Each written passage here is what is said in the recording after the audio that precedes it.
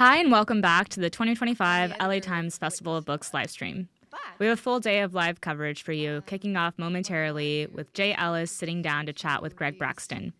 We have a lot of great authors today, so stick around and you'll be booked and busy. I feel like I won the lottery. Next to me is Jesse Katz, who is the author of Exploitation, Murder, and Redemption in Immigrant L.A.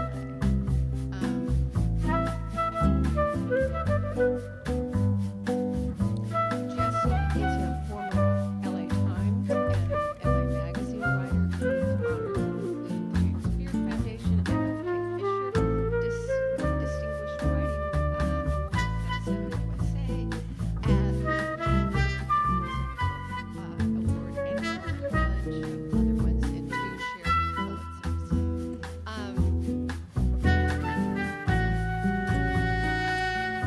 Next to him, we have Jason De Leon.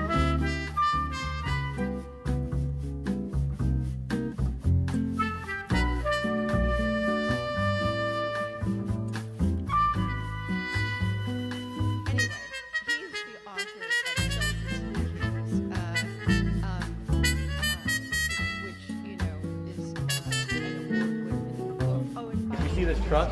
When you see the word Kogi, it's like in LA if you saw a truck that just had big old letters that said meat, M-E-A-T. That's what Kogi means.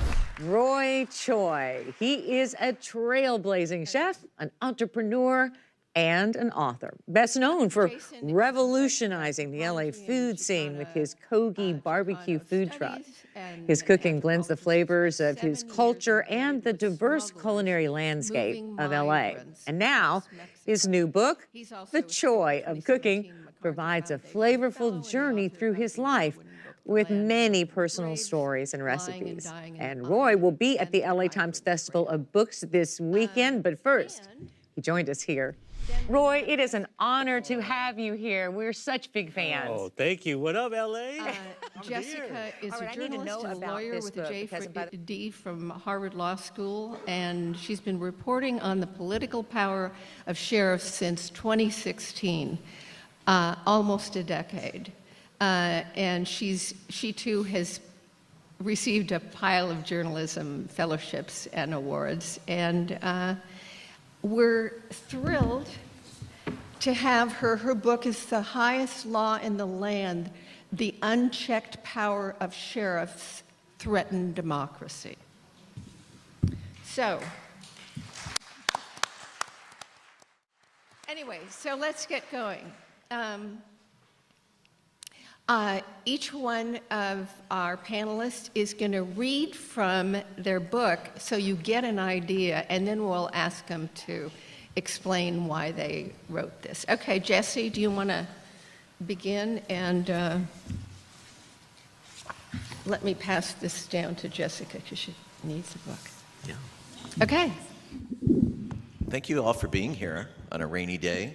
Everyone has to read the beginning of this book because then it's impossible to put down, as you'll see. When at last he opened his eyes, it was because he was falling. That meant he wasn't dead, not yet. The earth below Giovanni was like cinder, slick from an overnight mist and steep as a windswept dune.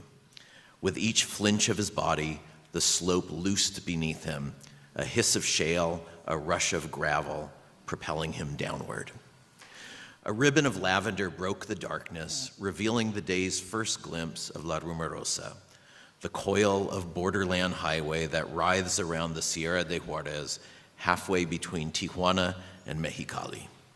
The gusts that moan through the rusted canyons and granite crags have given La Rumorosa its name, the Whispering Woman. In the span of 14 miles, Carretera 2D twists more than 70 times, corkscrewing as it plunges 4,000 feet from shrouded mountaintop to swirling sands. La Rumorosa is a gash in the Baja Desert, a white-knuckle trek and a dumping ground.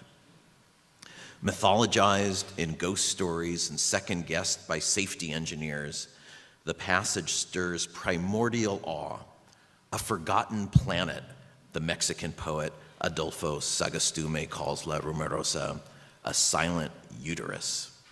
A city boy, Los Angeles born, Giovanni had never heard of the place. Now it was swallowing him. Flailing his arms, pawing at dust, Giovanni felt the scrape of chaparral. He wrapped a hand around a gnarled root. It broke his slide. For a moment, he was suspended, the cliff still once more. Blinking away the fog, Giovanni tried to make out the road above him, too high to see. Below, the gorge looked bottomless. He realized then that his shoes were gone, the black suede Jordans he'd bought with the check from his first honest job. Only socks covered his feet. He stared at his shirt, a white tee with the curly Sean John logo, now stained with vomit. Blood, too, had soiled the cotton. His neck throbbed so much he could barely turn his head. The skin burned. He thought maybe he'd been shot until he touched a finger to his throat. A collar of torn flesh, pulpy and raw, branded his windpipe. That was where the rope had seared him, where his killers, before tossing him over the edge, had cinched it tight, yanking like some soul-snatching repo men. Now he remembered. All right.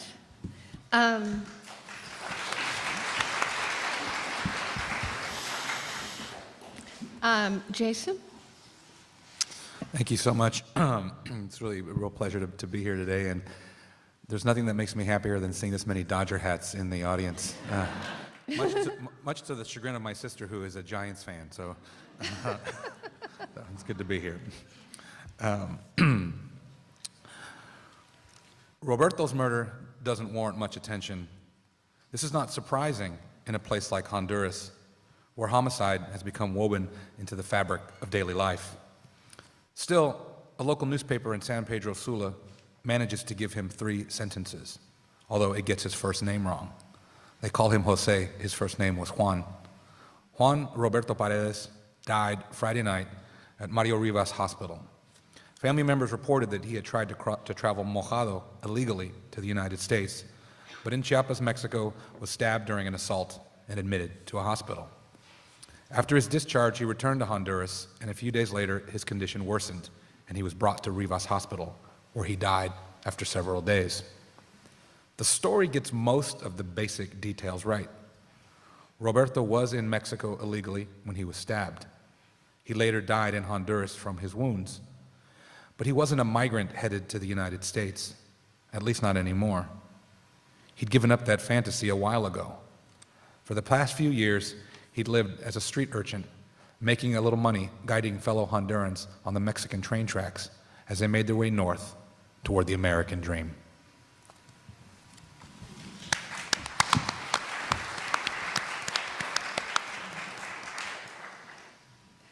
And then both of them get, if anything, more amazing after that. Jessica. Hi, good morning. Thank you guys all for coming. My section will be less exciting, but factual, so. But there are more exciting sections. Anyway, so this is from the, well, I'm going to actually add, can I add the paragraph before? Just to Yep. give it some stuff. Okay, so I'm going to read this little section. If you live in a city as most Americans do, you probably know very little about your county sheriff. Nevertheless, sheriffs are a vital part of the mass incarceration and policing apparatus. Sorry. America's roughly 3,000 sheriffs exist in every state except Alaska, Connecticut, Hawaii, and Rhode Island. And they are almost all democratically elected by county. Unlike police chiefs, sheriffs do not report to city councils, mayors, or governors. They see themselves as independent of oversight. While they must work with other parts of county government, sheriff budgets, for example, are generally set by elected county leadership, they are not required to compromise when setting policies and priorities. While they receive so much less media attention than police, sheriffs employ 25% of sworn law enforcement officers, which means 1 in 4 people in uniform report to a sheriff.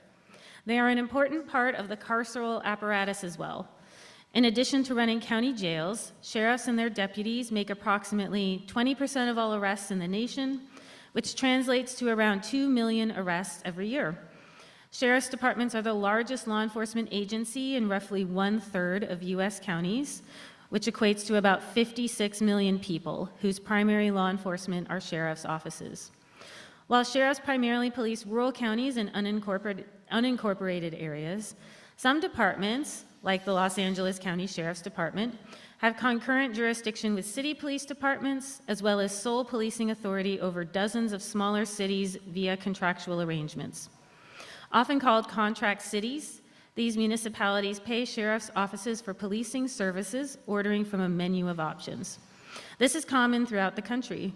About 65% of municipalities in America are contract cities that pay the countywide agencies, usually the sheriff, for law enforcement. Sheriff's departments may also be more deadly. One calculation found that 30% of all law enforcement killings were committed by officers working for a sheriff.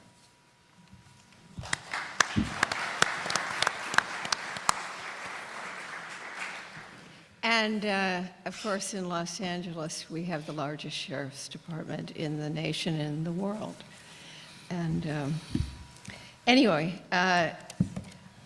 what I want is if each of you would tell me, and I mean, Jessica to some degree has begun, just in a long elevator pitch, tell the audience what your book is about.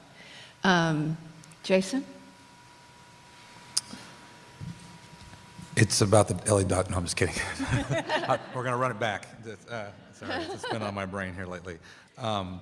You know, Soldiers and Kings is a book about primarily young men from Honduras who are smuggling migrants from Honduras up to the U.S.-Mexico border. It's based on about 7 years of ethnographic research, hanging out with smugglers on the train tracks in Chiapas and safe houses in Mexico City and in Veracruz, and really trying to understand what the daily life is like for smugglers. And for me, I think the real goal of it is I don't think we need any more border stories or stories about migration or migrants. I think we need stories about people who happen to be migrating, who happen to be smugglers, but whose stories we can connect with as people.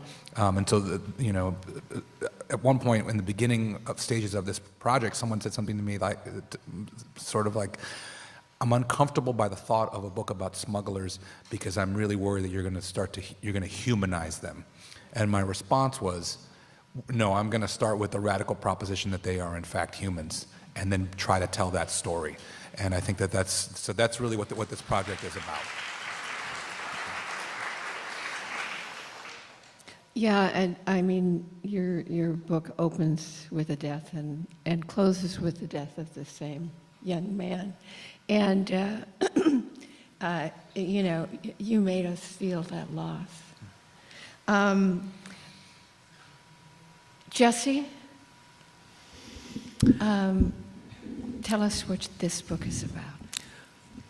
Well, like Jason, I also set out to write about people who are often viewed as caricatures, who are among the most stigmatized people in our community, gang members, street vendors, undocumented immigrants, and tried to unpack their stories so that we're not viewing them as types or categories or labels. At the center of it is a true crime story.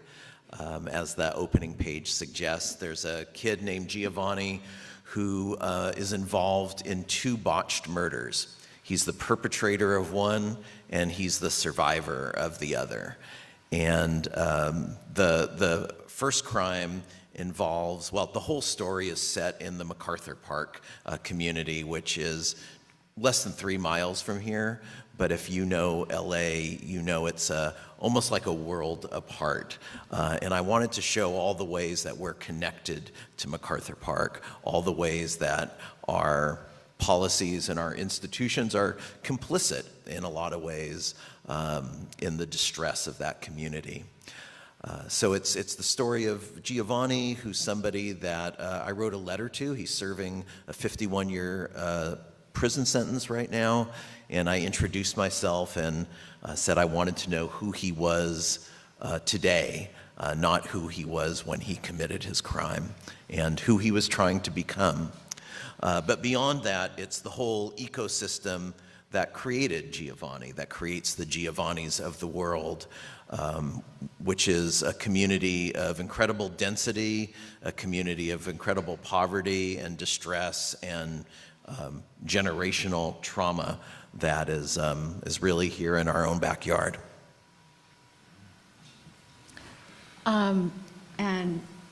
Yeah, thanks for that.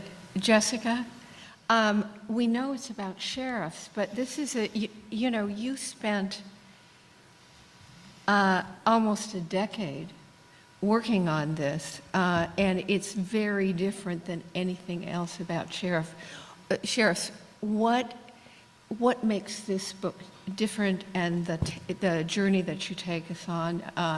Anything else that addresses the idea of sheriffs? Sure. I mean, it's interesting to be on And this. why did you need to write it? Yeah. So in some ways, my book is a little almost like the flip side of the coin of their books. You know, when I started the book, a question I often had was, why don't we write more about power? So I thought a lot about, when I started this book, was, well, we write about the people impacted by powerful institutions. We write sometimes about the harm they cause, but we don't write enough about the people actually doing the harm and who are those people who support them. And so when I started doing the book, that's what I really wanted to interrogate, right? Was like, well, what is this powerful institution? Who are the people who keep this institution in power? And why are they powerful, right? And of course, the impacts flow from that, but that's why, in a sense, like, the book, rather than focusing on, let's say, one sheriff or one sheriff's department, I didn't want to do that, because what I wanted to do was not give them more power than they already had, but rather let the reader read the book and start to interrogate why that power existed in the first place.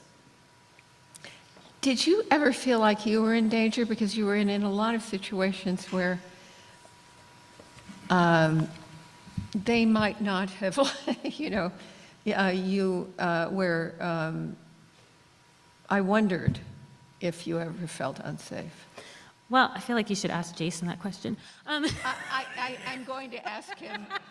Yeah, I'll be asking Jason in a completely different way. I was like, I feel, so, I mean, look, well, here's one of the things, I mean, like, to put it blunt, and I'm fair, and I don't think people should do things that they feel uncomfortable doing. So look, like, not everything is for everybody. That's like the first thing I would say. Like, not, people should not all just like go to like a militia rally because they feel like they have to. Like, that's okay, you don't have to do that. I mean, the truth is, like, I'm a white lady. People did not pay that much attention to me, to be perfectly honest. After a certain point in time, everybody knew who I was, so it became more of an issue. I'm sure you guys are very familiar. Well, because you were doing a Substack. Right, and they knew I was what appearing. You saw came out. And I was appearing at a lot of events. So at a certain point in time, if people saw me come to an event, they were like, oh, here's that lady. And I mean, you know, I think now we understand how the far right, the government works, right, is that they take what you, I mean, this was very hard for me to process, but they take your work and then it goes through like this mimetic, like memeing process whereby they sort of take what you've done and then claim it for themselves, right? So like a lot of the work I did, you know, if I wrote about, oh, this like militia or whatever, it would become, hey, this like annoying, like liberal journalist with glasses wrote this like thing about militias, and then they would sort of all like pile on. So like for me, what was hard was like the work got turned around to become about why I was like a bad guy in their eyes. So a lot of it was like after the work. And the Claremont, I mean, I'll say, I write about the Claremont Institute. The Claremont Institute is really mean. So they're a far-right, in case you wonder, they're a far-right think tank, so they are now have a lot of power, and they can get pretty nasty. Isn't that an oxymoron, a far-right think tank? I don't know what else to call I'm not sure what else to call it. You know, Jason, you know, your research, first of all, you made yourself a character in the book, and that, you know, I wondered, it's not that anybody was going to have anything necessarily out for you, but you know, I mean, you were in a lot of situations. Were you concerned for your own safety? I would say the only time I was really concerned about my own safety was with dealing with the police and like immigration enforcement, who knew that I knew all the horrible things they were doing to migrants. And so, I mean, I spent a lot of time with guys who were killing people for money, and I never felt afraid of them. I felt very protected by them. Right. But when the cops showed up and openly threatened me, you know, those were the times that I really felt like maybe it's time to get out of here. Did it really feel really, I mean, that sounds, yeah, it sounds, so how did you make what did you do then? I ran. Okay. I tried to keep a lower profile. Good choice. But you know, there's a moment in the book which I think kind of encapsulates maybe my approach to this whole thing is, I have my collaborator Michael Wells, who, despite growing up in Southern California and spending as much time in Mexico and Latin America as me, has failed really to pick up much Spanish. And we were in a safe house one day, and my buddy Flaco says, "Hey, whatever you do, don't ask those guys in the corner about murder." And I was like, there's in no world would I be asking that type of question at all, you know. And he said, because those guys are here, they just got here from El Salvador, they're here to do some stuff in Mexico City. And so Mike turns to me and goes, "What did he just say to you in Spanish?" And I should have just lied and said, you know, the Wi-Fi's out or whatever. Like, instead, I was like, "Well, he says don't ask those guys about murder because they're murderers." And he was like, "Well, we got to get the hell out of here now." And I was like, "We can't go now because now it's even more suspicious that we run out of here. I've got a camera around my neck. I have to come back tomorrow to do the same thing again." And so rather than trying to run from this, you know, I went over to these guys and kind of explained who I was, what I was doing. And within 20 minutes, they were showing me pictures of their kids on their phone. We're taking selfies. I'm taking their picture. But, you know, they knew that I was not there to get into that business. And they knew that I was there to try to understand what was happening as much as possible. And I think people really, they pick up on that and got very protective of me in a lot of ways. That makes perfect sense. Are they aware of the book? I mean, coming out? Most of them wanted to be on the cover. They were like, Well, no.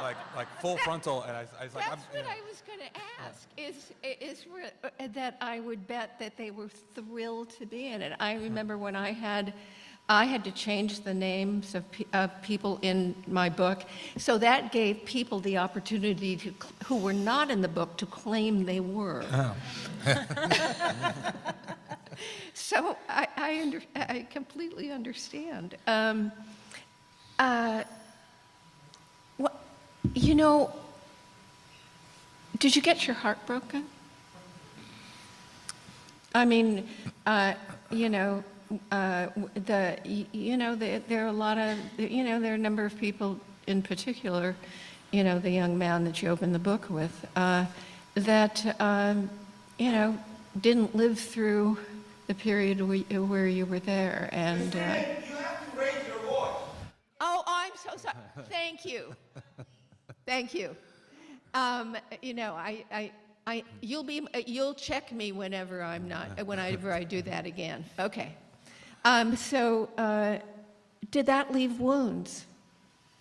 I mean, I think that working with people in general, writing about other people, for me, is a very oftentimes heartbreaking experience. But one of the things for me that became clear in this book is that and this is kind of where the new project is going, is that I'm very much a broken man who grew up in this hyper-patriarchal society where I'm uncomfortable talking about emotions, uncomfortable talking about trauma that I've lived with forever. And many of these guys really taught me important lessons about being with trauma, living through trauma, and trying to, make decisions in make difficult decisions in a difficult life. And so I would say, yes, this book definitely broke my heart, broke me kind of in half, but also, and I think in a lot of ways, these folks taught me quite a bit and have, I think in some ways, put me on a path towards healing. Jesse, what do you hope the reader will come away from this book with? Which is probably more than one answer. Probably more than one. I do want people to sort of think about surrendering the moral high ground. I think it's just so easy to sit in judgment of people who commit terrible crimes and make terrible mistakes in their life, and or even just people who are in incredibly unfortunate circumstances and think somehow it was their fault and they had it coming to them. And I'm always reminded that those of us who live in more comfortable circumstances, don't necessarily deserve it or aren't entitled to it. A lot of us won the zip code lottery, or we won the parental lottery, or we won the education lottery, and it gave us some tools to survive real hardship. And the people that don't have those advantages are not lesser people in any sort of way. To answer it more concretely, there are victims and victimizers in my book, and I'm hoping the reader can find kind of emotional space for both of them. There's a street vendor who is gravely wounded by a bullet by multiple bullets that Giovanni fired. There's a newborn infant baby that was killed in that shooting inadvertently. And there's real grief in those people's lives. The street vendor, a guy named Francisco, who's a very proud man and is alive to this day, but still has 2 of those bullets lodged in his flesh, lives with these wounds. This took place in 2007, so 18 years ago. And when I talked to Francisco, he can't describe this episode without breaking down in tears. But at the same time, I've gotten to know Giovanni, and the person that fired these bullets, and he's done the worst thing that anyone could ever, I think, imagine doing. And yet, he's not a terrible person, and I want the reader to maybe consider his humanity and his potential and his capacity for love. And can you hold those 2 things in your head and in your heart at the same time? You also, one of your main characters is a detective, David Holmes. He was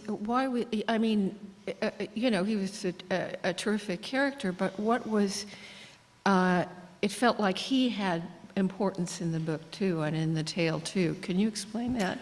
Talk to us about that. Yeah, there's kind of a surprising moment where, there's gang members and street vendors, and I tried very much to humanize them and tell their stories, but I hoped to apply that to the law enforcement figures who are often treated with stereotypes as well. And there's a homicide detective who seems like he's right out of Central Casting. He's, tall, broad shoulders, blonde crew cut, and grew up in a very conservative part of San Diego. And he's there to solve a murder. But as he gets deeper into the case, he becomes very close to and protective of Francisco, the street vendor. And Francisco needs to testify, first in a state trial and then in a federal RICO case.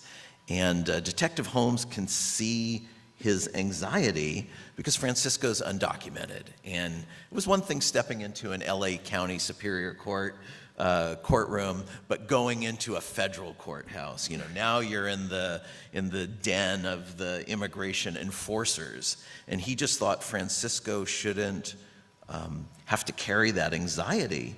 And he began to see Francisco as more than a victim, but as a husband and a father and a provider.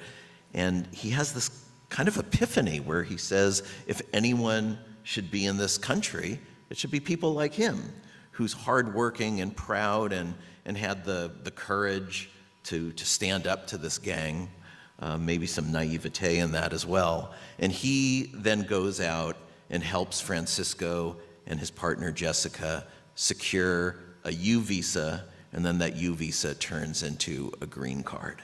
And I just never thought, and I think Detective Holmes never thought, that the sort of hard-boiled cop would go out of his way to legalize the status of an undocumented street vendor in MacArthur Park. And that actually gave me hope.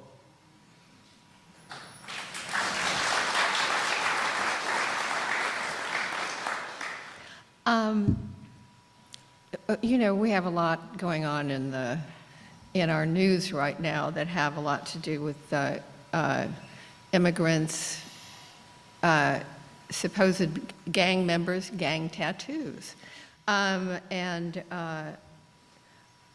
So, Jesse, tell me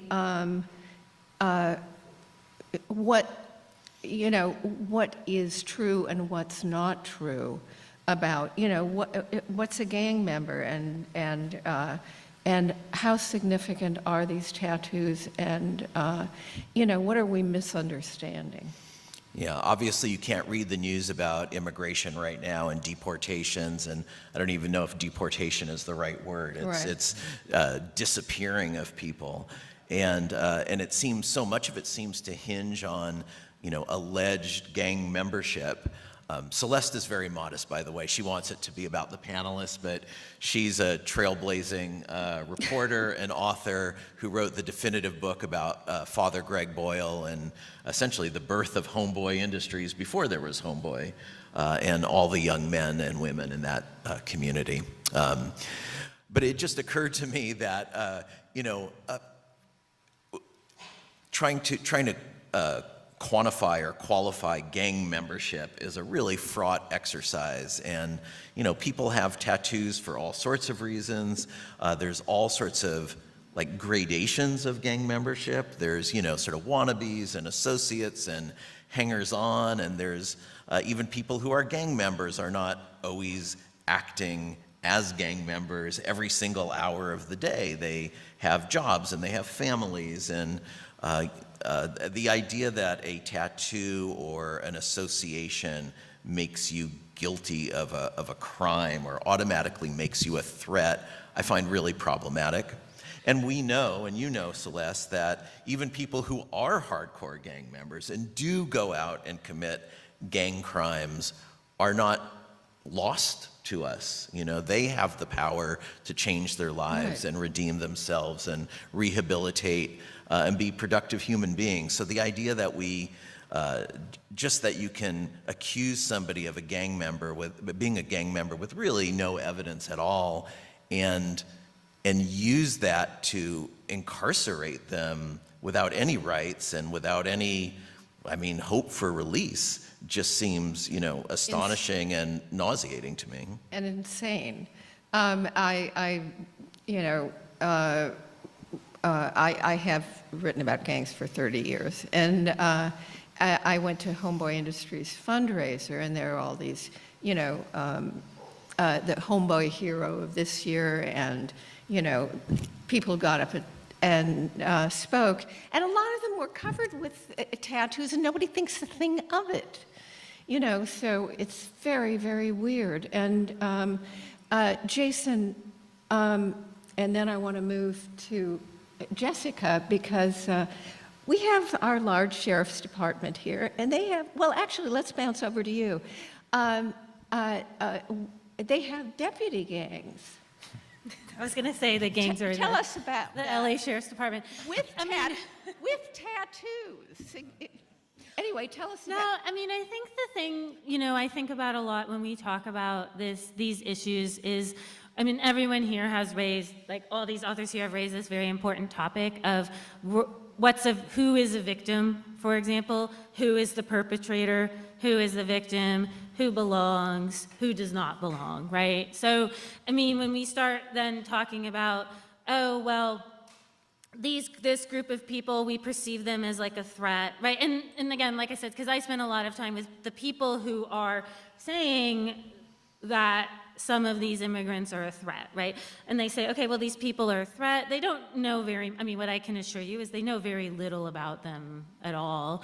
But also what they're doing, right, is they're looking at a group of people, right, with the idea of trying to create that dichotomy to say like, oh, well, I'm civic service, I'm like a super American, and so the way in which I'm gonna kind of preserve my status as this like super citizen is to cast these other people as not citizens at all. Right.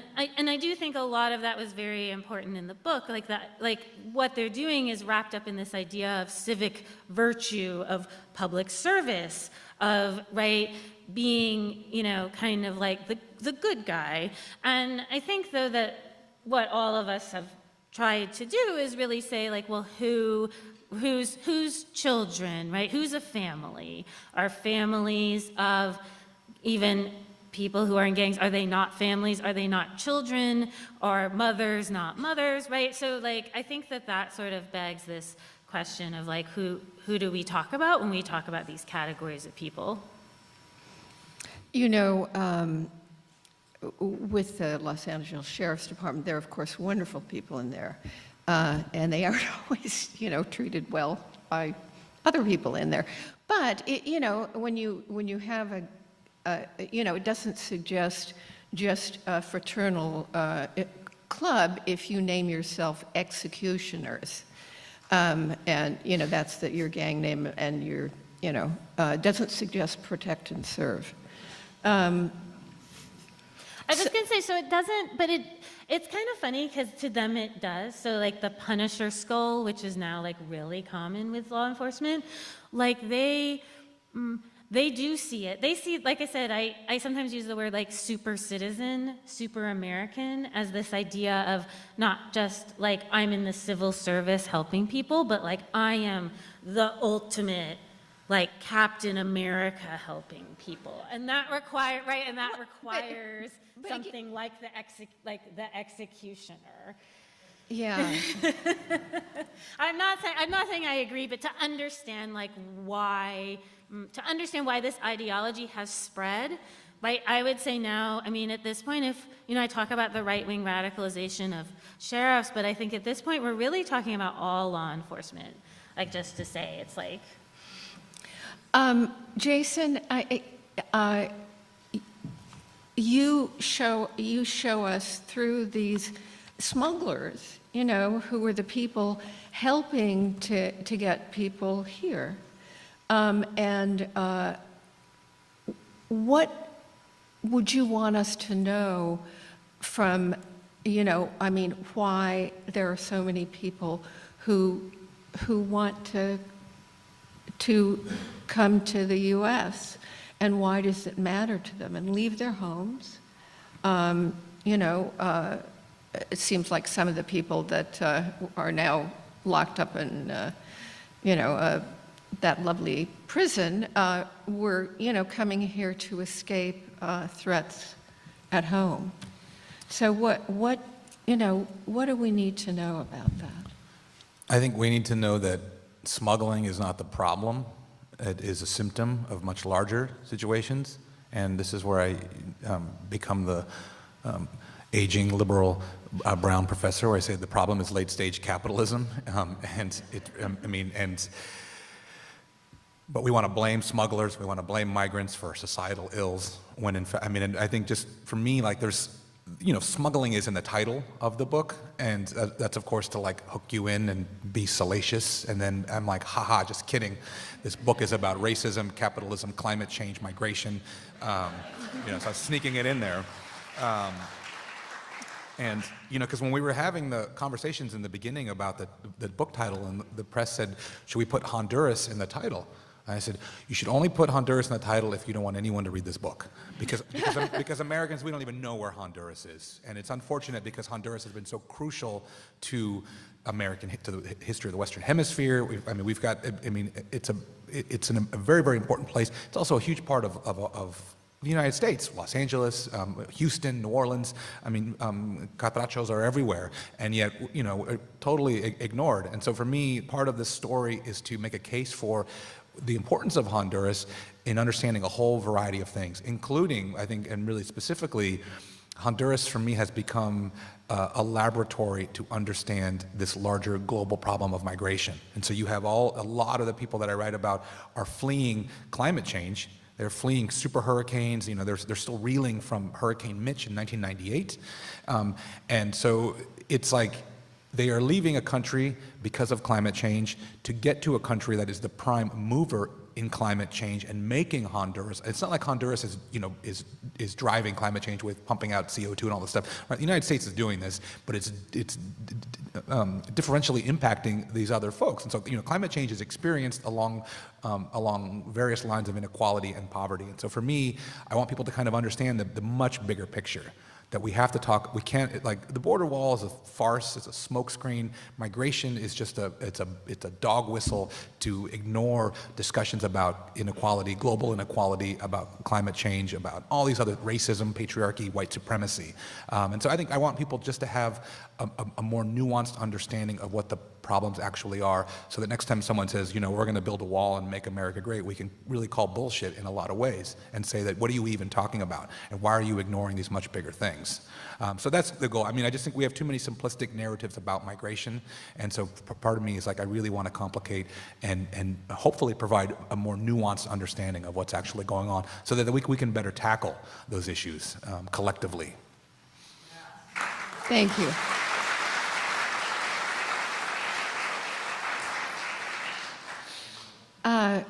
Just a quick sort of craft question. You're a character in your book. How hard was that? Well, people say I'm a character. Some spicy maple syrup. I've been accused of being, really in the beginning, I was not in this book at all. You guys tried this? It's like bourbon barrel aged maple syrup. Working with my agent and my editor, one of the things this is what we're going with today. So I'm going to warm this up slightly, and I'm going to make this a spicy maple syrup. I'm going to season it with a little bit of salt and pepper, and then I'm going to slice some chilies. And then I'm really just going to get this warm so I can bloom the spiciness of the chilies. And then I'm going to add scallions at the end to make it fresh. And then we'll get going on the pancakes. Again, you guys have any questions? You want to shout out anything? There is Peggy is walking around in the green shirt with a mic. If you just want to hear the sound of your voice on a microphone, that's fine too. I hate my voice. But who knows? Maybe you guys love the sound of your voice and just want to hear it. That's fine too. All right, so I've got some maple syrup in there. Really, any recipe in this book is meant to be adapted to your taste. I don't ever want people saying, I didn't make that because I don't eat bacon, or I didn't make that because I don't like spicy food. Do you? These are all sort of suggested recipes. They're all tested. And they will be good, I promise you, if you do them according to the recipe. But if you don't like bacon, leave the bacon out. If that's going to prevent you from making them, then, you do you. And I've got a Fresno chili here, which are sort of my favorite chilies. I'm just going to cut around the edges. I've also got a Serrano chili here. If you don't like your syrup spicy, then don't make it spicy. But this is, again, following the recipe here. I'm doing my best. They've been tested a bunch of times. And these knives are really sharp, these Shun knives. I heard I might be getting one, which I'm very excited about. All right, so I'm just going to cut little slivers of these chilies. You guys, I ordered rainbows. And we're getting like torrential downpour. It was supposed to be done You're fine. You guys are fine, right? I think this structure is relatively stable. We'll see. This could be really fun. All right, so I've got little slivers of Fresno chili. Fresno chilies are great because they're really floral. They have mild spice, but you can still taste a little bit of spice. I use them all the time. Fun fact, they're from Fresno. And I don't use the seeds of these chilies because I'm not trying to make it as spicy. If you wanted this to be spicier, use the seeds. The seeds and the ribs of chilies are the spiciest part of the chilies. So, all right. So this maple syrup is warm. I'm going to take it off the heat, or I guess I can just turn this off. And then I'm just going to sort of bloom these chilies in here, add a little bit of seasoning, and then by the time we are done making pancakes, this will be nice and warm. I still want these to have a little bit of structure, so I'm not boiling this. I'm just sort of letting that happen. And then salt, a little salt and a little pepper. And then I'll add the scallions at the end because I want those to maintain some freshness.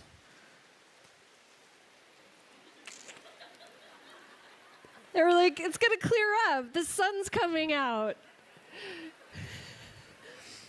I mean, come on. All right. So we're going to make savory pancakes here. Can you hear me? This is wild. We're in Los Angeles, right? Thank you. Thanks. Okay. So I'm sorry, I'm just having a really hard time focusing. All right, so we're going to start with wet ingredients. I have some buttermilk here, which is really fantastic. Which is why you see a lot of like biscuits and pancakes made with buttermilk, is because it has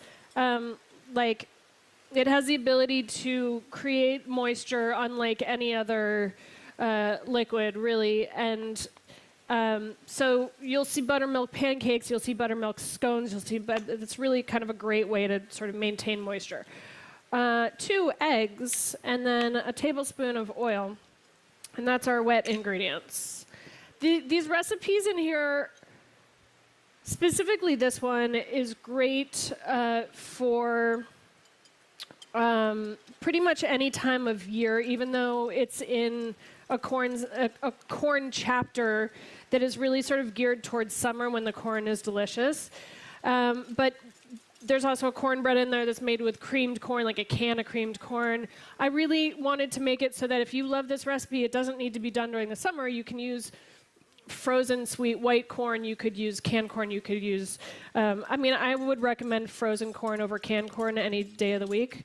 But, you don't have to wait for summer to make these recipes. We do have a question here. Yes. Hi. Hi. Can you tell us how long it takes to tape an episode of TOC, considering they have to clean the kitchen after each duel? Oh, so you're concerned about the cleaning time in between?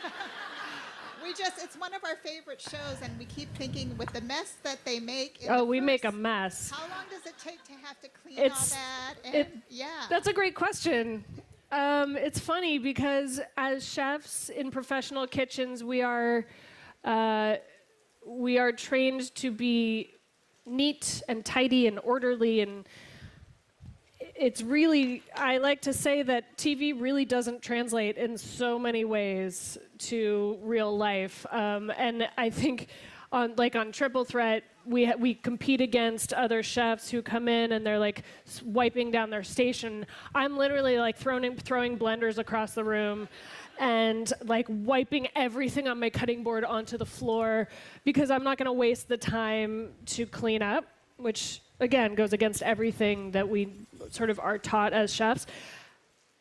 Long story short, an episode of Tournament of Champions takes about a day and a half. There's usually, I think, like 3 battles or something, or 4, maybe 4 battles. I don't know, it's been a minute since 4 battles, thank you. In an episode, it takes about a day and a half to shoot an episode. The cleaning in between the rounds on any of these shows, surprisingly, takes very little time. These culinary teams that come in. They come in like in hazmat suits and gloves, and they will clean entire kitchens in 4.5 seconds. It's really remarkable, and I stand there and I'm like, I'm so sorry, I don't cook like this normally. Like, they're like, I know, Brooke, it's fine. This is the 19th time I've cleaned up after you. It's fine. And there are some chefs who are messier and more organized. It, just kind of depends. But yes, long story short, it takes about a day and a half, 2 days to shoot one episode of Tournament of Champions. All right, so I've got sugar, I've got salt. I don't know which one is which. I've got some baking powder. I can tell which one that one is. And I'm mixing all of my dry ingredients, all-purpose flour and then cornmeal, because of course these are corn cakes. This is essentially a cornbread recipe that is just sort of turned into pancakes, I think. We have another question. Yes. Brooke, for people who cannot make pancakes to save their lives, even at the non-tender age of 8, what is your tip for getting it to look like a pancake and getting it flipped and all of that? Well, I'm going to do it for you right now, but it's kind of different with every recipe. So like this recipe is going to have lots of chunky pieces of corn in it, so I'm not going to be able to see the beautiful little bubbles that normally like a plain buttermilk pancake will show you. Like it'll start to form brown on the outside. But also, like, I'm up for a free-form pancake. As long as it's kind of cooked through, I think you're good there. And honestly, what matters most to me in general is that things taste good. So who cares what they look like? We're not food stylists here. We're people who want to eat good food, right? All right, so I'm going to combine my wet ingredients into my dry ingredients. I think that's how the baking thing happens. And then I'm going to add all of the fun little flavors. Fun fact, I actually really don't like cheddar cheese. Sorry for any of you who are from Wisconsin out there. Cheddar cheese to me, I think it's more of a textural thing, so I actually feel okay about adding it to batters. I don't know, I'm talking to you like you agree with me. Very few people agree with me. You guys all love cheddar cheese, don't you? Yeah. No, you don't? Okay, what's your favorite cheese? Gouda. Unexpected answer. I love that. All right, so I'm adding some fun stuff here. I've got some bacon because, like I said, it's not a vegetarian cookbook, and we're adding some smoky flavor. This bacon is cooked. And then I'm going to cut it into small little pieces and then mix it into my batter here. I'm getting my pan warmed up on this stove. I actually have no idea how warm it is.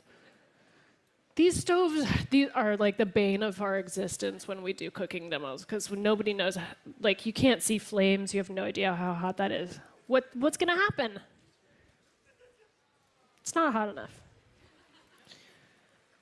So what I'm looking for is some bubbles. I don't want it to be hot because I want to get it to brown and cook through. Like with a proper pancake, you kind of want it to be partially cooked through before you flip it.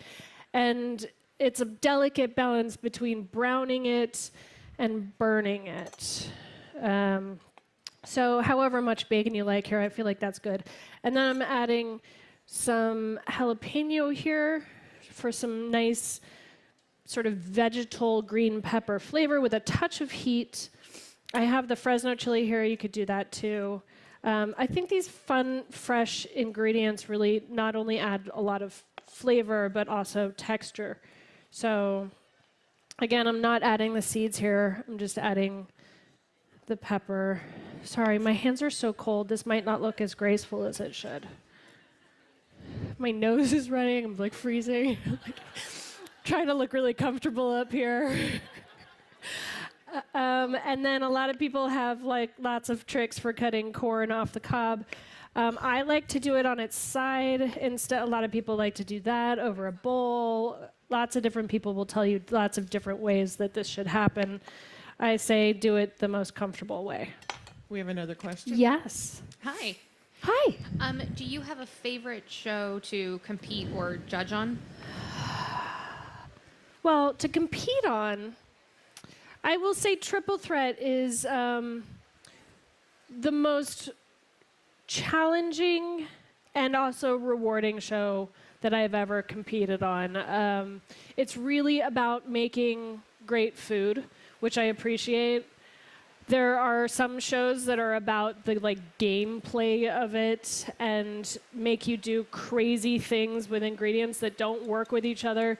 I will say Bobby is very kind to us and gives us ingredients that really are meant to work with each other, because the goal is to, holy moly, the goal is to make, the goal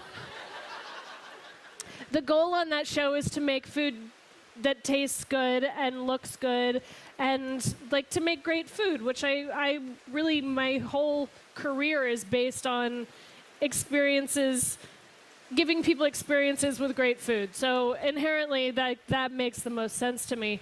It also has taken probably years off of my life, because the stress that you see happening on that show is very, very real.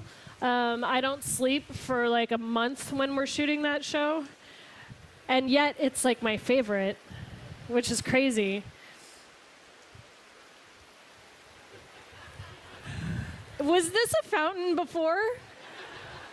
Is that always a fountain, or is that a sculpture with a thing around it? All right. So now that my pan is nice and warm,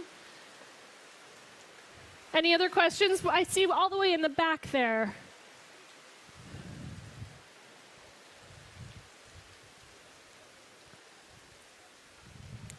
All right, I'm just going to sort of do little baby cakes here so that we can stack them. I just wanted to ask, with all the accomplishments you've achieved so far, what's next in your journey? What are other challenges you want to give yourself? So does it all have to be challenging? Does all of life have to be challenging? Can't we just have a little fun sometimes? I've got some great vacations planned. I mean, I will say at the age of 8, 10, 12, when I was I'm going to be a professional chef, that is what I'm going to own a restaurant.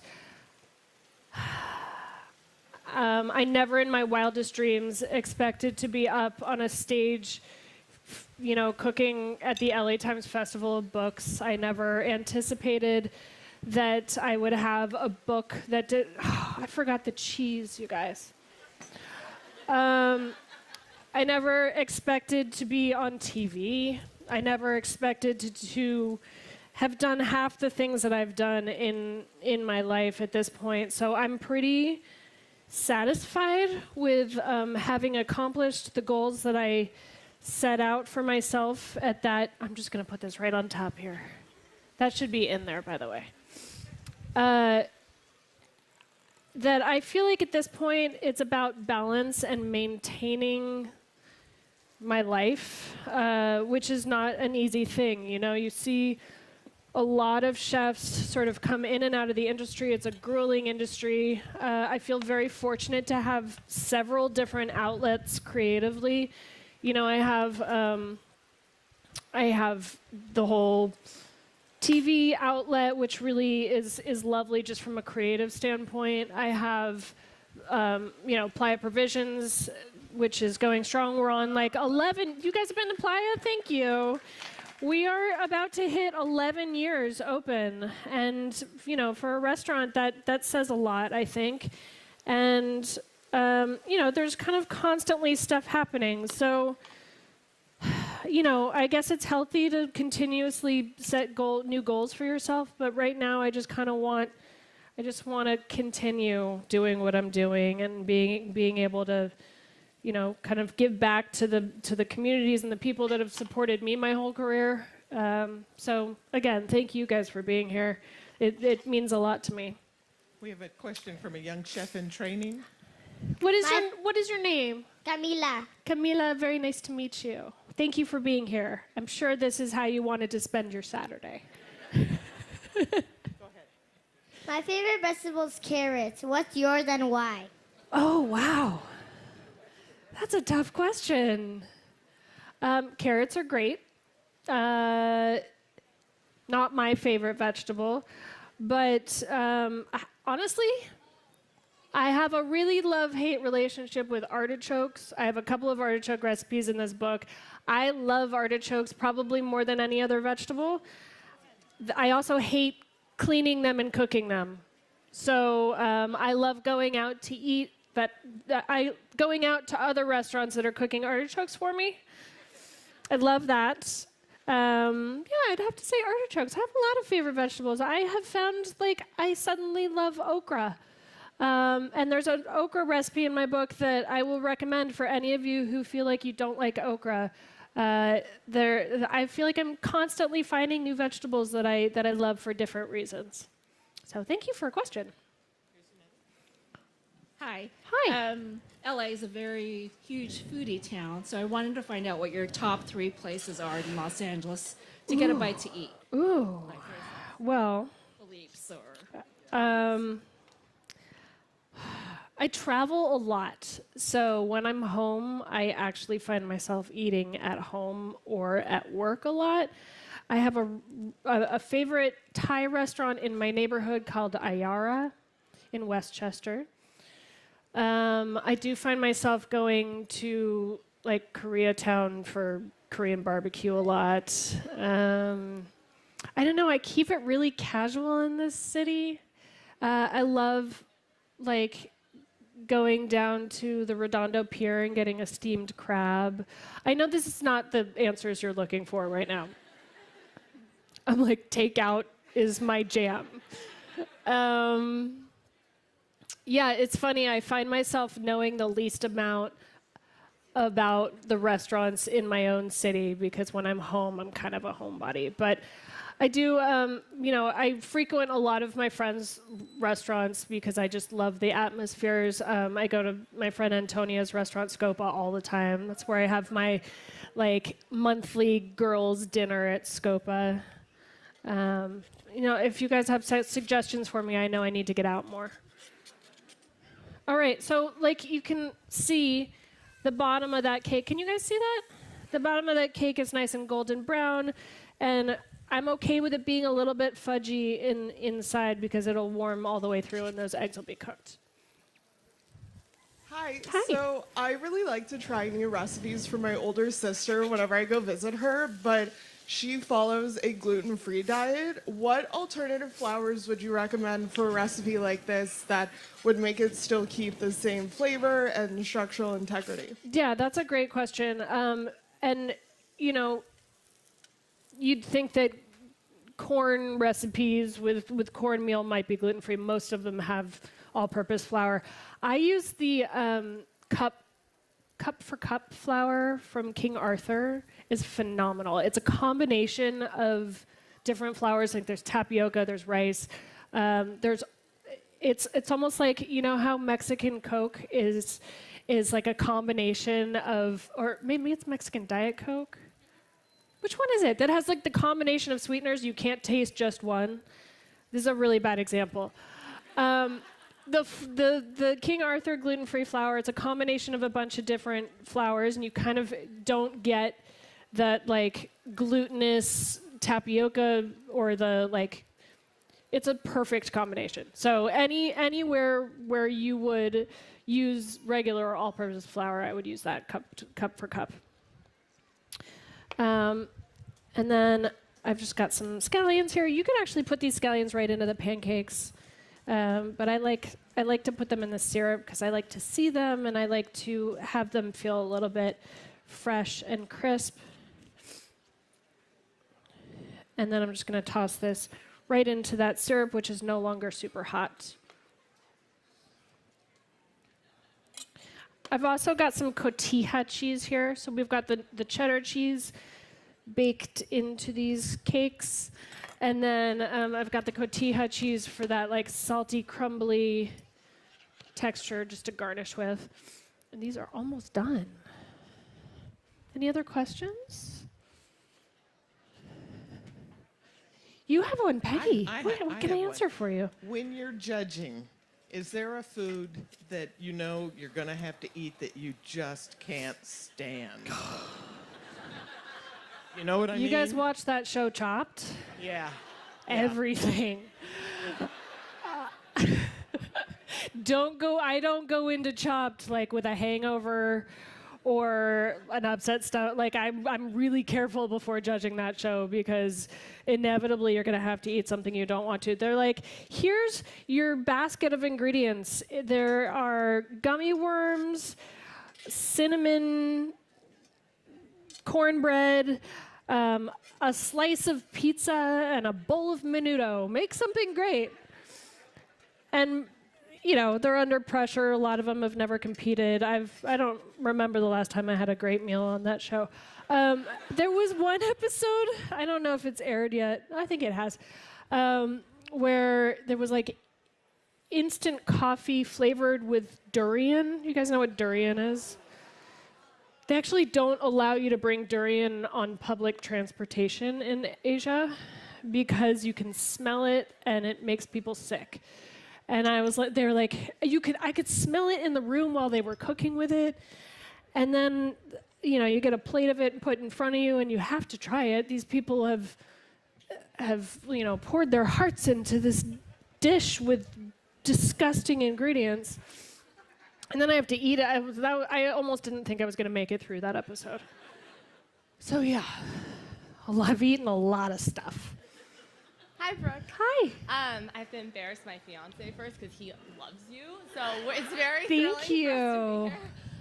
What do you think was your most unexpectedly successful dish on Tournament of Champions? Oh, on Tournament of Champions. I've really blocked most of that out.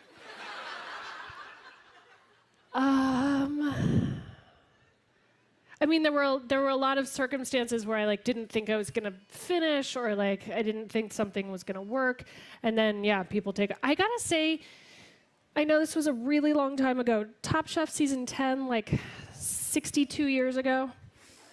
And Kristen's gonna be here later today. Kristen and Tom will be here later today. There was, I know that's not the show you asked about, but there was an episode of Top Chef where we had to cook on a cruise from Seattle to Alaska, and we had to do a surf and turf dish, and I think I did like a frog leg and mussel dish. That was one dish, and that was my surf and turf. I'm not even sure that frog legs are considered turf. I wasn't really sure which one was the surf, and it did really well. There was also like an episode in Seattle where I stuffed squid with lamb. Did anybody remember that? Thank you. Thank you. I think I won that episode, that challenge. Yeah, you did. I won that challenge, and I was really proud of myself there. I was like, I've never, somebody was like, do you do this all the time? I was like, do I stuff ground lamb into squid? No. I've never done that. You do a lot of crazy stuff in the moment on that show. Anyway, yeah, there's been a lot of stuff that I didn't think would work and happened to work, which has worked out well for me. All right, so I've got this pretty little stack of pancakes here, and now it's just a matter of garnishing. And I've got this like slightly spicy maple syrup here with the chilies in it and the fresh scallions, and then you kind of just drizzle that here. In the book, you can see an action shot. There aren't many, but look how pretty that is. And then little cotija cheese. And that's your savory pancake. This perfect little brunch dish, right? That came together pretty quickly, so easy. And then I like to I think I included in most of the sections like 5 cocktails. I love a good cocktail. People are like, "What's your liquor of choice?" I'm like, "Well, it depends on the environment and the atmosphere and the reason behind why I'm drinking." Stupid. The reason behind why I'm drinking. I was like, last Sunday, I had a couple of drinks. I woke up in the morning. I'm going to Kentucky Derby next week, and I was like, you know what? I'm going to dry out before I go to Kentucky. And I haven't had a drink in 5 days, guys. I'm so proud of myself. Yeah. All right. I'm just like moving stuff around here. So I have a blood orange Negroni, and Negroni is one of my favorite drinks. It's like kind of my go-to like summer Italian cocktail. Love a Spagliato too. You guys know what a Spagliato is? So Spagliato is a Negroni essentially with Prosecco. This is not that. So the Negroni, the traditional Negroni is gin, Campari, and vermouth. I'm using Lillet to sort of brighten it up a little bit, and I've got some fresh blood orange juice here. And it's a really simple little cocktail. I'm just going to build it in. I'm going to build it in the glass so you can see it. I'm not going to measure anything out because I don't have anything to measure with, but it's totally fine. We've got gin here, which I love. I'm a big gin fan. Love Campari too. I love a bitter component. For me, everything is about balance, whether it be food, whether it be cocktail, whether it be life I'm not as good at. But like the bitter, the sweet, the bright acid, which you don't often find in a Negroni, is citrus or acid. So I feel like the addition of the blood orange is a nice sort of sweet, low acid citrus. It doesn't take over the whole cocktail, but it also makes it a really beautiful color. And Lillet is one of my favorite aperitifs. Just like I grew up with my mom drinking a Lillet on the rocks with a little slice of orange in it. So this totally makes sense to me. So we've got Lillet, Campari, gin, a little fresh squeezed blood orange juice. Look how pretty that is. Gorgeous, right? And then I'm going to add some. I like to build the cocktail in the glass first so that it's not being diluted while I talk to you guys or take my time doing it. Lots of ice because, again, you want to chill this really quickly and not have it become diluted. You really just want it to be a full chilled glass of alcohol. And then chill that. You guys like a Negroni? It's a Negroni, anybody's go-to drink. Like 3 of you. That's fine. Maybe you'll try this. Maybe some of you will try this and you'll be excited about it. This doesn't really fit this, but it's fine. And then you have this really beautifully pink cocktail. And then I like to, this is a good cocktail to serve on the rocks, but I like to add the rocks afterwards so that it's not diluted. And then fun little garnish of blood orange. Cut a little slice in there, turn it into a fun little cone. And just garnish. Super, super clean, super pretty. Balance that there. There's brunch for you.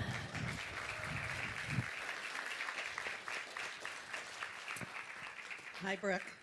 Good. Hi. So you obviously have a very developed palate.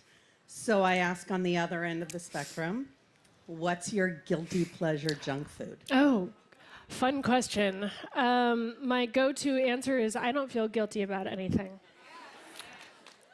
I am a pretty balanced eater on a regular basis, so having like a glazed donut, which would be one of them, like a simple, perfect glazed donut, like a Krispy Kreme, just straightforward. I don't want a bunch of stuff on top of my donut, just like a perfect donut. I'm not going to feel guilty about that. I know that that's not what you meant by guilty pleasure, but I also love Panda Express orange chicken. I also love like a good instant ramen. I love all ramen. I'm just not. I'm not gonna rule out the like cup of noodles because I grew up craving that. I also love like a good Kraft mac and cheese. Also, like Carl's Jr. bacon Western cheeseburger, and like a Crunch Wrap from Del Taco. I actually grew up not being allowed to eat fast food or like sugar cereal. So when I got old enough to do that for myself, I really sort of went out there and did it. Yeah, I'm really low maintenance. I'm really easy to please. Don't tell me something is what it isn't. Don't claim to be something you're not. A Crunchwrap Supreme claims to be exactly what it is, and it's perfect. So I guess I have a few guilty pleasures. Anybody else? No?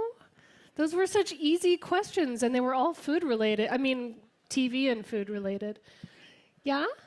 You can just yell, it's fine. Thank you.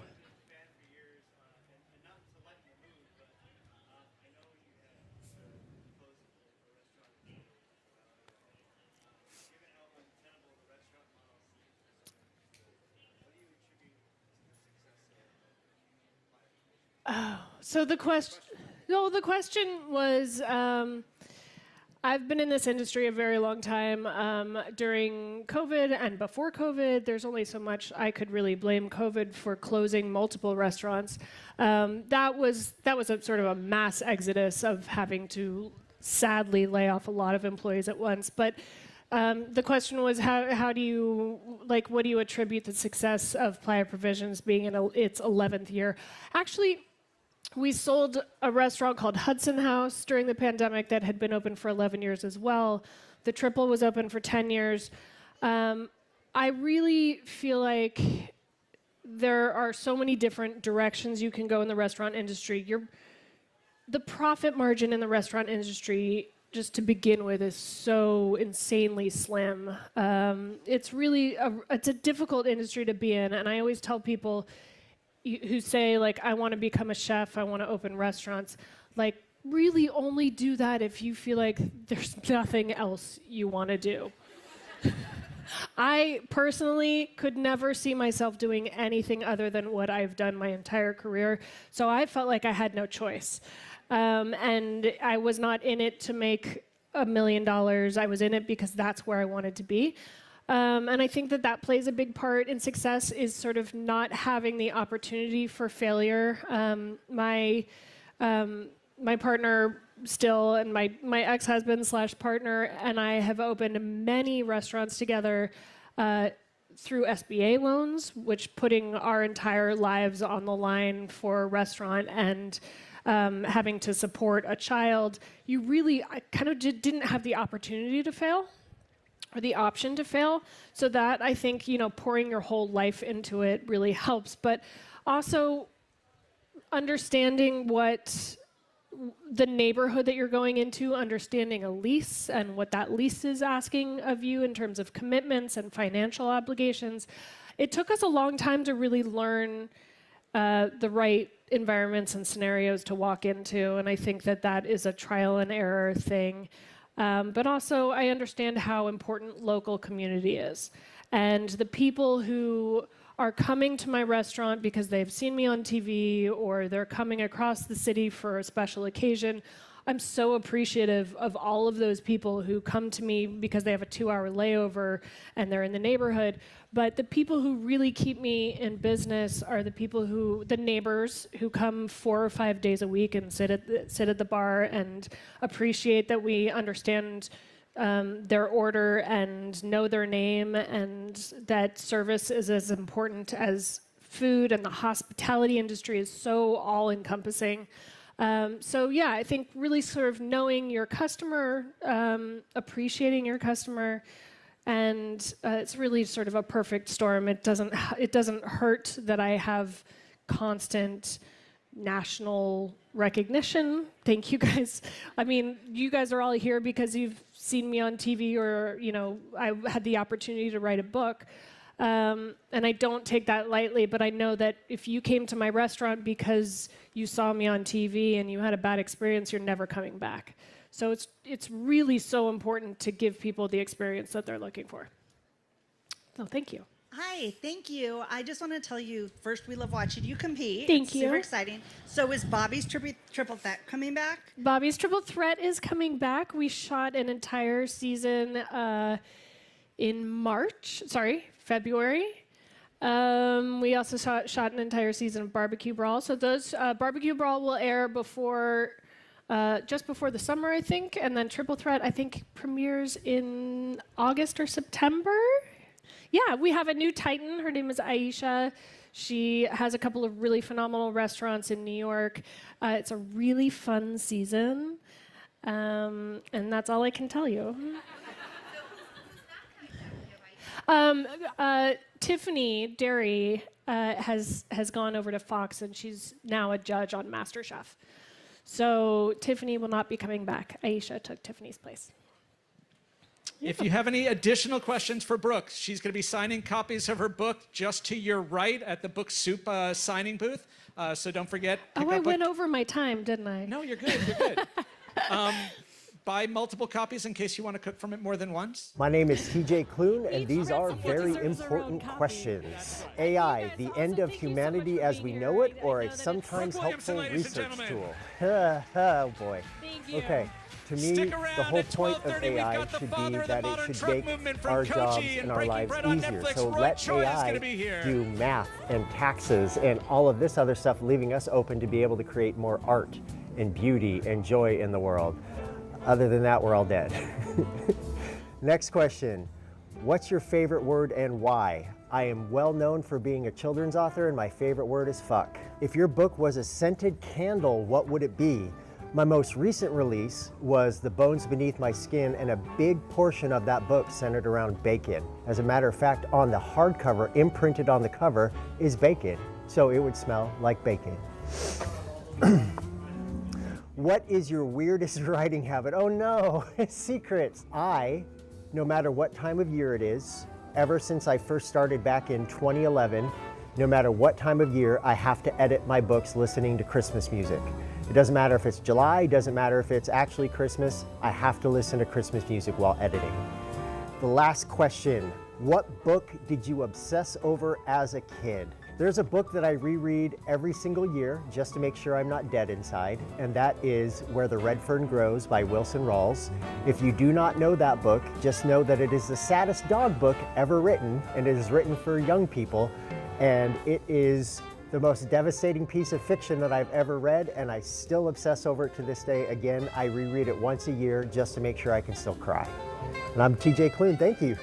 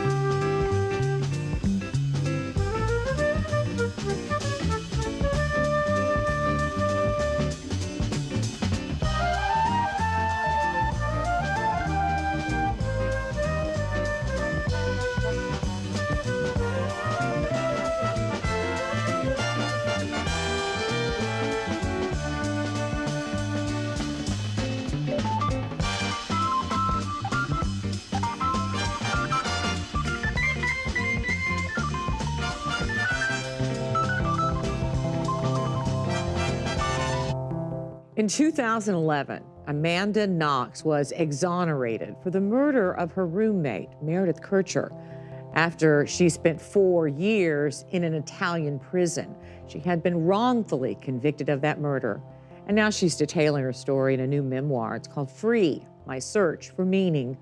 Amanda Knox will be at the L.A. Times Festival of Books this weekend and joined us to talk about her journey. Amanda, I am so happy to meet you. I can't tell you how personally touched we all are, I think especially us moms, by your story over the years. Yeah, I mean, and now as a mom, I can appreciate it even more. I think I intuitively knew, I feel like my mom should write a book, honestly, because I intuitively knew, even as I was going through it, that her experience of it was worse than mine, because she would have traded places with me in an instant. And she couldn't. She had to just come and visit me and leave me in prison every single week. And I don't know how she survived it, but I'm excited about this book. It's very different from my first book, which was very much chronicling just what it was like to be in the center of this firestorm and trying to, as a 20-year-old, just survive it. And which was my first memoir, Waiting to Be Heard. And this, rather, is more of that journey that comes on the opposite side of it. It talks about what I had to do to survive prison, but also how I attempted to reintegrate into society, how I tried and failed in a lot of ways, and how I rediscovered my purpose in life, my sense of who I was. And even though I was in the shadow of the worst experience of my life and defined as the girl accused of murder. Amanda, you and I spoke before we started rolling about forgiving yourself, giving yourself some grace for the fact that you were a kid. You were 20 years old, under a microscope. How have you, now that you've had all these years, and again as a mother, how do you look back and see that girl with grace and understand what she didn't understand? Sure. I mean, I look back on my 20-year-old self and I recognize that she was a very naive person who had been raised to never to obey and respect police, to always do as she was told. I was very much in over my head and not and also in shock. I think one of the things that a lot of people forget is that even just coming home to discover that my house had been broken into and my roommate and friend had been raped and murdered would have been a defining traumatic moment of my life. And had I not even gone through the whole imprisonment and wrongful conviction experience. And I think the thing that I think of when I look back on that time of my life is it's not even forgiveness so much as like grieving, because I didn't get to go back to the life that I had been living before. I didn't get to go back to being that girl who nothing bad had ever happened to. So are you excited to go visit where you're going to live in Italy? Yeah, I'm really looking forward to actually getting a place to live. It's the big thing that's on my mind right now. That girl did not survive her study abroad experience. And so as much as I'm trying and over the years working to grieve the loss of my friend, the loss of my freedom, I'm also grieving that young girl who I was and who didn't get to come home. Amanda, you talk a lot about reintegrating, trying to find your feet again, right, on solid ground. I want to ask you about what's going on, though, when you close your eyes at night. Do you still dream about your time in prison, about the trauma? Is it following you even when in your conscious mind, you kind of have tools to cope with it? Sure. It's a little bit of both, because on the one hand, my life is very different today than it was back when this whole crisis was happening. It wasn't just the 4 years in prison. It was also the 4 years on trial, even when I was outside of prison and I was attempting to reintegrate into society, but with this, axe hanging over my neck the entire time. My entire 20s were spent trying to prove my innocence and not be thrown back in prison. That was, I find other people's 20s to be a little bit unrelatable, because I definitely was in this struggle. So in some ways, what happened to me in Italy feels very far away, because now I'm a mom, like I'm, keeping with my toddlers, and I'm, doing work that is really purposeful. And you know what? One of the big differences between now and then is some people, not all, but some people believe me. And I'm now in a position where, like, especially thanks to my husband, and his support and other people who have been supportive of me, I realize that my voice matters and that my perspective matters, and it can be used to change the system for the better. It can be used to help people feel less alone. That's a lot of what I hope my book accomplishes. But at the same time, one, I'm not fully acquitted. I was never definitively exonerated of all the charges that I was accused of. I was definitively convicted of the lesser charge, slander, and that conviction was upheld. And so I remain to this day wrongly convicted in Italy. And I'm fighting that charge. I've been fighting that charge for 18 years. Wow. And so it's a dark cloud that, and this is a really important thing that I realized over the course of living this life and even writing this book, was realizing that being free doesn't mean that you are over the trauma. It doesn't mean that you are out of prison and people are no longer hunting you or thinking the worst of you. Being free is recognizing your life for what it is, and realizing how you can be your best self regardless of what is happening. And that, for me, has been a really important lesson. You have turned this tragic situation into fuel for a purposeful life. But we do want to hear, especially from the young people, everybody, but especially the young people. I hope you'll ask a question. I want to remind everyone that after the panel, there will be a book signing in signing area 1. If you do not already own a copy of any of the books here, or I think my book will also be available, you can pick it up from the Pages booth. You can buy a copy and then take it over and get it signed. So I hope at the end of this panel, you all will all run to the Pages booth and grab a copy of the books. So without further ado, I'm really excited for this panel, which I genuinely think presents some alternatives to apocalypse, which I think at this particular moment we could all use that kind of message. So I appreciate you all being here for that. So I'm going to start by having the authors introduce their books. So first we have Ayanna Elizabeth Johnson, who is the author and editor, I think both, of What If We Get It Right? Visions of Climate Futures. And then next, we're going to hear from Rebecca Tehus-Dubrow, I think I got that right, yes, who is the author of the new book, Atomic Dreams, The New Nuclear Evangelist and the Fight for the Future of Energy. And at the end there, we have Kyle Paoletta, who is the author of American Oasis, Finding the Future in the Cities of the Southwest, which doesn't include Los Angeles. Maybe Kyle will tell us why. We can talk about it. We can talk about it. All right, so I'm going to start by asking each of you to just tell us, tell us what your book is about, who it's aimed at, why you felt it was important to present the world with a book like yours now. So we'll start with Ayanna. Thank you, Shonda. I'm impressed that so many people are in this room. There's a lot of competition at this book festival, so thank you for choosing anti-apocalypse vibes with us.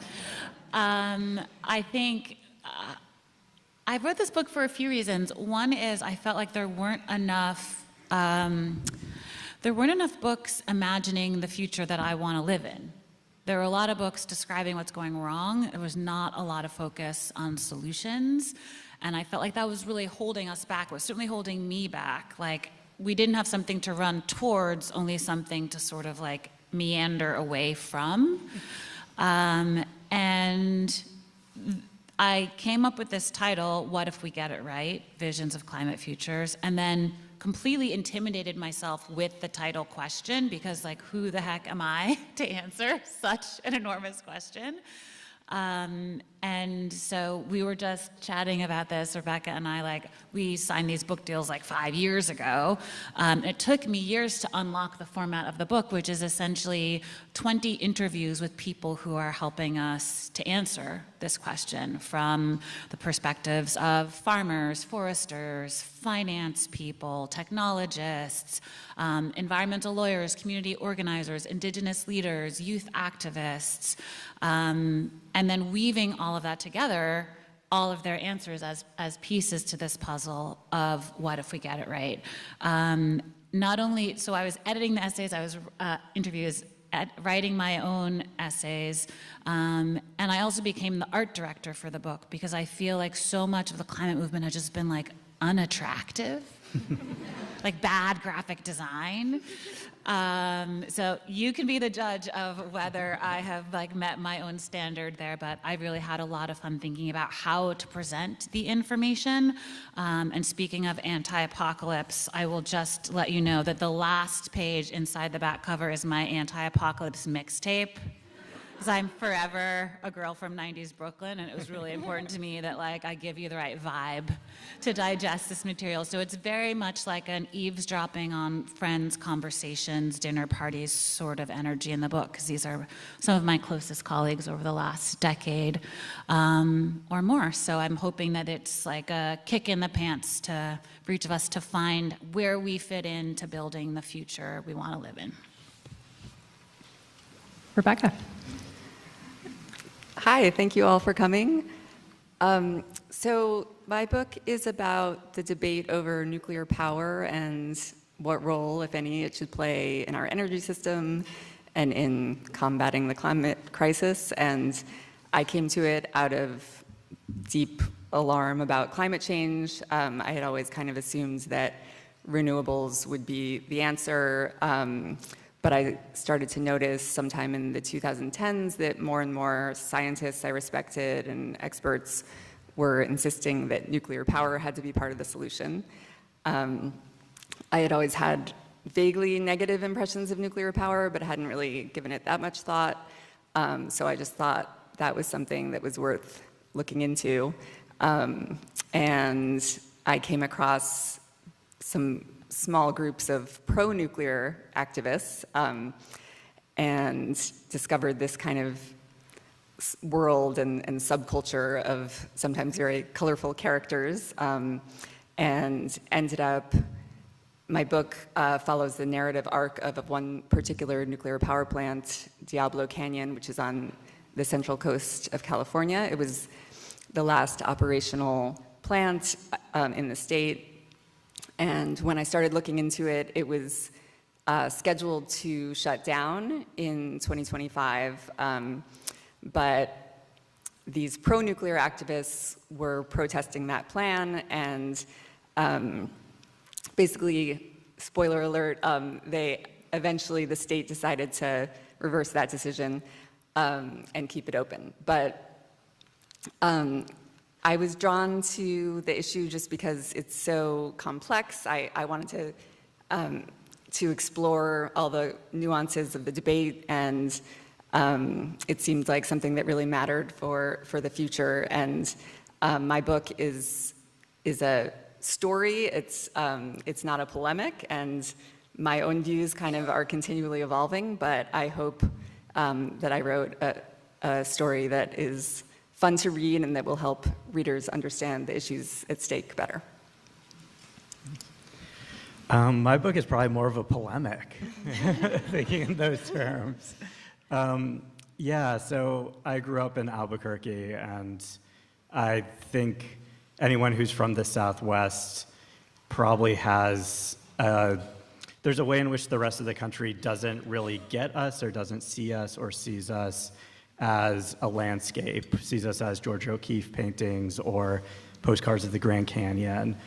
And so I moved to the East Coast for college. I lived in Boston, New York for a long time before I actually recently moved to San Diego.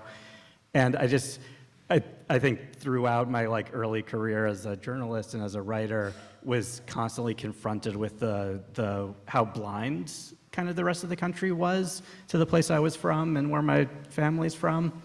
And so American Oasis, I think, grew out of that desire to explain the Southwest to the rest of the country and to also like make a very forceful argument on behalf of the region as like a vital part of America.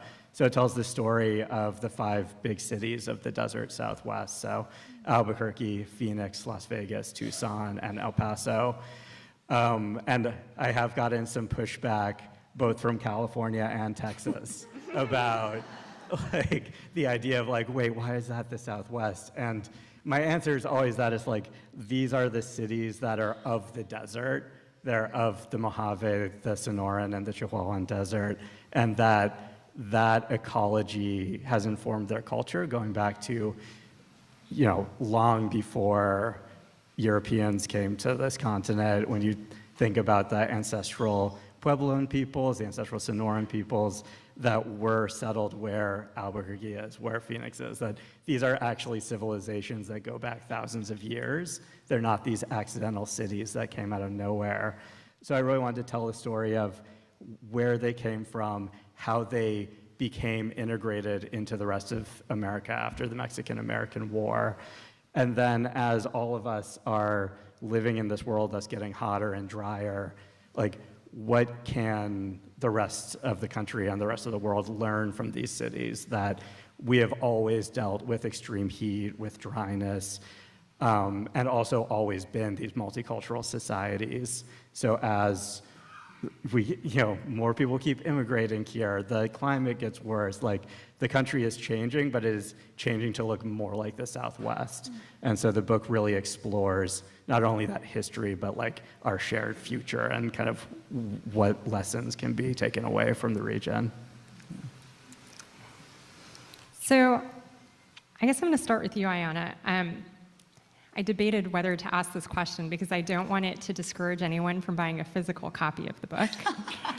But I'm interested to just pick up on what you said about design choices that you were making with the book. This book is very interesting in that the audiobook version is its own experience and the physical copy is its own experience. And really, you kind of have to go through both of them, I think, to get the full thing. So I was wondering if you could talk to us a little bit about the choices that you made, some of the features that the book has, some of the features the audiobook has, and what you were hoping, regardless of format, how the readers would come to the topic. Thank you for this question. I haven't actually been asked this in this way. And I think a lot about how my father shaped the way I see the world. He was an architect and an artist, a potter. And so he would guide me through the physical world, telling me what was beautiful and what was not, decisively. And that very much informed the way, and there's weirdly like a lot of architects involved, interviewed in this book, etc. I think there's 3 of them featured. And so it is a design book in some sense. And so I had these debates with my editor, you know, do we do the whole thing as a 4-color print? It then becomes like a $50 coffee table book, which is less accessible. How can I do like a color insert instead of, there's a whole, I commissioned a set of what is often called Afrofuturist art, but it's actually, the artist calls it retrofuturist salvage punk as his genre self-title, which is absolutely correct. So even if you don't buy the book, you can go to the website and see all the art. I'm really bad at selling things. But getitright.earth is the book website. You can find the playlist there and you can see the images depicting this, the way that he imagines New York City, Brooklyn of the 90s would be connected to farms upstate in this sort of overground railroad. And so I debated my way into one color throughout the book. And so I chose this like really bright blue to distinguish all the sections of the book. So each section has like 3 interviews, an essay by me, quotes. This one, Community Foremost, has a quote from Martin Luther King: "Where do we go from here, chaos or community?" which could not be a more poignant question, certainly for this moment. And then each section opens with 7 what-if questions. And this is not really a spoiler, but I will tell you my favorite 2 what-if questions are, what if climate solutions are beautiful? So back to this, like we are literally designing the future. Something like 50% of the infrastructure that will exist in 2050 hasn't been built yet. So we really have this incredible opportunity to build a beautiful world as we're integrating climate solutions resilience into it. And my other favorite question is, what if we act as if we love the future? Like, how would that change everything that we do and how we do it and who we do it with and collaborate? So there are like a million design decisions that go into the book, but one of them is in the opening pages, there's this beautiful image, but also a list of all of the words that are underlined throughout the book in this bright blue color, kind of like a treasure hunt of climate solutions terms. And the first word is love, and the last word is tenacious, which like pretty much sums up the whole vibe. And then as a person who's like, I'm trained as a scientist, I have a PhD in marine biology, so I think in this science way, but I can't actually read science in paragraph form, so each section also opens with a set of problems and possibilities, 10 minuses and 10 pluses, because it's my opinion that we should never talk about the problems without also talking about the solutions, because we have them, and to have those really be like kissing statistics was part of my idea for that. So many little things like that, and it is actually in the design choices and the choice of quotations in particular that this becomes like low-key, secretly the blackest climate book I could write. The Follow the Money section opens with a Lauryn Hill quote. It's funny how money changes situation. I was not allowed, unfortunately, to quote whole stanzas for copyright reasons, and her estate is very strict with licensing. I tried to get credit for the audiobook, but the audiobook has the voices of all 20 interviews, which Penguin Random House did not know I was recording all of these interviews. I paid out of my book advance to send audio engineers to each person to get high quality audio. And when I edited the interviews, with the permission of the interviewees, they no longer matched the audio, and so the audiobook is actually a different experience. And I'm teaching this book now at Bowdoin College, and one of my students was like, do you and Mustafa Suleyman like have some sort of beef? Like, I can tell by the vibe of the audio that he's like super annoyed with your questions. And this is the guy who now runs AI for Microsoft, and I'm not like the biggest fan of AI, but he's an old friend of mine. So you can like hear the tension around like, what if we get it right? And you can't necessarily hear that energy on the page.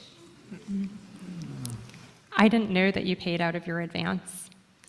So, I mean, for this and my other book, I had to raise a lot of philanthropic money to do the project the way I wanted to do it, including like the book tour, which was a climate variety show that I co-hosted with Jason Sudeikis that involved like magicians and hula hoops and music and like trivia competitions, because I wanted to embody this like, you can take climate change seriously without taking yourself seriously, and I wanted to try to model that in some way. So stay tuned for the paperback book tour, September, October, which I think will be dance parties across the country where you can dress as your favorite climate solution in partnership with a group called DJs for Climate, which exists. I don't know if I'm gonna be able to pull this off, so like don't hold me to it, but that's my current plan. So there are a lot of strong personalities in What If We Get It Right? And I think also, Rebecca, in your book, you're dealing with a lot of strong personalities because nuclear power, nuclear energy, atomic energy, however you want to frame it, is so controversial along so many different axes. And so I'm wondering if you could talk about how you struck a balance between telling the stories of these, I feel bad calling them characters, but they really are characters in the book, between telling their stories and also your reporting commitments as a journalistic thinker, and also kind of your own reactions so tell us about the characters and how you were balancing all of that. Yeah, great question. Well, as I've said before, the hardest part for me, like I love every aspect of this work, but the hardest part by far is the kind of interpersonal aspect of spending a lot of time with people and then having to, so you talk to them and it's a quasi-friendship like relationship sometimes, but you always have to be clear that it's not actually a friendship, and then you have to go back to your computer and write about them in a more distant way, not as a friend. But so, yeah, the characters in the book, and I also feel bad calling them characters, but the subjects, I guess, but they, most of them are, the book focuses on the pro-nuclear movement because I think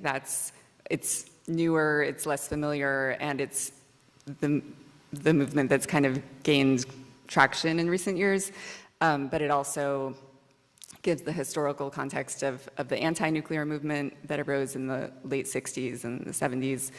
And one of the characters is, she's still active. She was active back then and remains active. She's part of a group called Mothers for Peace that formed in San Luis Obispo, which is near this nuclear plant I mentioned, Diablo Canyon. So I guess it almost feels, I've been thinking lately about how, like, I used to write more just purely about ideas and not really develop characters in my writing. And I always thought character-driven narrative writing was more compelling, but I was hesitant to do it partly because of the awkwardness I was just describing, but also because there's almost something that feels like cheap or gossipy about it, and I don't mean to insult this, like, because there's so much brilliant work, and it's like my favorite kind of work to read, but it's almost like a Trojan horse, like you're making it more engaging for the reader, and you're kind of trying to sneak in the ideas and the science. So I kind of felt like that was what I was trying to do, and it was, I do think it makes for more compelling reading, but sometimes I also feel like a little weird about it, but especially, when it goes out into the world and the people I've been talking to then read it. But yeah, I guess I was just trying to balance the exploration of all of these ideas and the views that these different people held, and to try to tell it through their stories. And I don't know, maybe should I give a sense of a couple of the characters in the book, or? Sure, if you would like to. Well, maybe I'll stop there for now, and maybe I'll let Kyle go. Yeah. So, Kyle, while I was reading your book, I was thinking about the challenges associated with choice making in your text, because you use a few different genres, really. You use personal essay / memoir as a staging ground for some of the storytelling. There's also some reporting. There's some interview. Like, oh my God, I was melting during the conversation with Jimmy Santiago Baca. I was like, oh my God, I can't believe he got to talk to him. Jimmy's great. He ruled. If people don't know Jimmy Santiago Baca, the poet, he's one of the great poets of the modern America, in my opinion. Yeah, and so, for example, you have this conversation with him where you're relaying these stories that he's telling you, and you're also telling some stories from your life about your family, and then you're making choices about how you're casting each of these geographies in the American Southwest. And I'm just wondering, like, how did you make those decisions about this is the angle that I'm going to come at this piece of the story from, or this is a story that I really have to tell in this book?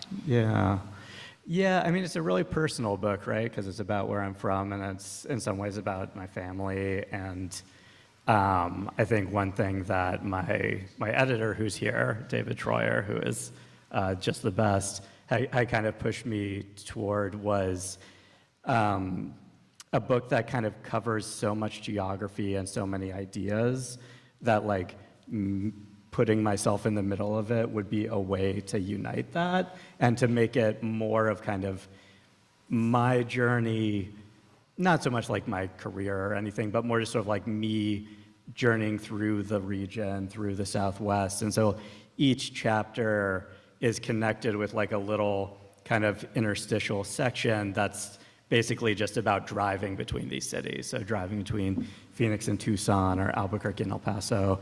And like that sense of all of these places being situated in this really seemingly unforgiving environment, but still an environment where life is very rich and palpable.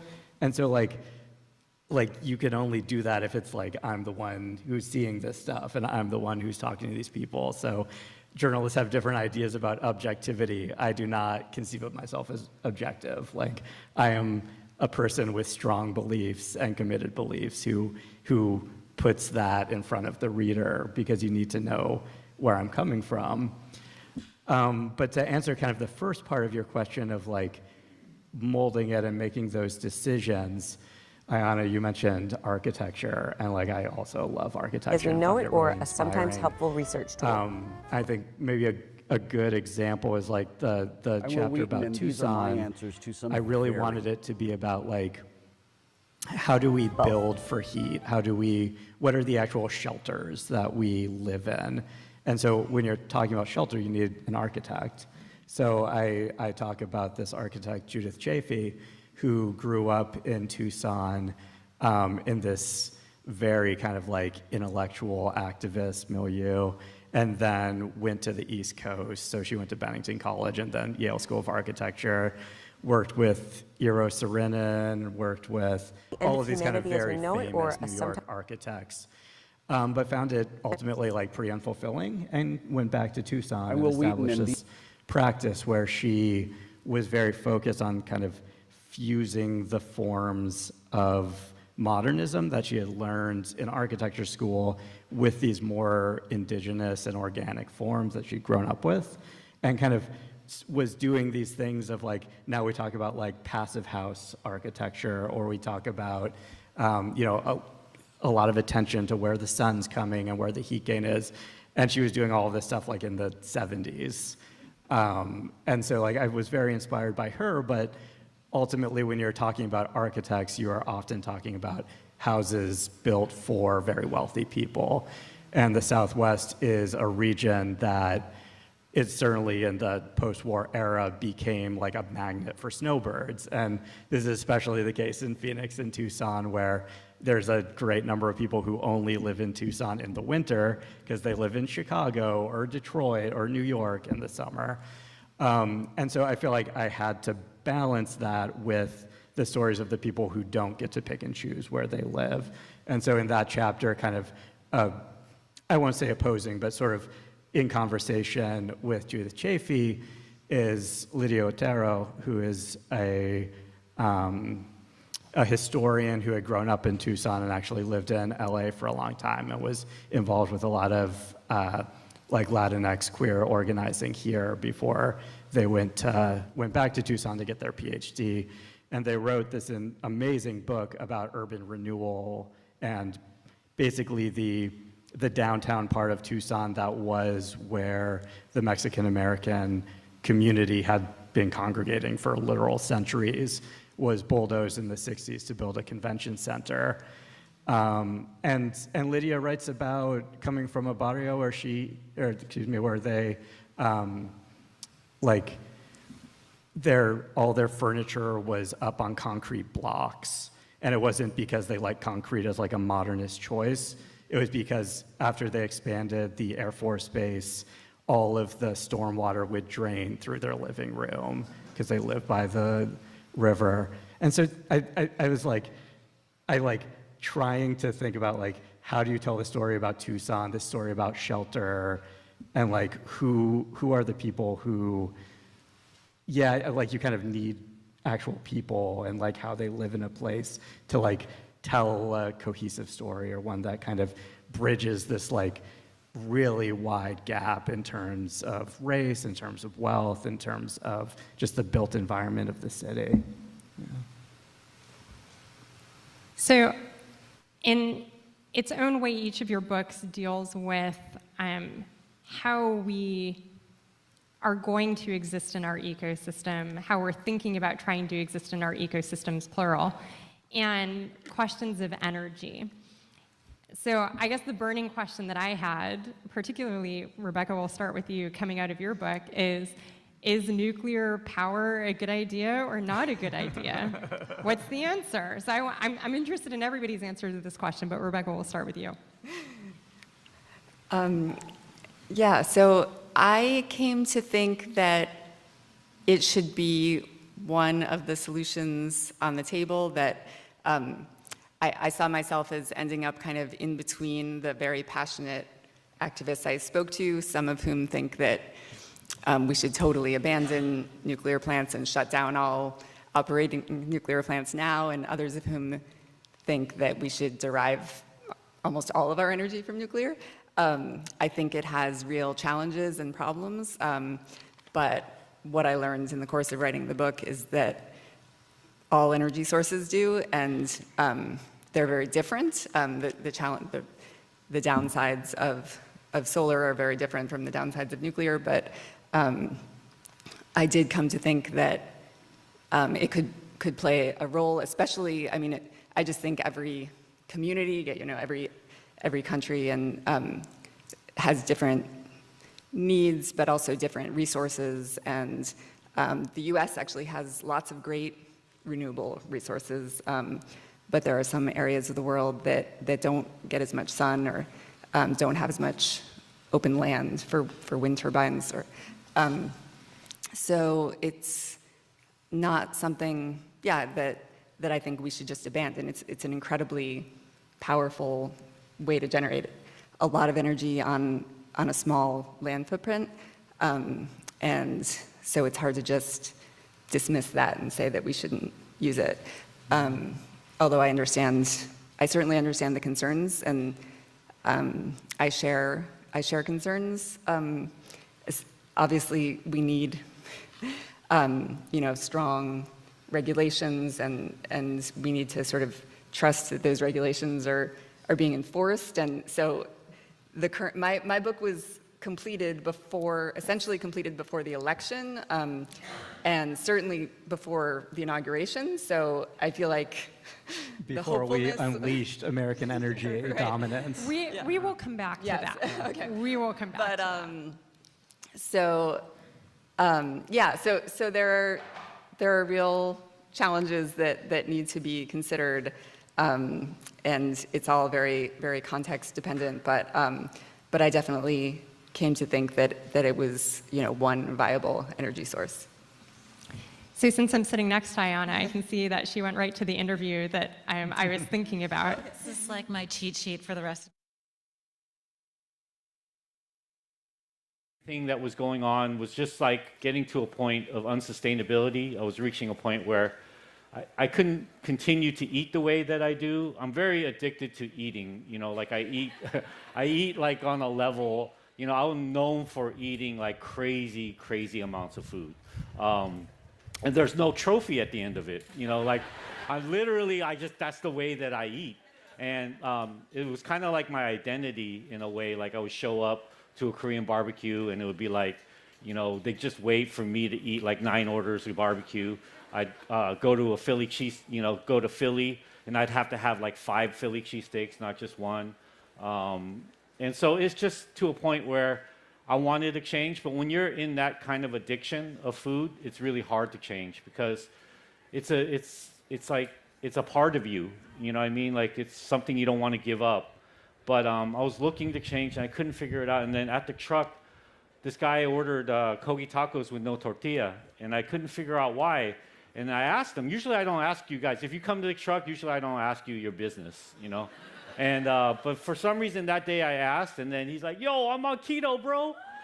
Yeah, I was like, "What's keto, bro?" And then he, because I don't know diets. And then he was like, yo, you could eat anything you want, just don't eat carbs, man. It's the greatest thing in the world. So I went down this rabbit hole for like a year trying to do keto, and it really helped me. And this book actually was pitched as a keto book, funny enough. And we sold it as a keto book. Hey, Brooke. What's up? Hey, good to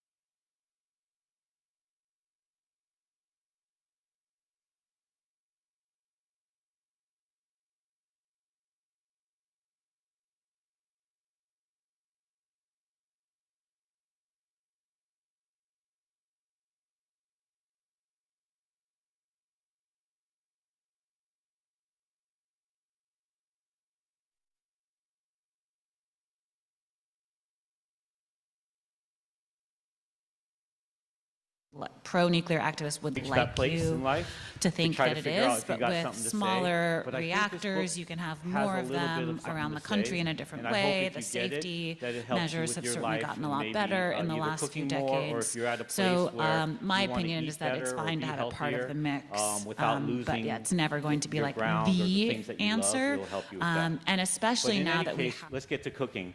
So we're going to cook the kimchi steak tacos from the recipe, from the book. And funny thing is, the kogi tacos throughout the years, everyone, especially journalists, they called them kimchi tacos. But they never had kimchi in them, ever. Ever. Not once, and not once did we ever put kimchi in them. But yet they were called kimchi tacos. But finally, I'm making a kimchi. So this is the first time I'm actually ever making a kimchi taco. So what we're going to do first is we're going to take some steak, and we're going to season it up. The thing about seasoning steak, I would have done it ahead of time, but we just did an event in San Francisco at Zuni Cafe, and a big part of Judy Rogers' philosophy was to salt ahead of time, and she learned that from France. But the thing about salting ahead of time, what it does is it changes the cell structure in the meat. And also another thing is salting generously, especially depending on the thickness of your meat. So we have a nice ribeye steak here. We're going to cook it in a cast iron griddle here.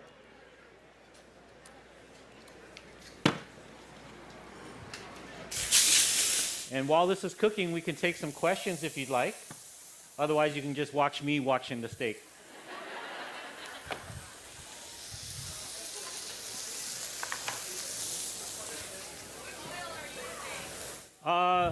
This is a extra virgin olive oil. Oh, this is another thing that we address in the book. Good thing that they chose this. There's a fallacy in cooking that you can't cook with delicate oils. Sesame oil, extra virgin first pressed oil. They always say cook with high temperature oils like grapeseed or vegetable oil. They always say that if you cook with first press or sesame oil, that it's going to be burned or taste bitter. But throughout the years, I believed that in the beginning. It's like when they say carrots are good for your eyes, right? You believe all of these stories that you're told as a kid throughout life, and you think they're true, but they're not true. I don't know why we're told lies throughout our life. You know, it's probably just to make us shut up, right? But cook with fucking first press, you know? Cook with sesame oil. I've been cooking with sesame oil for 30 years, and then all throughout Kogi, we sear hard all our meats and all our vegetables with sesame oil, and it tastes pretty good. You know, it tastes pretty damn good. So whoever came up with that rule, I think it must have been a food scientist or something. But yeah, we're cooking with extra virgin olive oil. So, while that sears, I'm going to toss our slaw. So we have finely shredded romaine, thinly sliced onions, cilantro, and the before mentioned kimchi. We're going to squeeze lime in there.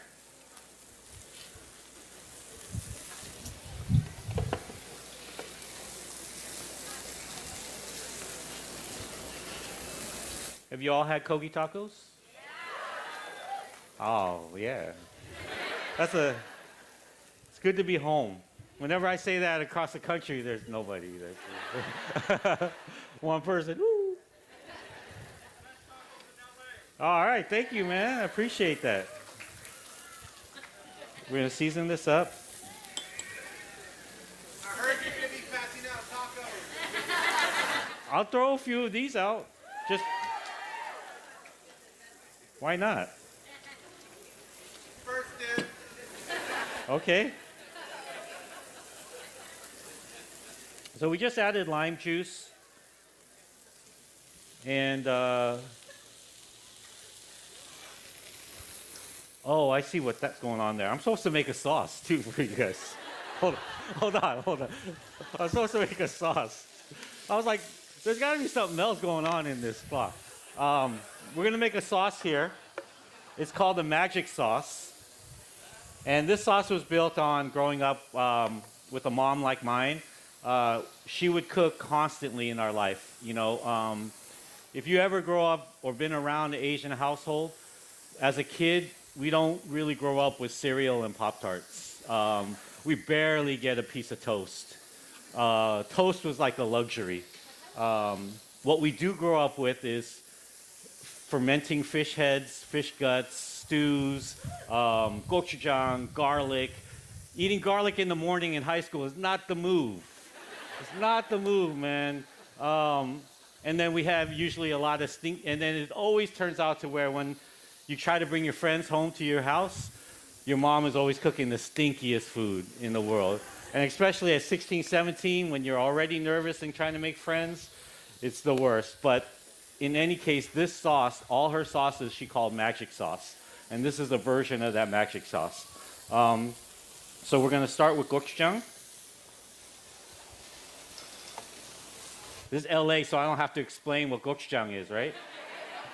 Right? Sometimes around the country, I gotta explain. This gochugaru. This is mirin.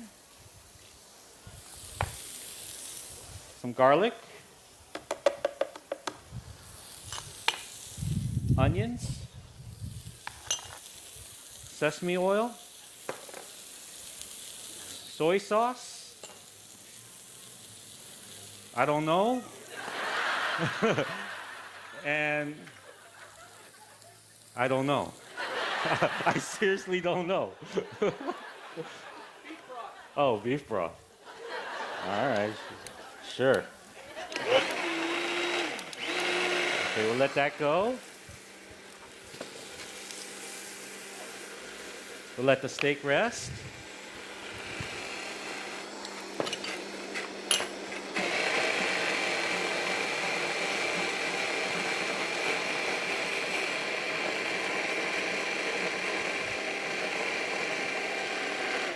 I have other things too.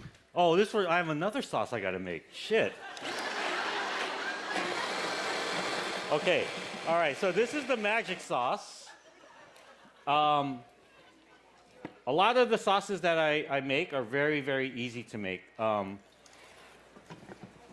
Just throw them in a blender. We have a question for you. Yeah.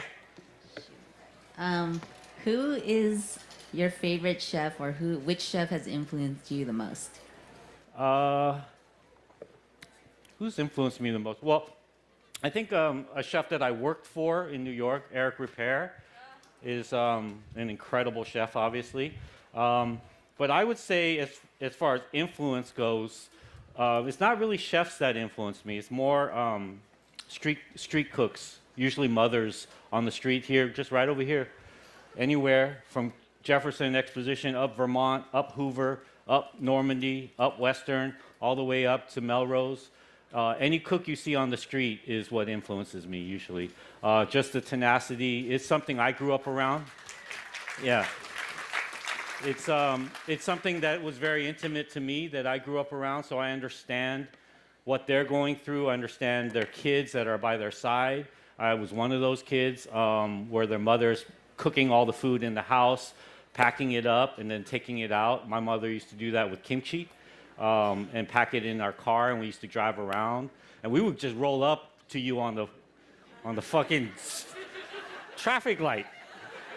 We were like a drive-by, but with kimchi. You know what I'm saying? Like we roll up to you right over here on Exposition at a traffic light and roll down the window. And instead of a what coming out, and it would be kimchi coming out. And then we make the exchange right there, So I understand that, and that's really the food that influences me. Speaking of street food, we're making a salsa roja right now. So this is cilantro. And then we have some dried chilies and tomatoes. And some charred onions and garlic.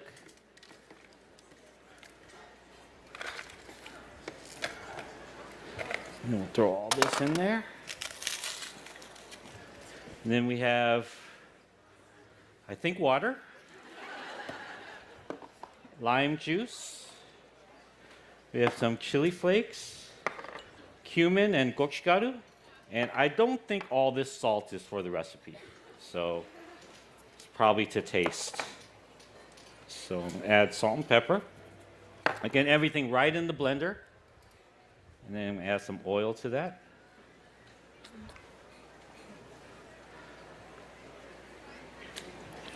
Let's see how this comes out. It's going to have a little gochujang in it, too.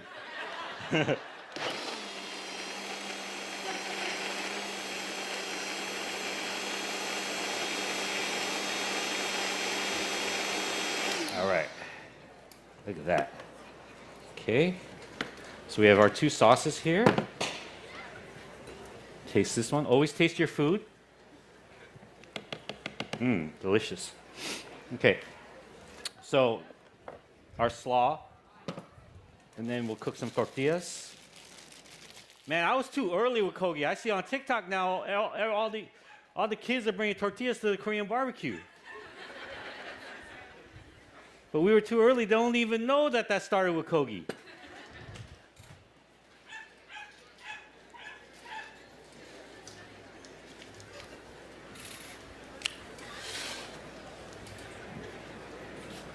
Let's see. I think these went off. Hold on one second. Okay.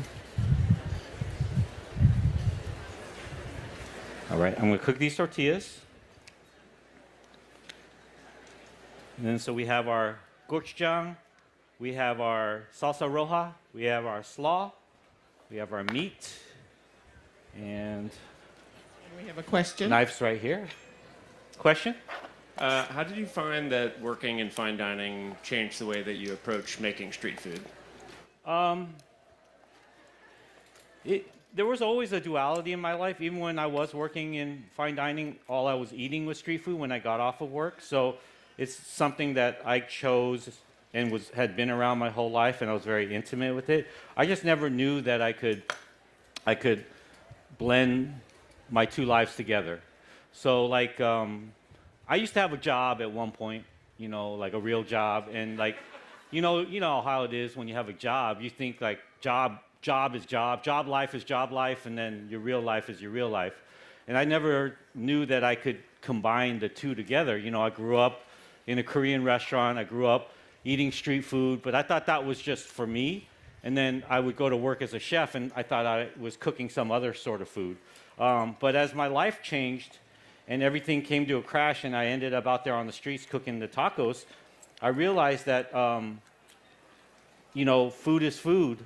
And I've just put all my heart and soul into it. And what happened is the street food became who I was and my soul, but the fine dining became my technique, and it became kind of like Jason Bourne. It just came out of me, and it just came out of me. And then what happened was, it just fused together to create a superpower, which was kogi.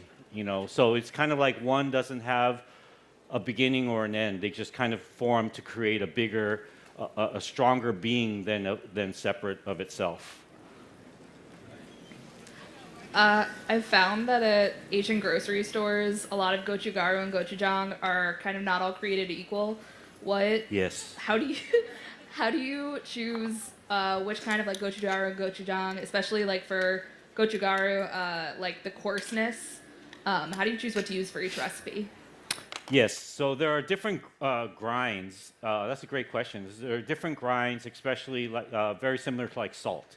So you have like, if you think of like iodized salt versus kosher salt versus sea salt versus fleur de sel. So let's just take those 4 examples. Iodized salt is very fine, very heavy, extremely salty. Kosher salt has microscopic crystals around them. So even though it looks like the same weight as iodized salt, it's actually like 30-40% lighter because there's these microscopic spaces in between how the salt settles in. And then you have sea salt, which is almost like kosher salt, but as heavy as iodized salt. And then you have fleur de sel, which are flakes, just the flakes on top.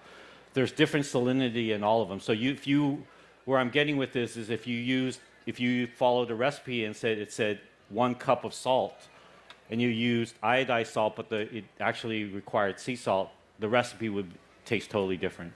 It's the same thing with gochugaru. Gochugaru has a fine grind, medium grind, a coarse grind. We use the coarse grind here, and then there's different qualities and levels to it. In all cases, you always want to try to find something that is from Korea. There's a lot of gochugaru being made in China, and there's nothing wrong with it, but it's like olive oil being made here versus Italy or Spain. You know, it's just slight differences. And then always try to look for the coarse grind. Sometimes if in your markets that don't have as much of a selection, you'll usually only find a fine grind. And that's because the buyer is not knowledgeable on what the recipe is being used for or what the gochugaru is being used for. In that case, if you can only find the fine grind, then just adjust, just like you would with iodized salt, just adjust a little bit less than you would use. Yeah.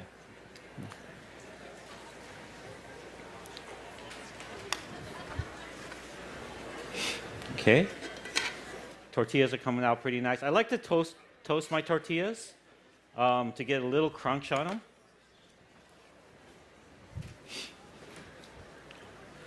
Not a huge fan, even though there are a lot of taquerias around town that still do it this way, and you know, God bless them. But I'm not a huge fan of like the steamed tortilla. I like it to have a little crunch on it.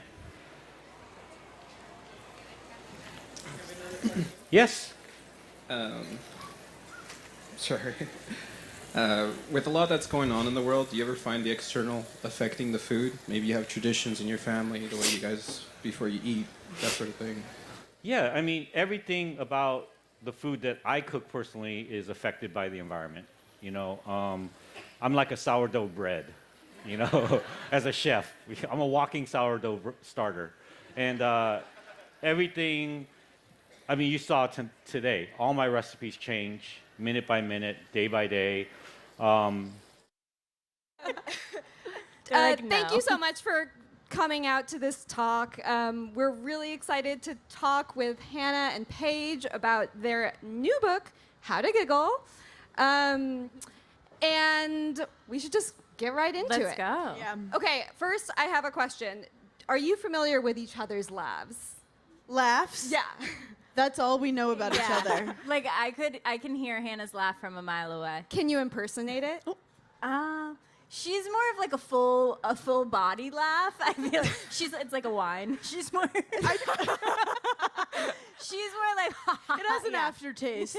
No, I think the key is if we can get each other to silent laugh. Yeah. You know, a silent laugh, that's just energy. So when we're doing our podcast and you hear silence, it's because Paige is going like, I can't breathe. Yeah. So we like to silent laugh. That's funny. That was a hard one to start with. Yeah, well, sorry. Maybe we'll get it later on. I am curious.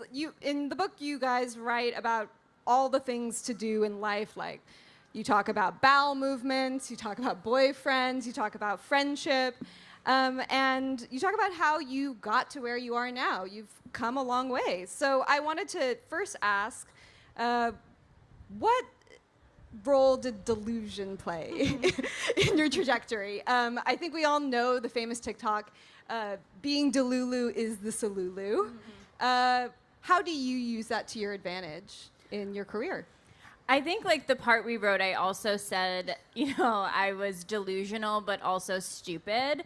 And I feel like that was so true because when we first started, and like even posting on Instagram. Like I was never nervous to post on Instagram because I was like, no one's watching it. So it was like very delusional of me. And even now, like when I post, I really think of like my first like 2,000 followers. Like I feel like I'm posting to them, and that's just like delusional. So I feel like if you're not delusional, you're never gonna accomplish anything. Yeah. Because we all have to start not good at what we do. Like Sure, before you right. become a comedian, you're someone who wants to be a comedian who's delusional. So we want to normalize, like, you're not delusional, you're being brave. Yeah. And especially stop waiting until you feel like you're over prepared for something. Like, just do it. So I think we want people to try things that they didn't think they could previously do. Sure, yeah, that makes sense. Because that's the hardest part, is saying I want to do it. And 90% of people quit there. Yeah. Do you ever get nervous about social media now since there's so many more eyeballs on you? I mean, of course, there's like certain things where we're like, we probably shouldn't post that. But truly, like, not really. Like when we are videoing something and we're like, that's really funny, like it's immediately going on the internet. I think also why we've done well in this and maybe not some other things. Like what? Well, because they can't fire us from this. We are the bosses. Be your own boss. I think also at the end of the day, we enjoy making people laugh. So when it's something you enjoy, you keep doing it in spite of like some of the nerves. But if you don't actually like something, I feel like people quit a lot because they're like, I don't need this extra stress. But like making funny videos is all I wanted to do. Sure. And it's the joy of creating. That is a good segue to my next question, which is the importance of committing to the bit. You write about how this is very important for your friendship. Look at Paige's outfit today. Yeah, can we get like do you want to do a spin? Thank you so much. I thought you were literally never going to ask me. I felt it was only appropriate coming to a college campus if I wore no pants. So the only speaker today with no pants. Yes, it's a record. What were some early bits in your friendship, and what are some larger bits in your lives? Okay, early bits in our friendship. Like we obviously met on Summer House, so like we had different bits there that like no one ever really saw. Like the first time we laughed together, we were laying in bed, obviously, and I said, Hannah, are you hungry? And she said, yeah, I'm actually starving. And I pulled out a turkey panini from like my nightside table, and it was in that moment where I think we fell in love. And so like that was a bit that ran throughout Summer House that like no one else knew. We had some bits make it on where Paige had these like chicken cutlets she would stuff in her bra. TMI, sorry. I didn't mean to expose you just there. It's okay. But we have nothing to hide. And then I would like throw the chicken cutlet at her. I thought it was funny. And it ended up making the cut. Yeah. And there were so many funny things we do, though, that didn't make the cut. And we realized, like, oh, we love comedy and making each other laugh. And that's where something like this book was created. Sure. You also write about how it's sort of helpful if you need to do something scary. You can just think of something as a bit. What's an example of that in your life? Our Giggly Squad tour. This whole thing right now. This honestly, sitting up here, I'm like, this is a bit. Look at my glasses. Hello. But no, like I had such an interesting tour this fall because like I had to go on beta blockers, and so like hyping yourself up and just being like, this is not forever, and like it's easier to get through certain things, like if you're nervous. Yeah, and I think people take themselves so seriously, and they think, if I'm more serious, I'll accomplish more. So the book is trying to frame, like, if you take yourself less seriously and make yourself laugh and consume life in a lighter way, you actually could be nicer to yourself and be more successful, not to, like, go full Mel Robbins on you guys. Let her be the #1 person of the week. It's fine. But you're catching up on the New York Times bestseller list. No, let them. But yeah, my life is easier when I make fun of myself and the people around me. I love it. Another important tenet of your success is decentering men. Mm-hmm. Yeah, a round Can of all the applause men for leave decentering right men. No, every man here supports women in the arts, and we love that for you guys. Yes. Paige, I know you have had recent experience in this category. Sure. What are some ways that you decenter men? I just don't look at them directly in the eye. I think that's probably like the safest thing. No, decentering men, like we didn't think that was gonna be like our whole thing. Like we didn't go into Giggly Squad being like, we hate men. It just like they did that to themselves. But like a perfect example is like Hannah got married, very off-brand for us. I was like, are you sure? And when she posted her wedding pictures, where was her husband? We don't know. We never saw him. And it was just an example of like, well, I look good in the dress. Like it doesn't have to be focused around like a man's whole life. And I think like we are kind of the first generation that is like, oh, we don't need men for financial stability. We don't need them for this. We don't need them for that. And it's really like, if you want them, you can have them, but you don't need them. And yeah, I also think that we were boy crazy. Like we're not here being like, we've never been distracted by a tall man before. Right.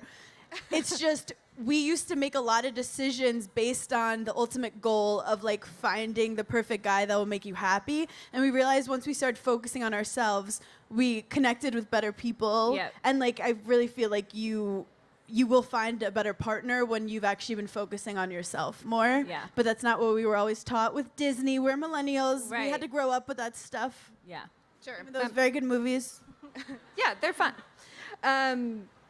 You are both self-professed fans of beta blockers. How do you manage anxiety, especially as maybe the stakes of your careers have gotten higher? I think this like sounds so cliche, but truly like living in the moment and obviously taking drugs is really, really important for us. But like we talk about the podcast and like we meet the gigglers and we get so many stories from the gigglers of like, you helped me through, you know, studying for finals, or you helped me through getting fired from my job. And I think what the gigglers really don't realize is that you guys have actually helped us 10 times more than we could have ever helped you. Like Giggly Squad for us truly is our therapy every week. And so I forgot what the question originally was. She goes, so I have anxiety. So I had to handle anxiety. And now I got nervous. And world peace. And world peace. It was April 25th. When in doubt. I do think, too, yeah, as we've had more and more people come and watch our stuff or consume our content, we do get more anxious, so it's important to show people like we're not superheroes. We have more anxiety, but when you overcome, like when we performed in a big venue, you just get stronger. So it's like facing the things that are scaring you and knowing it actually does make you stronger and more prepared. But yeah, we're very nervous and stressed out a lot. Like there was a moment when we were on tour where I was like, I can either cancel the whole tour and never do this again and let this kind of like win, or I can be pushed out on stage after a panic attack by my best friend, and she'll say, the adrenaline will kick in, don't worry. It didn't. We're glad to have you. Paige had a panic attack before going on stage, and she's like, what should I say when I get on stage? And I was like, what if you just told them the truth? Yeah. And Paige was like, guys, I just had a panic attack. Has anyone else had one recently? The whole crowd's like, woo! The whole crowd was like, we're having one right now. We're all having one. So it was this kind of beautiful moment. And I think also having Paige with me on this journey has helped. And I think finding those friends that you could be honest with and be like, I have a stomach ache from stress, or like, I'm really in my head right now. And I think doing this alone would have been a lot harder. Yeah. Yeah, you have a whole section about friendships in your book, and you kind of like lay out different types of friendships that come up in your 20s and your 30s. Do you have advice for people on how to find, you know, your Paige or your Hannah? I think like society, like for women particularly, like when we were in high school and college, it was always like, you have to have this big friend group. And if you don't have like 10 girls in your friend group, do you even have any friends? And it truly is finding that like if you have one good friend, you're so rich. So it's really finding that one person that you don't have to show up and be anything other than yourself, and there's nothing expected of you. We like the phrase like low maintenance friends, and we feel like we are very low maintenance. Like if Hannah calls me and is like, I can't come over, or like whatever, not that I would ever invite her over, not that we make plans like that, but it's like, yeah, great, cancel. So I think it's just like finding the people that you can truly be yourself with, and it's a hard journey, but like It's so. And that goes with relationships too. I think we realize it's not about like a guy on paper. It's finding a guy that lets you be you, and how friendships are as valuable, finding that person that you don't feel uncomfortable around. And also we met each other like in our later 20s. Yeah. Be open to like finding a new friend in life. Making adults is when you're older is hard. Making but friends, at least yeah. sorry, making adults. That is also actually extremely hard. That is hard too. Sorry. Next question. Next question.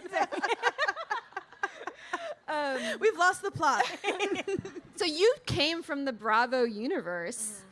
And I think sometimes it can be hard when you're like coming from a big institution like that with a lot of big personalities to carve your own personality out. How did you do that? How did you follow like your own path after Bravo? Honestly, I'd like to say that we were like so smart and we had some plan. We literally didn't. It was just us being ourselves. And I think like when we met, we realized that we were so close and we had so much in common and we were so similar, and we would like watch episodes back and we'd be like, oh, they didn't get us at all, or like they didn't add any of our jokes in. And so I think like we just realized that, and really we didn't plan on having a podcast. Like we really went live every night on Instagram Live during COVID because we were so bored and we were at our parents' house. Like reality TV also really motivated me because I actually had a really fun time when it was fun. And then, but I did see that like they want to put you as a character, especially as a woman. Like you're either the like drunk one, or, you know, the annoying one, or the fun, easy one. And women are so much more multifaceted. And that's why after reality TV, I was like, wait, I can go on stage and show a woman that is human and has multiple sides to her. So it really motivated me to like want to take up more space. I love that. When they were sort of pushing those roles on you, did at any point you think, I am that one? Or were you just like, I'm out? Like, we blacked it out. You blacked it out. And you also don't know until you watch it. And you're like, oh, that's okay. They could have told me I was cast as that. Right. How did you maintain your friendship on the set of a reality TV show? I mean, it's high pressure. You guys had just met. What was that like? We trauma bonded. Yeah. And I think we realized that like our humor was way more highbrow than everyone else's, and that they weren't really going to get our jokes. There were things called storylines that you're supposed to stick to, and we would just start riffing, and they would be like, we don't need any of this right now. We really don't. But I remember the first night we filmed, we get back into bed, and I was like, are you scared? And she was like, I'm scared. And we start whispering about everything going on. And then we realized there's microphones in the back of the headboard of the bed. And I was like, we're fucked. Sorry. Yeah. I was like, our season, we're done. They got everything. Yeah. And then we were able to kind of have each other's back. And I think overall we cared about our friendship at the end of the day. Sure. Right. Yeah. How important is your relationship to your family and your parents? I don't know if everyone has listened to the audio version of this, but we get 2 cameos from both of your mothers. What role has that played in your life? Our moms were obsessed with them. Like we would die for them. We can't do anything without them. And it's just, they're so important to us because they were really the first people in our lives that were like, you can do whatever you want to do. And I think that is so important as a female, like having someone when you're younger being like, whatever your goals are, like you can absolutely reach them. And so like calling your family and being like, I'm going to go on a reality show is not like the most normal thing to do. They were definitely nervous, but they were like, we support you expressing yourself however you want to. Yeah. I love the teenage angst happening over there. I love that. Did you either of you have an emo phase by chance? I did not. Paige did not. No. Did I? I love the color pink. But yeah, my mom, was a middle school principal and just like a badass woman. And I always looked up to her, and I realized, like, why would I make a decision when I can ask my mom, who knows more than me? Yeah. So she really helped me through everything in my life, and I'm very lucky to have her. It's amazing.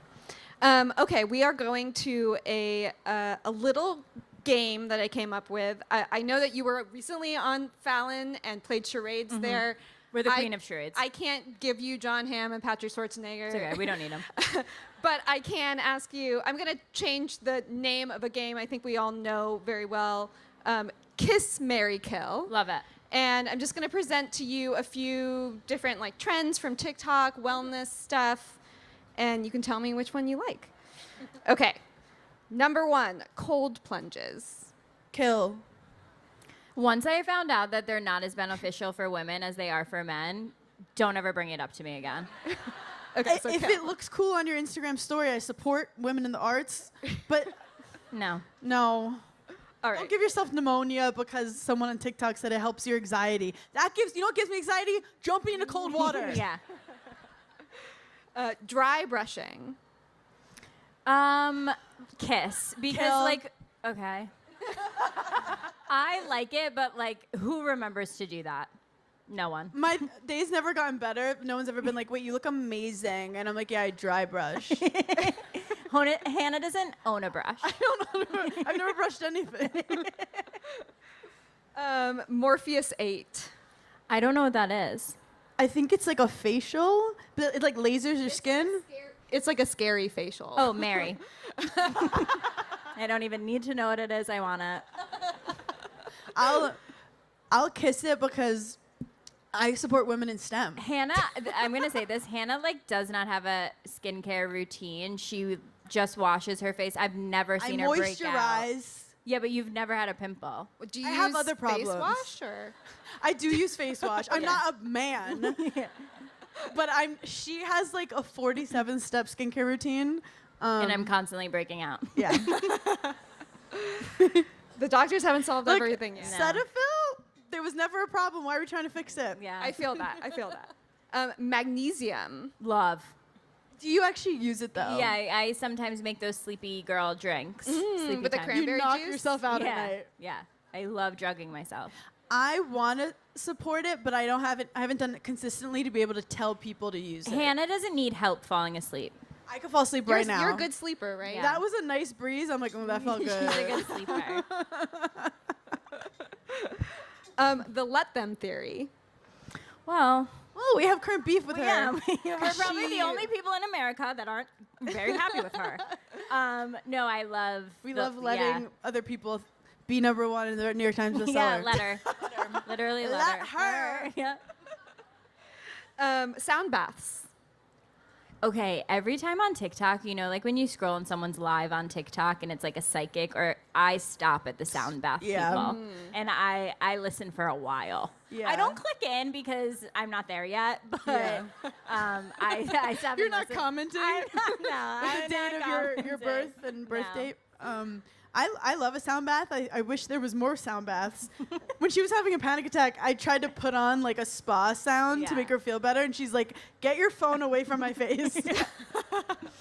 Tongue scraping. Love tongue scraping. Everyone should be doing it. What does it do? It gets all the bacteria off of your tongue. In the morning? Yeah. Apparently, but then I'm like, I forget to wash it. So then I'm like, am I getting my tongue dirtier from my tongue scraper? Yeah, disgusting. Sorry about that. Everyone's upset. Beef tallow. I don't know. I don't think so. Okay. I love a TikTok trend and I love the TikTok shop, but there are some things where even I'm like, girls, we've gone too far.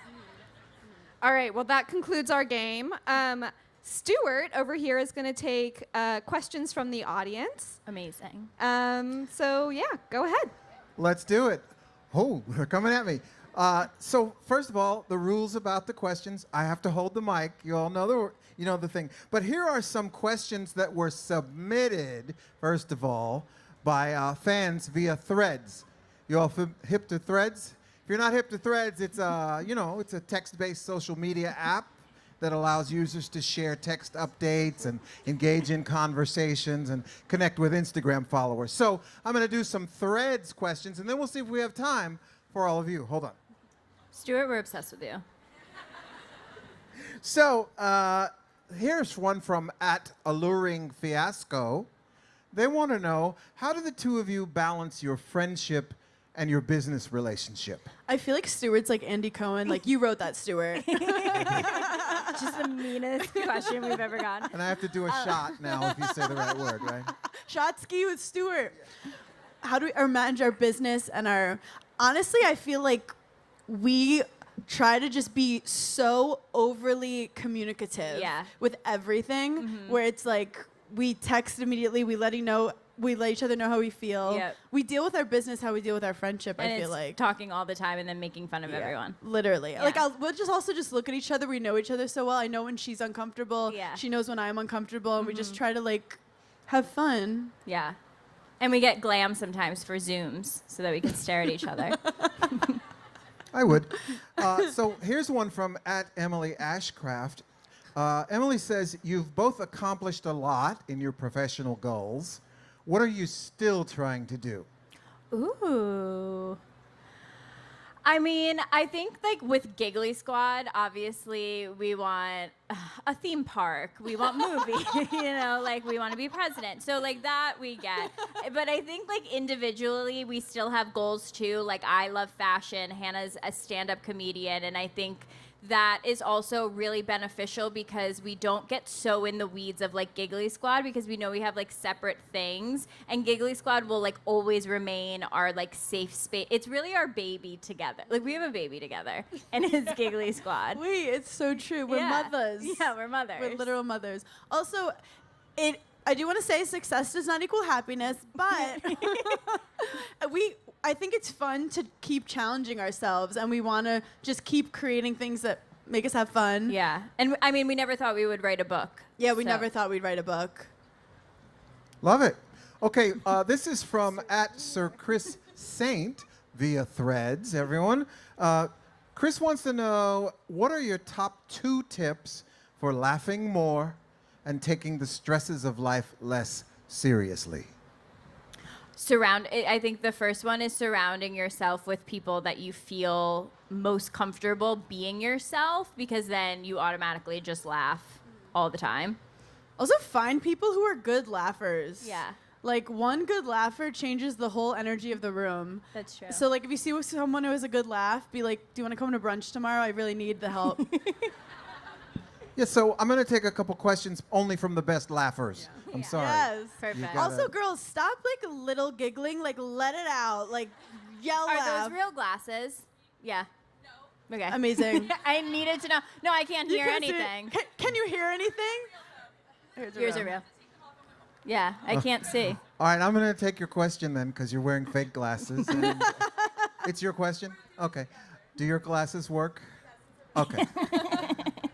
Tell us your name and your question.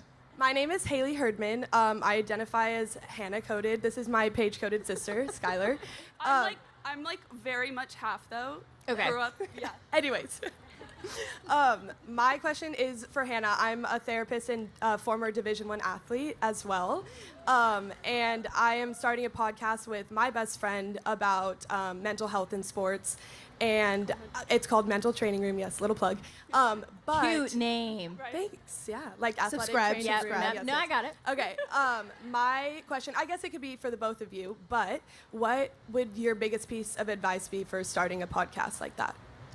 Ooh. Well, I think you're already on your way in terms of it's something you're clearly very passionate about and knowledgeable about. I always tell people it's fun to think of an idea, but could you talk about this for 10 years with someone?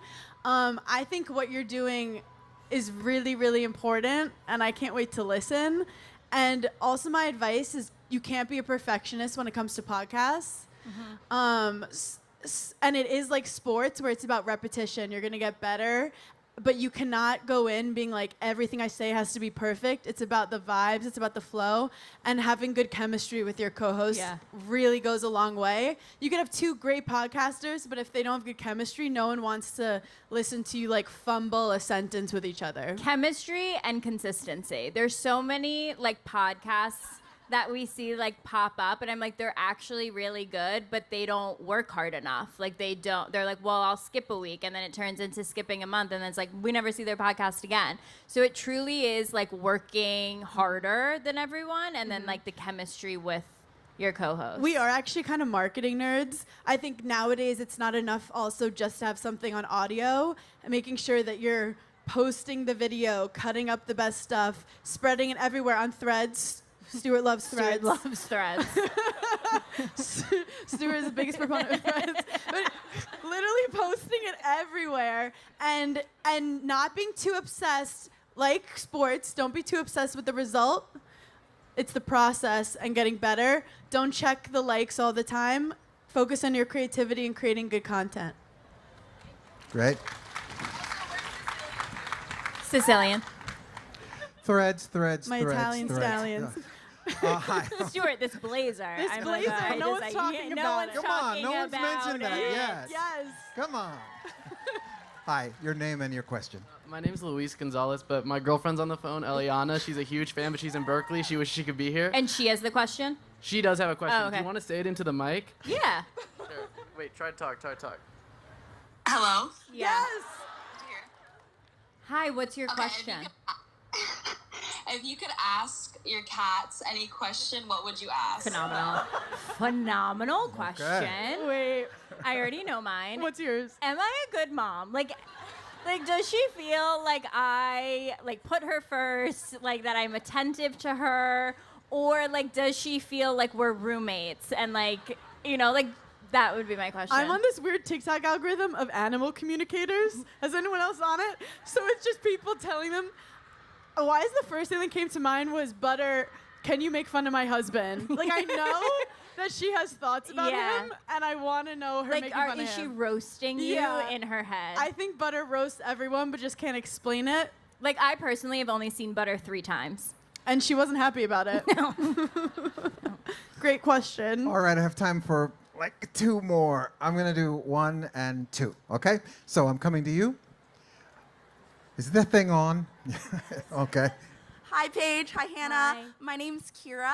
Me and my best friend, Fiona, are truly so you guys coded. I'm the Hannah. She's the Paige. She's abroad in Cape. The Paige is at home. She's like, I'm in bed. Well, have the best time, though. She's in Cape Town right now. I'm filming this for her. But so we both are really trying to decenter men in our lives, but they're so fun to talk about and scheme. Do you have any advice for us? Absolutely continue talking about them and making fun of them to each other. But I think it's bigger where I noticed in myself that like when I had a boyfriend, I would like dress different or I would get these like new hobbies and I'd be like, oh my God, I literally love football. Like, how could I not love it? And I noticed that and like making small changes of like, okay, well, I actually don't like it. And I can say to him, like, I don't really like this. And so it's like little things like that then eventually you're decentering them. And I think bonding with your girlfriends over men is great. Yeah. Because we're connected. We need awareness. But I do think also just being aware of when you're like, oh my God, we've just been venting about boys for too long. Yeah. Just that little knowing helps. And don't be so hard on yourself. You guys are doing great. Fantastic. She said, we love you guys. We love you. We love you. Hi, tell us your name and your question. Hi, my name is Ileana. I'm a Gemini, and I listen to you girls every week. I love that you gave us your sign.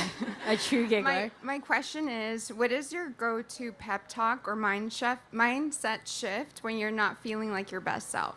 Okay, literally. Great question. I literally had to film the reunion yesterday, and I'm not kidding. I looked in the mirror before I went, and I was like, you're strong, you're capable, you're hilarious.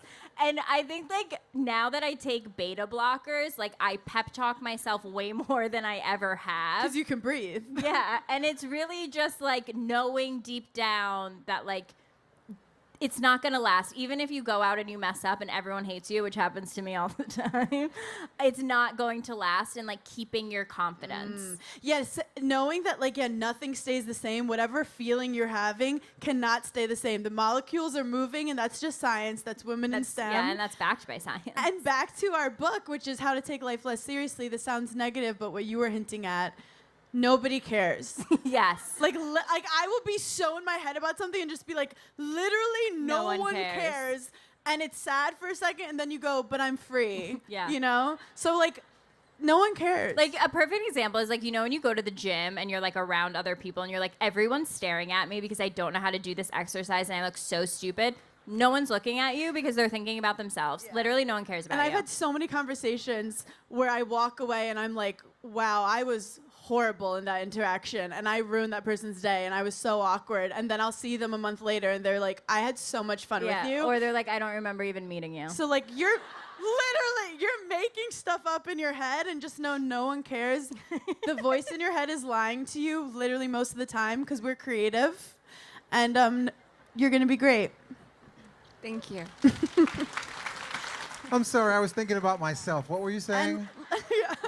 And let them. I'm Stuart K. I am a Virgo, and I'm tossing it back to We can Alyssa. tell you're a Virgo, Stuart. You were on You it. get Virgo energy. Oh, thank you so much for coming to Thank this you, guys. amazing conversation.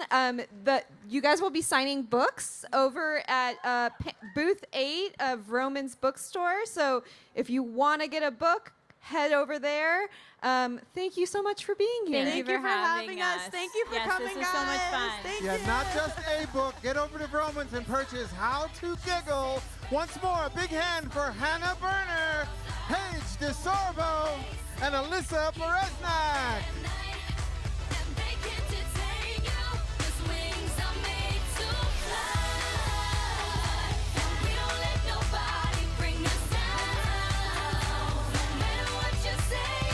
I'm Joanna Jojo Levesque, and these are very important questions. What book did you obsess over as a kid? I did love the Harry Potter series, but there was also this book, Clan of the Cave Bear. I was obsessed with that book to a weird degree, and I never wanted it to end. And maybe I need to revisit it as an adult, because it did something to me. What's your favorite word and why? Somebody used a really cool word the other day. Is it obsequious? Is that a word? Right? Did I say that right? And I forget the context they used it in, but I'm just delighted by words that are new to me. What's your weirdest writing habit? My weirdest writing habit is that I'll go through periods of just not doing it at all. Like, I'm currently in like a resistance within myself where I'm just like, no, I'm just not writing right now. I'm just doing other things. I'm just not writing. But I'll go through periods of like, I look at my life in intervals, and like I'll go really hard for a period of time, and then really, really not do that same thing. AI, the end of humanity as we know it, or a sometimes helpful research tool? Both.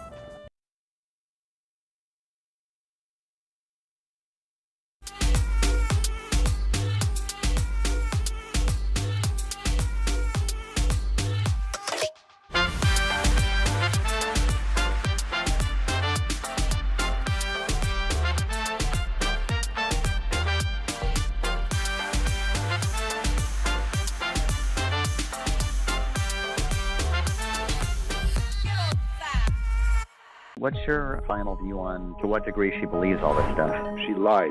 She tried to manufacture evidence. I'm Christopher Goffard with a new series from LA Times Studios. Each week we'll be diving into a consequential case from Los Angeles and beyond. It did mark the first time that there was a criminal trial which disclosed that the government had lied to its people in part. Crimes of the Times. Subscribe to Crimes of the Times on your favorite listening app. This is one of the most heartbreaking cases. The victim couldn't be more innocent. I'm Will Wheaton, and these are my answers to some very important questions. If your book was a scented candle, what would it be?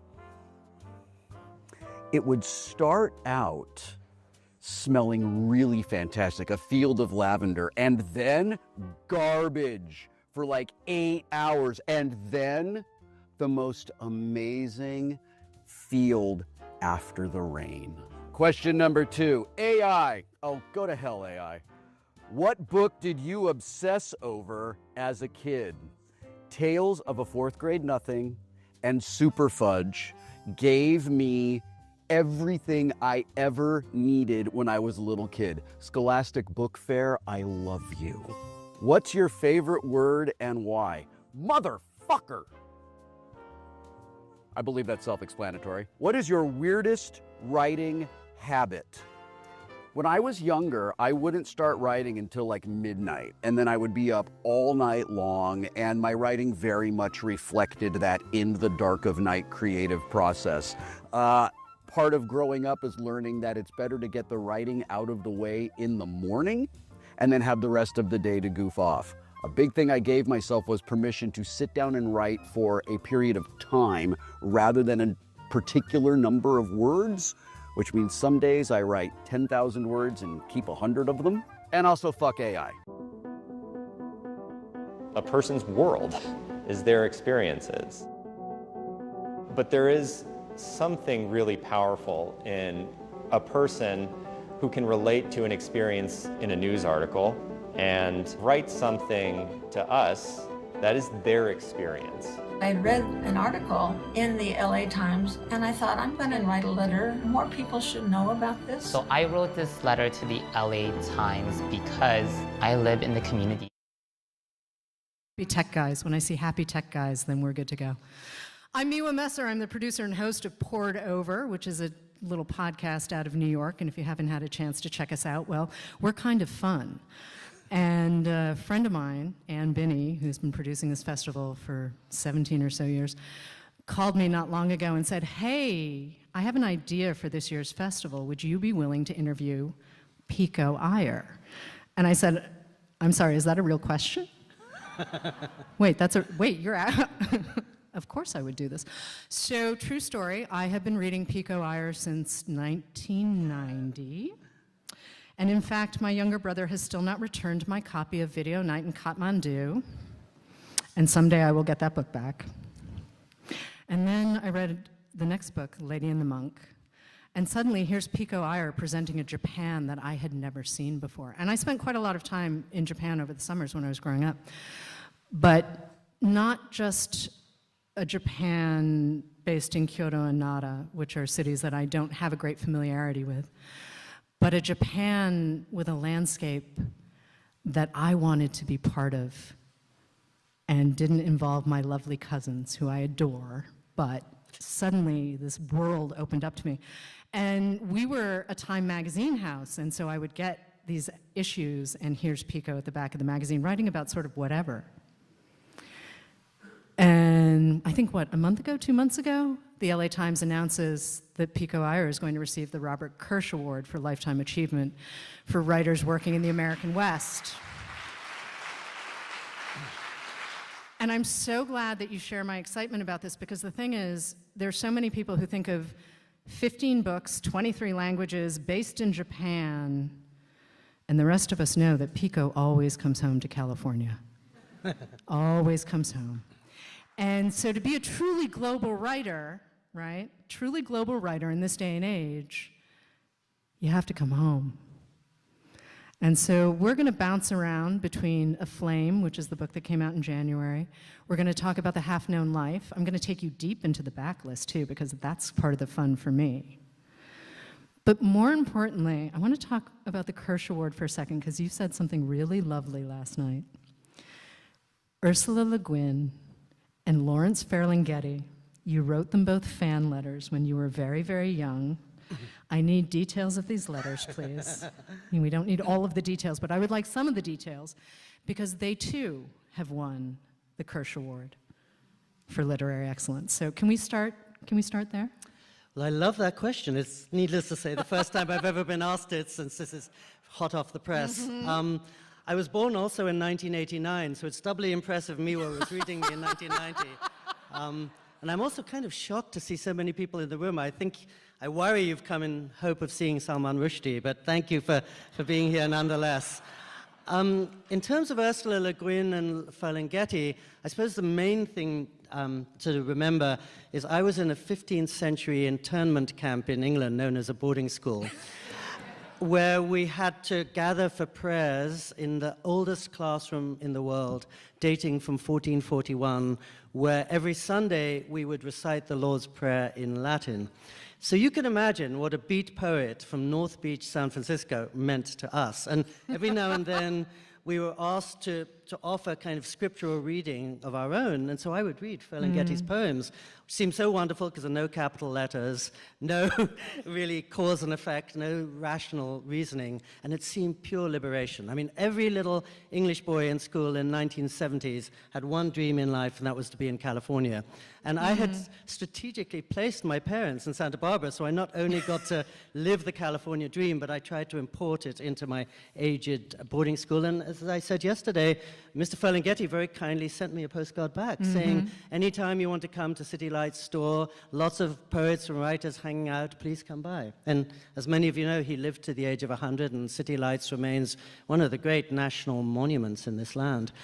And Ursula Le Guin, I'm sure many of you know the Earthsea trilogy.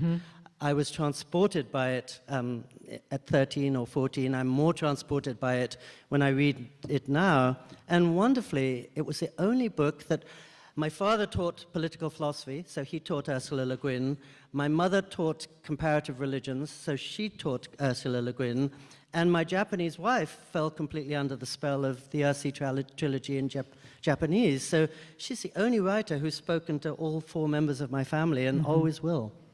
I love that image. I really, really love it. Oh, and I should say, well, sorry, not to interrupt you, the only time I ever got to see her in person was right at this festival. It's one of the indelible memories, just to see a living legend like that. And you've been coming to the festival since the very first year, if I remember correctly. Even longer than you. Okay, I was a couple of years behind you, but I was catching up. I was learning how to walk.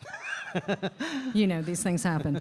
But I love the idea that we're all here together in Southern California doing the book thing. And despite the torrential rain this morning, which I'm still kind of laughing about, because if you've been coming to the festival as long as some of us have, it has never rained until this morning.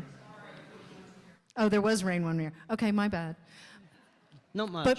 But more importantly, this morning you should have seen us checking in authors. It was a little comedic.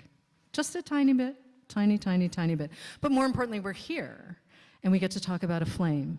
And we're here despite the sunshine. That's the more amazing thing. There's so many outdoor seductions. Here we are talking about books. Oh, there's that. But A Flame, Learning from Silence, is the new book. It published in January.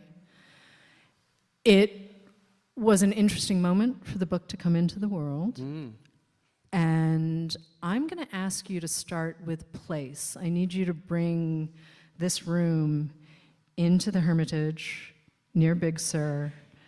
And just let's give them a sense of the birds and the landscape and the people before we start talking about the book itself. Yes, so most of you know, if you drive 6 hours north, as you cross San Luis Obispo, Highway 1 goes narrower and emptier, and you're soon in this vast elemental landscape with golden meadows running down from the hills on one side and the great flat blue plate of the Pacific Ocean on the other. And just a few hundred yards south of the town of Lucia, 20 minutes south of the Esalen Institute, you can turn right onto an even narrower road that snakes and twists for 2 miles up to the top of a hill where sits, of all things, a Catholic monastery. And when you get out of your car there, the silence is pulsing. Isn't just the absence of noise, it's the presence of something, maybe everything you would sleepwalk past in your daily life. And then if you're me, but if you're anyone really, you walk into a small room with a large desk, a private walled garden, the Pacific Ocean in the distance, a rabbit on the splintered fence in your garden, bells tolling beside you, and you're surrounded by nothing but light and emptiness and this wide-awake, pulsing silence. So whoever you are and whatever reason you're going to, and I'm not a Christian, it's very different from driving down the 405 in rush hour traffic. And I think most of us, when we're driving down the 405 in rush hour traffic, feel this can't be the whole of life. This can't be the end of the story. There must be some deeper self or some wider reality that we're losing. I mean, as you know, 70 years ago, T.S. Eliot wrote, "Where is the life we have lost in living?" And I find when I'm driving from the bank to the supermarket to the grocery store, I feel that there's something essential I've lost, and I don't know how to reclaim it. And so in the wake of a forest fire, when I was sleeping on a friend's floor, another friend urged me to go to a Catholic retreat house, which is exactly what I would never wanted to do, having spent my Sunday nights in boyhood reciting the Lord's Prayer in Latin. And I went, and instantly I felt liberated, not just from the noises of the world, but from the chatter in my head.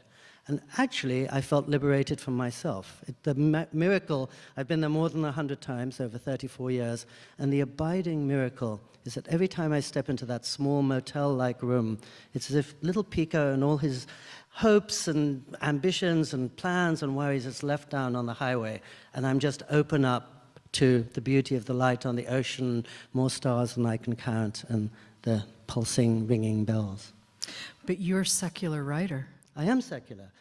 And, you know, going to a monastery mostly involves cutting through all the stereotypes or preconceptions one might have about monks. And in my case, the first one was that these devoutly Catholic monks are so tolerant and so wise. They open their hearts and their homes to everybody. So I'd say maybe as many as 50% of the people staying there are not Catholic or maybe not even Christian, but the monks know that whoever you are and however you choose to describe it, you will find in a living silence the deepest part of you, or some aspect of reality that you've misplaced when you're going through your busy life. And so they don't care if you call it God or reality or just my better self. They just say, please come here, we will feed you, we will make these rooms available to you, and this is what will restore you so you can return to your real life with more clarity and direction than you would ever have otherwise. I'm going to quote you for a second. And there's this great line early in A Flame where you say, "The world isn't erased here, only returned to its proper proportions." That sounds very Buddhist to me. Well, Buddhism, Christianity, I think all the great traditions have the same sense. You know, I was just listening to Joni Mitchell, and anyone who remembers her album Blue recalls how she says, "I love you when I forget about me." And I was thinking that sort of applies to the world. Forget about yourself and you fall in love with the world, whether you're a Buddhist or a Christian or nothing at all, because the world resumes its proper proportions. And again, all of you in this room, being in California, know that as soon as you go to Big Sur, the calendar falls away, the outside world recedes, and you're in the presence of something much larger than yourself, those mighty redwoods, the tall cliffs, the great expanse of the Pacific Ocean. So Big Sur already is putting things in proportion. And then when you're in this particular kind of silence, even more so, that suddenly sometimes my friends will say, why do you go and hang out with these Christian monks? And I would say, to remember what I love. And that's exactly what gets lost when I'm racing about my much too busy and distracted life. I lose a sense of what matters. And there are 1,000 things coming in on me every second, as with all of us. And it's really hard to sift the trifling from the important. And as soon as I go there, it's like leaving a glass of water in a sink. Suddenly everything solid and important rises to the top. And to speak to that lovely sentence you just shared, I'm always tickled that the monks call this process recollection. In other words, it's not a revelation, it's not a sudden realization, it's remembering something you basically knew, but somehow lost in the fury of your days. And the other thing I love about recollection is that I find I'm very scattered. I'm multitasking, I'm in 100 places at once, and as soon as I go there, I'm brought to a point. I'm absolutely present. And therefore, suddenly I see the beauty of the ocean, or suddenly I hear the bees buzzing in the lavender, or the wind whistling through the pampas grass. So it's always present. The problem is I am not most of the time, but there, suddenly it's as if I wake up to the beauty that's all around us in California, but I tend to neglect. Part of what I love about this new book, too, is this idea that for 30-something years you've been going back to this spot. It's very unassuming. That for a moment the food was not great. This matters. But here you are. I mean, you've covered North Korea, you've covered Iran, you have covered parts of India that some of us would not maybe be able to do. You have been in Kashmir, you have traveled with the Dalai Lama. I mean, you are peripatetic, is one way to describe it, just endlessly curious. But the idea of you coming back to this very specific place to recharge, to reset, to recalibrate, all of these things that you can't actually do when you're rushing from a flight to a train to a maybe I'm going to be here for 3 days, maybe I'm going to be here for 6, I have no idea kind of life. And you can't do, I think, most of us when we're at home. Right. The phone is ringing, the emails are coming in, the kids are screaming, whatever. It's as frenzied as when you're traveling. But interdependence, I want to come back to interdependence for a second, because the monks are part of the world, even though they're not. Yes. Silence, the way you describe silence in A Flame, silence has weight and presence and I mean, you change the way I think about silence, and I quite enjoy silence. Please, yes, I make a living talking, but I also need to stare at a wall every now and again. And I do love staring at a wall or a tree or just sitting under a tree. But this interdependence, right?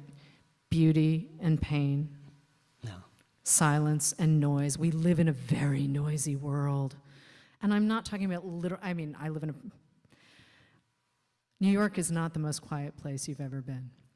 But the idea that silence can be restorative, it's really kind of exciting.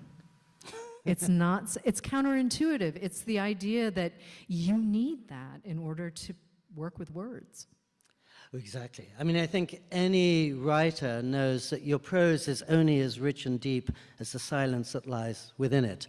One of the people who features in my book is the longtime Zen monk Leonard Cohen.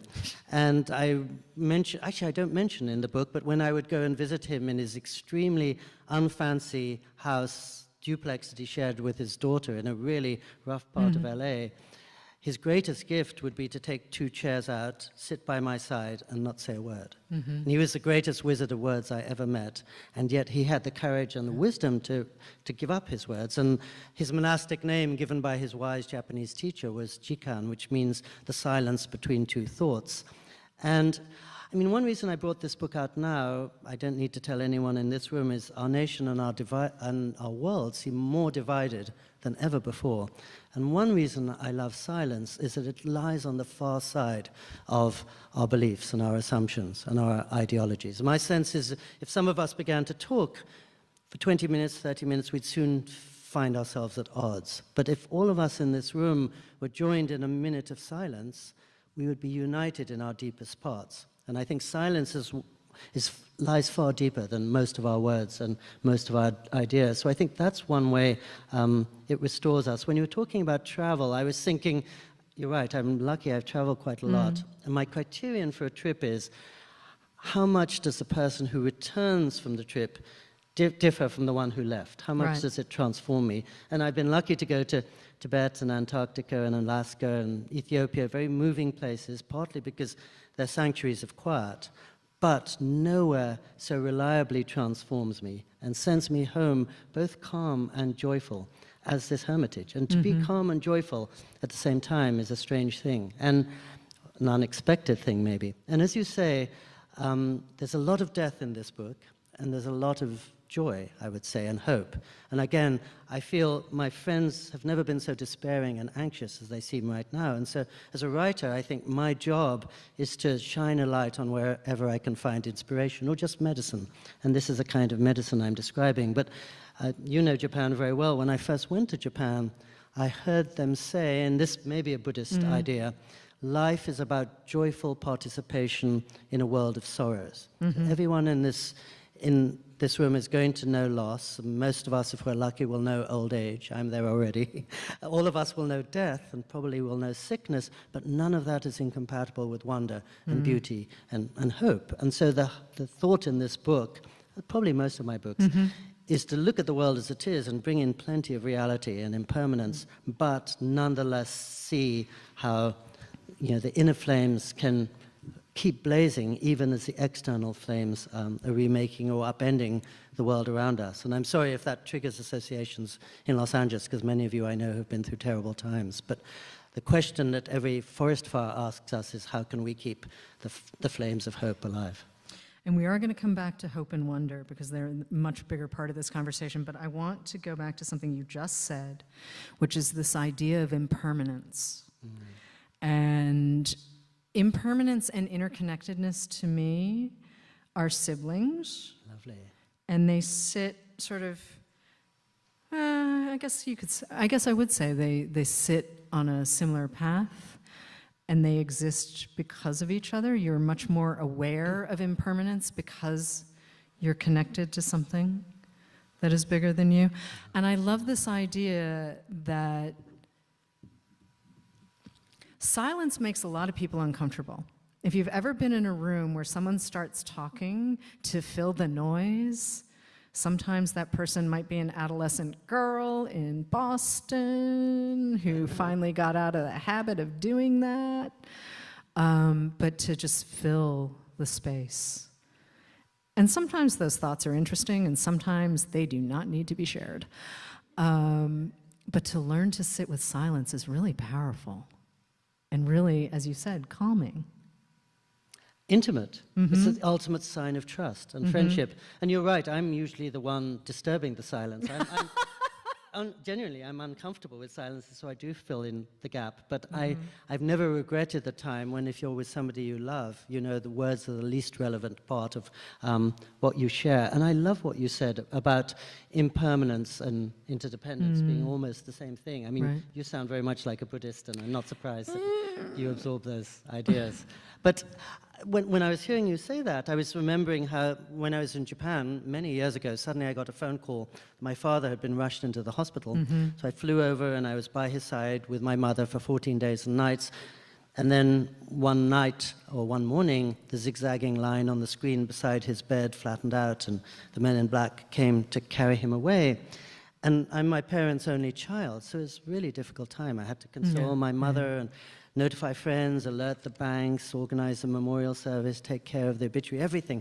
And I thought, what am I going to do? This is such a busy time. And I realized the only thing I could do was one morning when I knew that my mother was well taken care of, I drove all those 4 hours to that monastery. I didn't enter the monastery, I just sat on a bench overlooking the sea. And precisely as Miwa was saying, just to see this ocean that's going to be around, I think, thousands of years, we hope, after I am, just to be reminded of everything that doesn't change, made the fact of death and loss and impermanence less scary and less unsettling, and reminded me that maybe most of us are part of something that keeps on going, even though you and I come and go.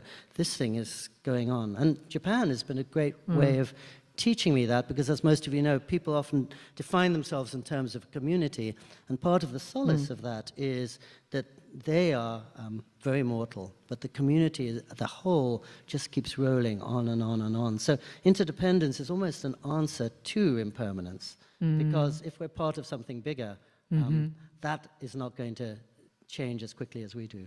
But it was also your time at the Hermitage that allowed you to even think about being married. Yeah, that's a surprise. And okay, I will say, I mean, whatever it takes to find your bliss. I love the idea, though, that you had to learn to sit with yourself. And I'm not saying that in the sense of Buddhist meditation. I'm saying in terms of silence and getting beyond yourself, right? This is a tradition that goes beyond any particular religion. But the idea that that's how you finally said, oh, well, wait, Hiroko, who you've met in Lady and the Monk, and you've certainly met in latter books, that's how you finally decided. And then at one point she said to you, well, I feel like I'm sort of competing for your attention with the Hermitage.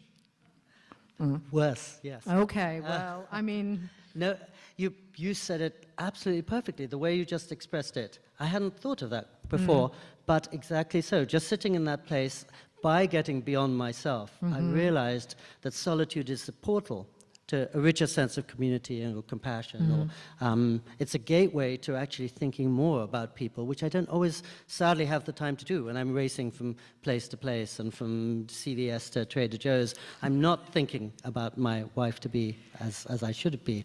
And yes, I mean, I'm so happy you mentioned that moment. You know, I'm an only child, as you heard. I'm a writer, which means I've committed myself to spending hours every day by myself. I love being alone. So when I arrived in this radiant setting in Big Sur, not a care in the world, by myself, pure heaven. But as you suggest, as the years went on, having that time and space to myself reminded me of what was important, and what was important was other people. And I think it opened my heart in ways that might never have been opened otherwise. And indeed, as Miwa was saying, I think my first year there, I was staying for 3 weeks in the spring, this season. And I was still working for Time magazine, so every week I had to go down to check in with my messages. And I went to the payphone at the bottom of the hill, and I checked my messages, and I called my then girlfriend in Japan. And she could hear the light in my voice, and she could tell that I was standing over the Pacific Ocean amidst slopes full of golden poppies and lupins. And she did say, if you met somebody else, I could be more excellent, but how can I compete with a temple? And that so shook me up. It really moved me towards a deeper commitment. Mhm. And now the beauty of it is, these 30 years later, we go together to the Right. Hermitage. And what was before, what she looked to her like a rival, has been her greatest friend. And the monks, you can be sure, are much happier to see her than they are to see me. I mean, they're so welcoming. You also have another great line, though, where your wife turns to you and said, well, I thought you were an only child, and yet you have all of these brothers. And I love that image, to see you grounded in a space that really is home. But I want to talk about Paradise for a second, because The Half-Known World, which is the book that came right before this one, so it opens in Tehran, and Pico is going through, and he goes to Pyong and Kashmir and Varanasi and Sri Lanka, and he's investigating ideas of paradise, right? And paradise is a word that has, I think, in some ways been usurped. And language should evolve, it should change, but I feel like it's a word that has become either very flimsy or a little too weighted. So if you haven't had a chance yet to read The Half-Known World, it is a delight. It is, of course, very thoughtful. But I do feel like paradise is a place that you've been able to interrogate more clearly and cleanly for your own way of thinking by being at the Hermitage rather than being in, say, Varanasi or even Sri Lanka, where the jungle comes into the house. I mean...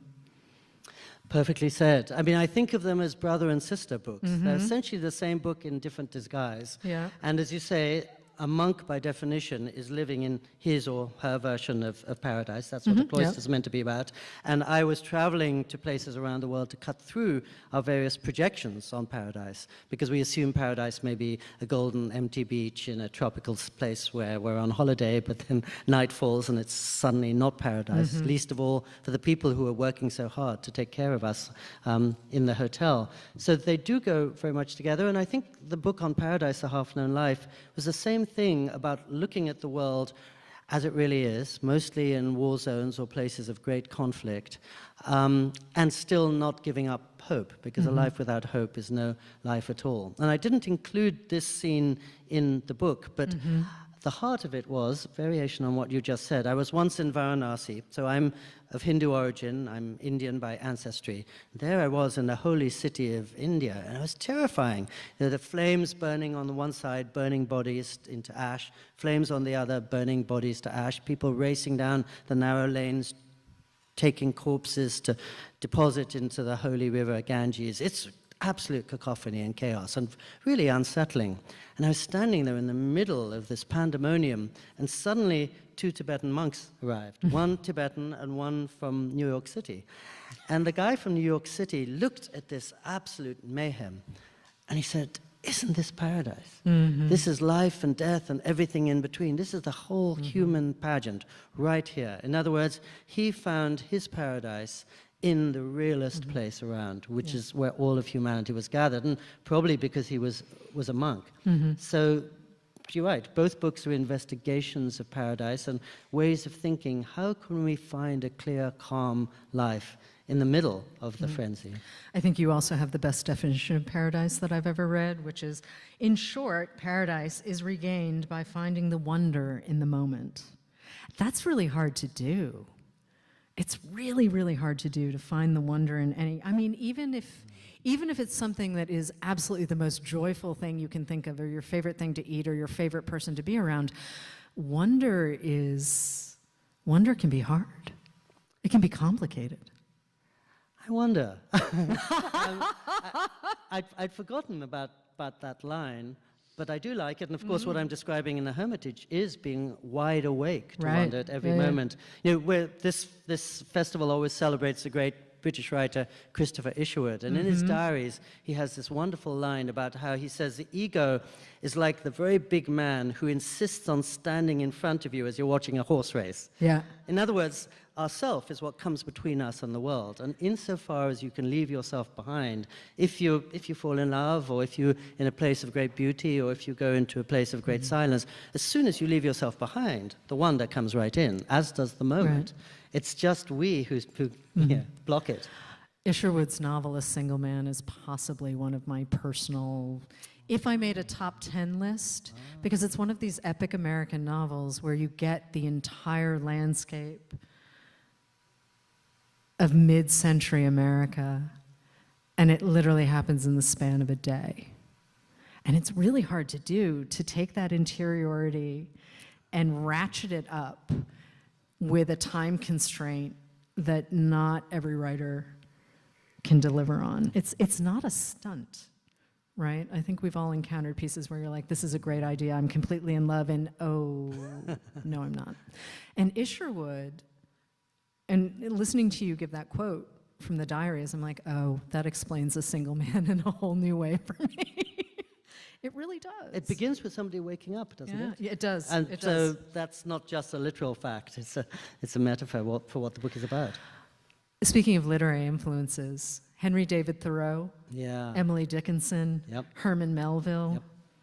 Guilty as charged, yes. And I'm delighting in all of it. But again, this is you as a global writer. This is you pulling your influences from where they have connected most deeply with you. But I'd like to bring people in the room into that conversation as well, because they're not necessarily the first three writers anyone would think of for you.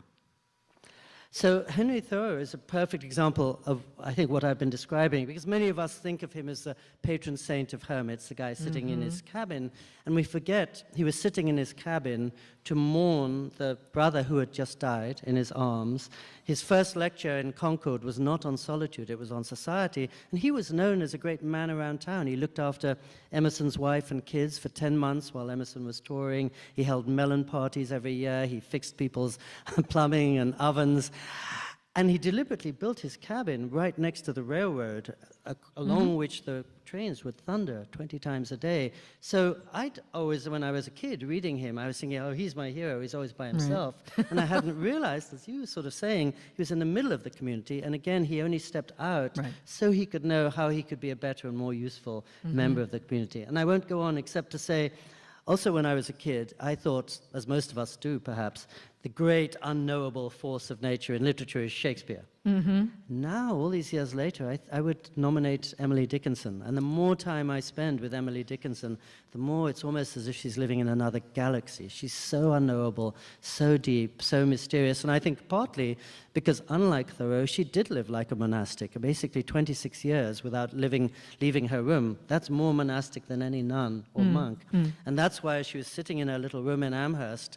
All she was entertaining was light and death and Jesus and terror and doubt and the whole thing. I've really never known of a writer who will sit in the middle of immensities the way she does. So she has become my heroine, and Miwa has cleverly sensed every book I write, I try to take the epigraph either from Emily Dickinson or Thoreau. I think Thoreau's had 7 so far, but Emily's catching up. She's catching up quickly. She's catching up. Yeah. I do think that she was underestimated so deeply for so long, though, because of the simplicity. And I think that simplicity is so... I get really frustrated sometimes. And this may also come out of you being a journalist. I mean, the way you approach language, you are not fussy. There's a clarity to your prose and an elegance to the prose that we don't always get. And I really do think part of it is because you're writing on the fly. You were writing on the fly for a number of years. You were hitting that whole Calvin Trillin thing, deadline poet. Do you know what I'm talking about? Like, you've really just got to turn out the thing and get people's attention in 2 sentences. And I think you still carry that around, and it's been a really long time since you were technically a working journalist. And I think that's where Dickinson comes in, and I think that's where Thoreau, and even Melville, even though he was a little, wordier. So, I've got to confess, Miwa, my editor, your friend, is in the room.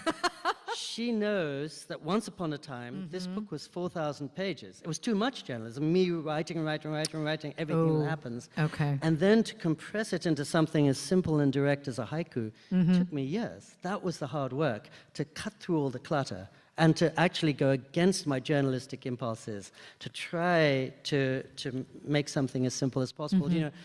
As I said, I live in Japan, and you know that the aesthetic of Japan is that of the empty room.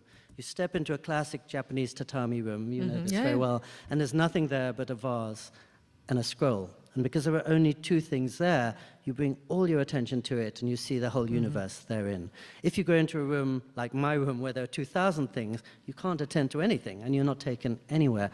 So to cut back, I did have 4,000 pages of notes after 34 years. Right. And to cut it down to a minimum is really hard. And to be honest, I think of writing a book and journalism almost as opposite things, because I think a journalist's obligation is to tell the reader what happened and to tie it all up into a nice box with a bow on it. This is what happened in Beirut yesterday, this is what it means, and this is what will likely happen next week. And I think a writer's job is to journey into the unknowable and to leave resolutions behind and to go further into what you can't reduce and can't explain. So it's hard for me because you're right, I've been a journalist a long time and I'm trying to do two almost opposite things at the same time. Wait, so Autumn Light, the book, yes, the book about fall and loss in Japan, that Autumn Light is followed by Beginner's Guide to Japan. Yes. And then we get A Flame. Half Known Life. No, Half Known Life, excuse me. Sorry, I'm doing this from memory.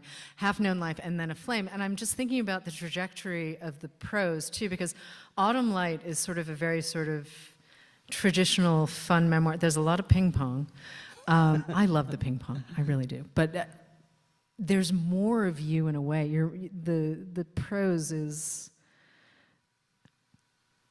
It's a little different from A Flame. It feels different. It's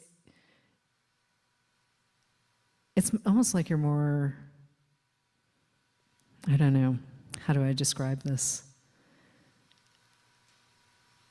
You're more of an observer in Autumn Light, even though you're writing about your own life.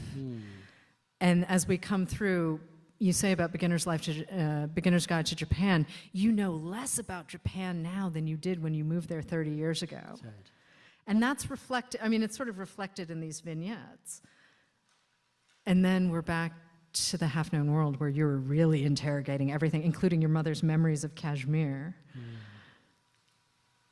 And then we get sort of what I feel like is the culmination of all of the books that came before in A Flame. Just stylistically, in terms of the work you're doing, in terms of the way you sit with yourself on the page. But then one final opportunity comes her way, and it's too good to pass up. And she gets caught up in this wild roller coaster ride that gets way out of control. When did you decide that this was the kind of book you wanted to write? Because right now, like, grifters are very in the zeitgeist. Yeah. So when did you decide after Bonfire, like, this is the story that I want to tell? So a couple of things, which you may get these references. After Bonfire, I knew I wanted to stay in this playground. Yeah. And years and years ago, I was on a retreat with a girlfriend of mine. It was after my sitcom got canceled, so I was like going to go and write. It's a good time to go on a retreat. Totally. And see what I wanted to do next and have ideas. And I was just kind of like having one of those writing trips. Yeah. And at the time, there were a lot of like crazy things going on in the headlines. And years before, Jorgen van der Sloot had with the girl in Aruba. Yes, and that was Natalie Holloway. Natalie Holloway. That was going big in the headlines. Yes. There was also a Hollywood producer who put his wife in a water tower in Mexico. Like a lot of things were in the ether. Not right. Not right in the ether. So I was on this trip doing my searching, and I'm out front of the hotel, and a guy comes by and he says that he can't find his girlfriend. And he didn't seem that upset about it. He was like, I can't find my girlfriend. He was like, she rented a bike here earlier. Has anybody seen her? And my crazy mind was like, he's planning an alibi. I'm on this solo retreat. I'm going to get caught up in this crazy thing. And it was just like, oh, well, that's really interesting. And so I had the hook of the idea, the title. I loved that it had a double meaning. Yeah. And so that was like just something I picked up and kept with me in my notes file. And then a couple of years after that, I read about this hipster grifter in Brooklyn in Vice magazine, which you probably would know. I do.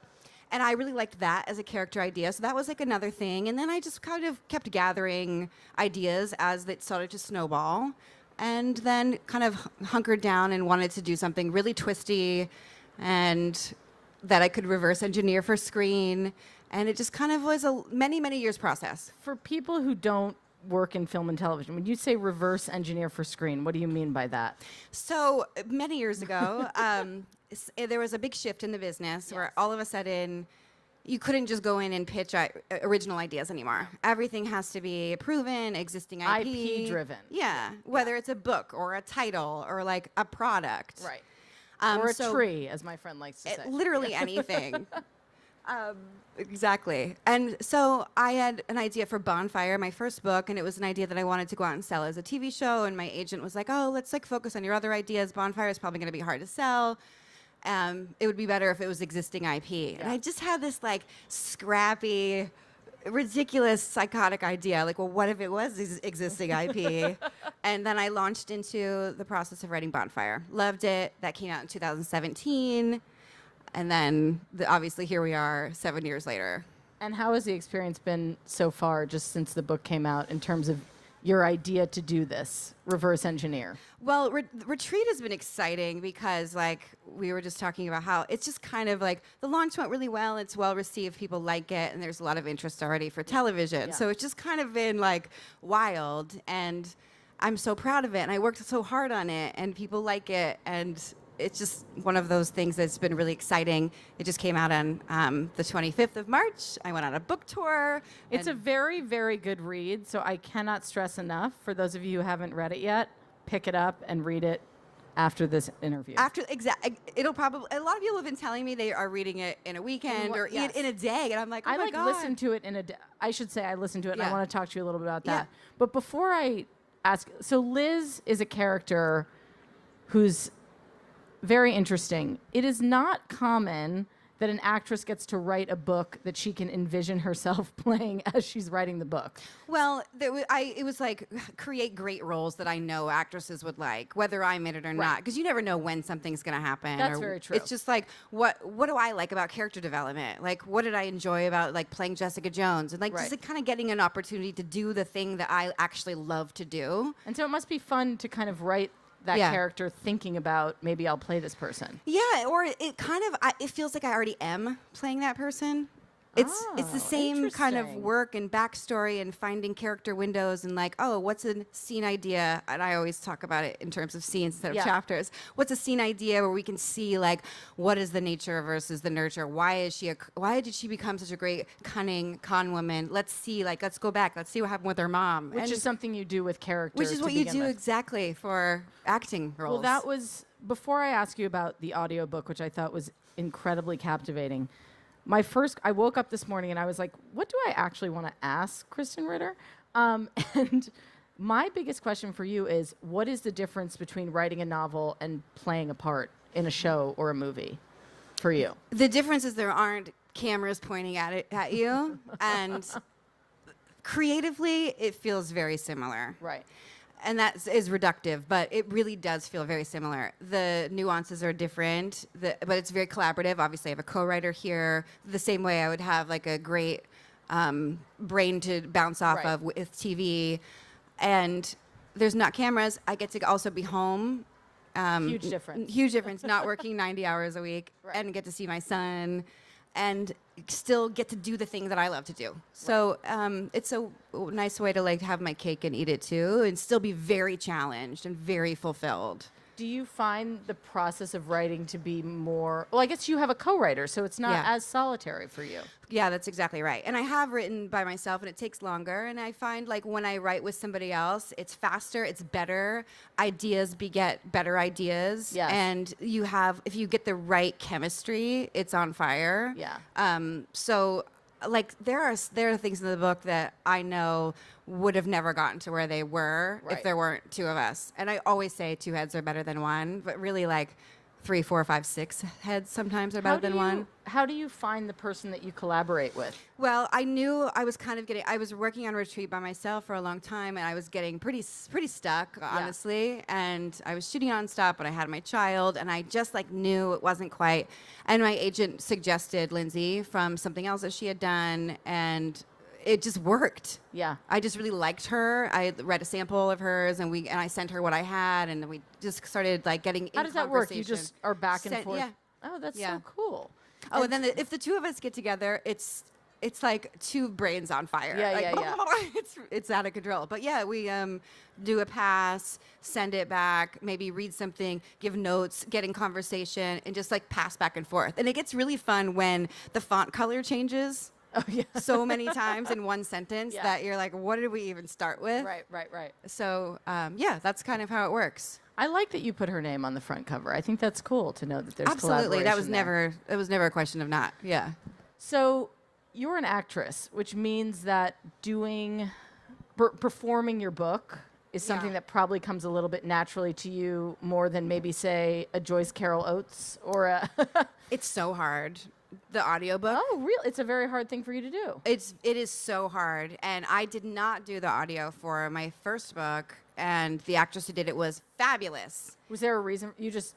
It's a lot of work, and I It's a lot of felt work. like it's a different skill set. Yeah. It's not actually the same thing because you are setting everything. You're playing every part. Right. And when I had gone around like pitching the idea for a retreat, all the publishers had wanted me to, that was part of it. They wanted me to do. I Yeah. was like, oh, well, maybe once we get to it, they won't care if I do it or not. But then they did, and I had to really wrap my head around it. Yeah.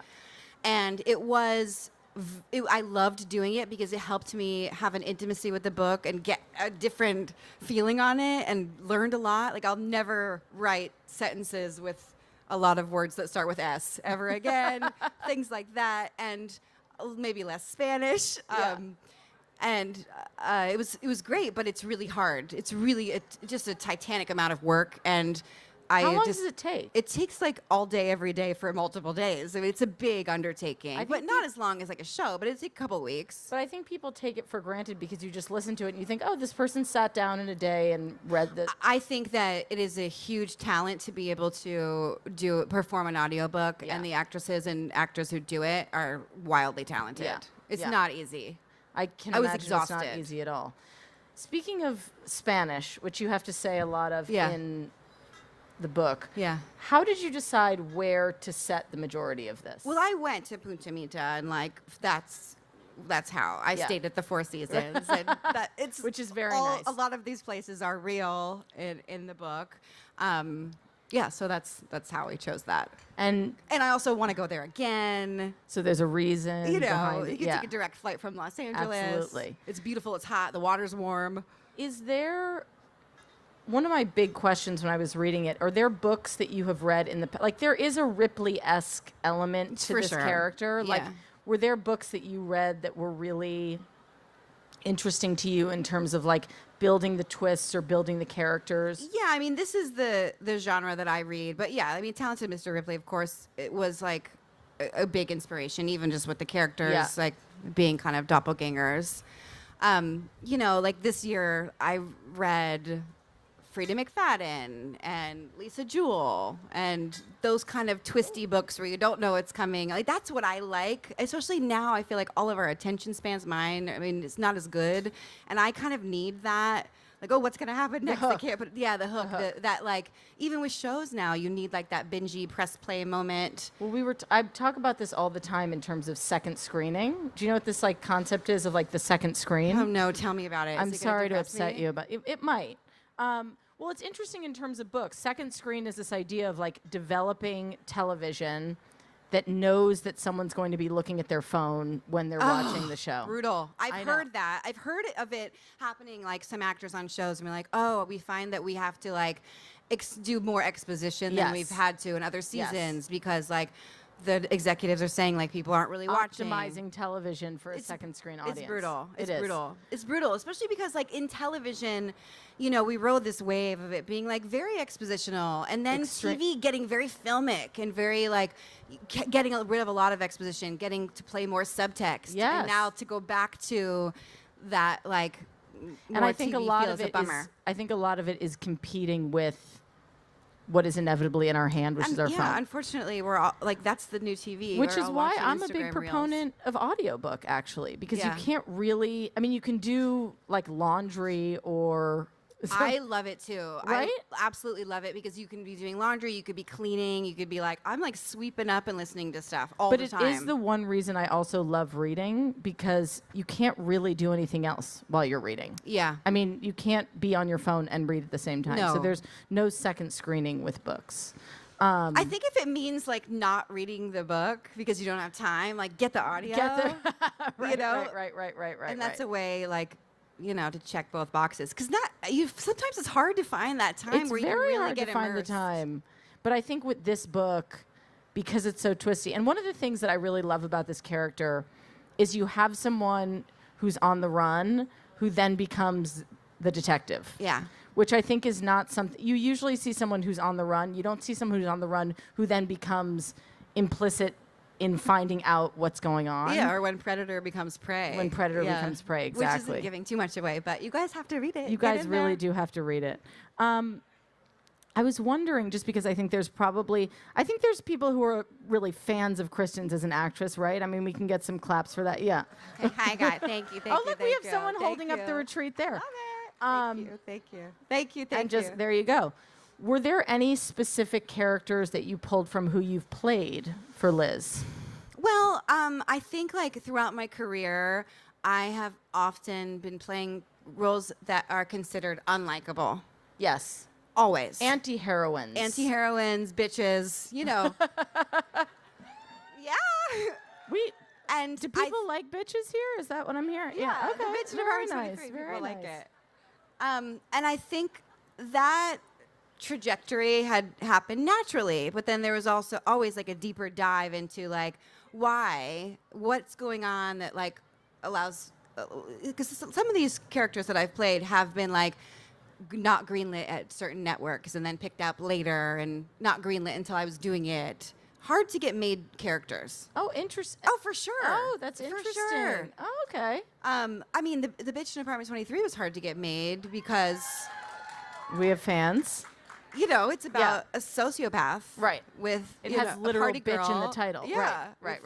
She was described as like a party girl with the morals of a pirate. Okay. And so that kind of led me to a deeper dive into like why and what that is and how do you get away with it? How do you justify it? And it was like if you're on board with who they are before they're doing the thing. Right. And that's what has always interested me the most. And so this was my way to like really double down on that. Yeah.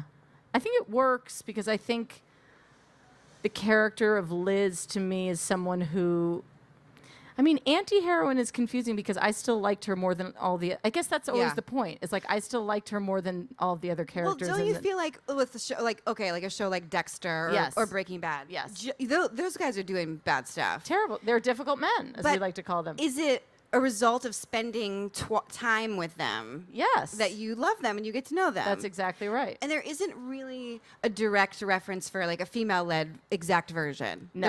There's not. No, there is not. And so that's what I have been very interested in digging into. And so Yes. that's what I I tried guess to with the play with exception here. of some now with Killing Eve, but it's Yeah, a for very sure. different. It's a very different. Well, landscape for also men. in Killing Eve, Villanelle would not be the protagonist. No, she would not. No, she would not. But Dexter, There you like go. he's obviously the the protagonist. Breaking Bad. You have, right, Mhm. very similar. So Liz, I guess talked a little bit more about why you want. I mean, it's obvious why you want to write an anti-heroine. That's a Because it's silly more question. fun. 'Cause It's more- delicious. right. It's fun. Yeah. It's interesting to do backstory. Yeah. And again, understanding why someone is the way they is, like how can you find like those vulnerability windows? Yeah. And it's just delicious and fun. It's much more fun than someone who's trying to do good. I just have never played in that world. So one of the things that really struck me about the book is how absolutely on point the grifts are, like the specificity of even Chicago as a place. As a writer, do you just, you said you went to Punta Mita. Yeah. I was actually lucky enough to be in Punta Mita kind of recently. Oh, you did? Yeah, and you just nailed it. How do you, is it just research that you it's get just- so specific? It's just like, an idea can come anywhere. It could be Yeah. like not even that big of a deal. Like, oh, instead of doing New York, let's do Chicago. Instead Right. of, it can be like that simple, or it could be like really deliberate, like Punta Mita. I've been there and I get to go again, and we'll maybe like film a TV Film a show TV there. show You there, know, yeah, like all exactly. that's very deliberate. And Yeah.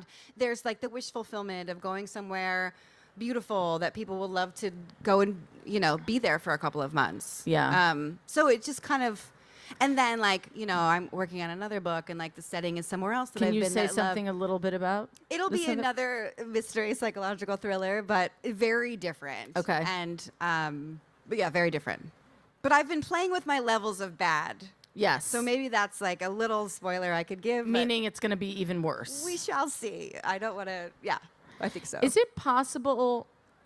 I don't know. I don't think this character is irredemptive, though. No. I think that the feedback that I am getting and what I think, having spent so much time with her and played it, whatever. Yeah. I think that you root for her, even though I she's d- doing some things that you want to smack her for, or you love to hate her, or there's just an intrigue, I think. And there's this, I Hopefully. don't know. I had a lot of empathy for her, I think, which is something that you do very well. I mean, Thank you. Which I don't know if that says something about me, that I still have empathy for her. But I have empathy for her too. So yeah, we're in good company. Okay, there you go. I wanted to ask you, just because I have you here, it's a very seductive cover. Yeah. Can you talk a little bit about cover selection and how that works? Yes, and I'm curious to hear what you think about this Yeah. as well. So authors don't have a lot of involvement. This is what I've heard. In cover selection. Yeah. And with Bonfire, I had no option. There were other options that they sent me after because they just sent me this cover. They're like, how's this? This And I'm is your like, cover. Okay, I love it. Could we see other options to see? And they were Yeah. like, a week would go by. Here it is again. They're like, okay. And now I love the cover. It's the perfect cover. Yeah. And a similar thing with this one. We got different versions, but this was what the publisher really liked. And they have their whole algorithms and systems they go through. Yeah. And then I grew to be obsessed with it as well.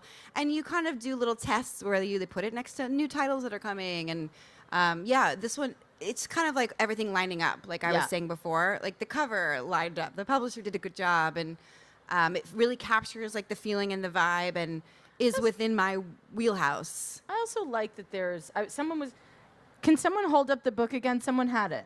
There it Look is. at this beautiful cover here. And I it's also got like the dark sunglasses. So there's all these double meanings in there. and the Punta Mita in the Yeah. sunglasses, which I think is really great. She's really doing we have Thank a you. I Vanna appreciate White that. over here. Thank you you, very thank much. you. No, but I think there is, the thing of judging a book by its cover. Yeah. I judge a book by its cover. I was going to say, I think it's a very important thing, especially when you're amongst other titles in a bookstore. It's very important. Totally. I love going to a bookstore. Either I love to go to Barnes & Noble or Skylight, or Yeah. I love to buy books at the airport. Oh, that the is best. my favorite. Well, especially now that Book Soup is at LAX, which is very exciting. I don't know about that. It's very good. It's Yeah. very good. It's also you're going to get a good book if it's at the airport. That's right. An airport. Well, this is a great book to get at the airport. Yeah, I think it's at the airport. I've been getting some I would get it messages. at the It's airport if you're going to be at the airport. Okay, I have one final question because and then we're going to go to Q&A if people have questions, and I hope people have questions And about it's the okay. book. Yeah. But if you can ask about whatever you want. Yeah. I, having listened to the book, Yeah. have another question about the audiobook, which is, how do you get into character as an audiobook actor versus someone who's going to set to play, say, Jessica Jones? Is there, because you have a persona playing Liz. Yeah. And then a different and persona then a different playing persona. Yeah. the other Whomever. Yeah. Yeah. I think you just kind of the same way if I am playing a role, whatever thing sticks out first. Yeah. That's where you start and that's where you dig It's in. this and sort it's of just an instinct. seductive, Yeah. but curious and a Yeah. little bit afraid. Mischievous and, mischievous version of Kristen that I'm talking to. Yeah, it's a delicious, fun version that I enjoyed doing. Yeah. It's just you find that one thing that jumps out as a feeling or a characteristic or some attribute, and then you just kind of go with it. And then just by the nature of doing so many pages per day, you're doing you're in it. Yeah. And whatever comes, you kind of go with it. Well, I thought it was an excellent, excellent reading. And Thank you. I really have to say, I'm a huge proponent of reading novels. I'm also a huge proponent of listening to novels, and this is one that is an You could do incredible both. listen as well. Yeah, thank you. Well, I want to go to a Q&A because people have questions. Thank you so much for answering Thank my you. questions. Thank This you was so much. awesome. So how are we doing this? Oh, I'll take care of it. Also, thank you. Yes, everybody, before she answers some questions, thank you so much for talking about the retreat. Thank you, thank you. Absolutely. So we have time for a few questions. A lot of you have been here before. You know the rules. Who gets to hold the mic? Me only. So we'll take as many questions as we have. Who wants to start off? I'll start here and then I'll come here. So I'll just ask for your name and your question. Hi. Hi, my name is Jasmine. I'm a huge fan of the Jessica Jones series. I didn't even know you read books before I came here. My mom did the research, and I highly plan on reading all of your books. Thank you. As soon as I can. Thanks. But my main question was, how do you get past, like, say, writer's block, or like in the acting version, like, what are your strategies to get past, like, being stuck? Yeah. I want to go into writing and acting, and I get stuck a lot. So what would you recommend for like getting past that? What are your strategies? Yeah, I'm a big fan of placeholders and bad pitches. And sometimes those things end up being great later.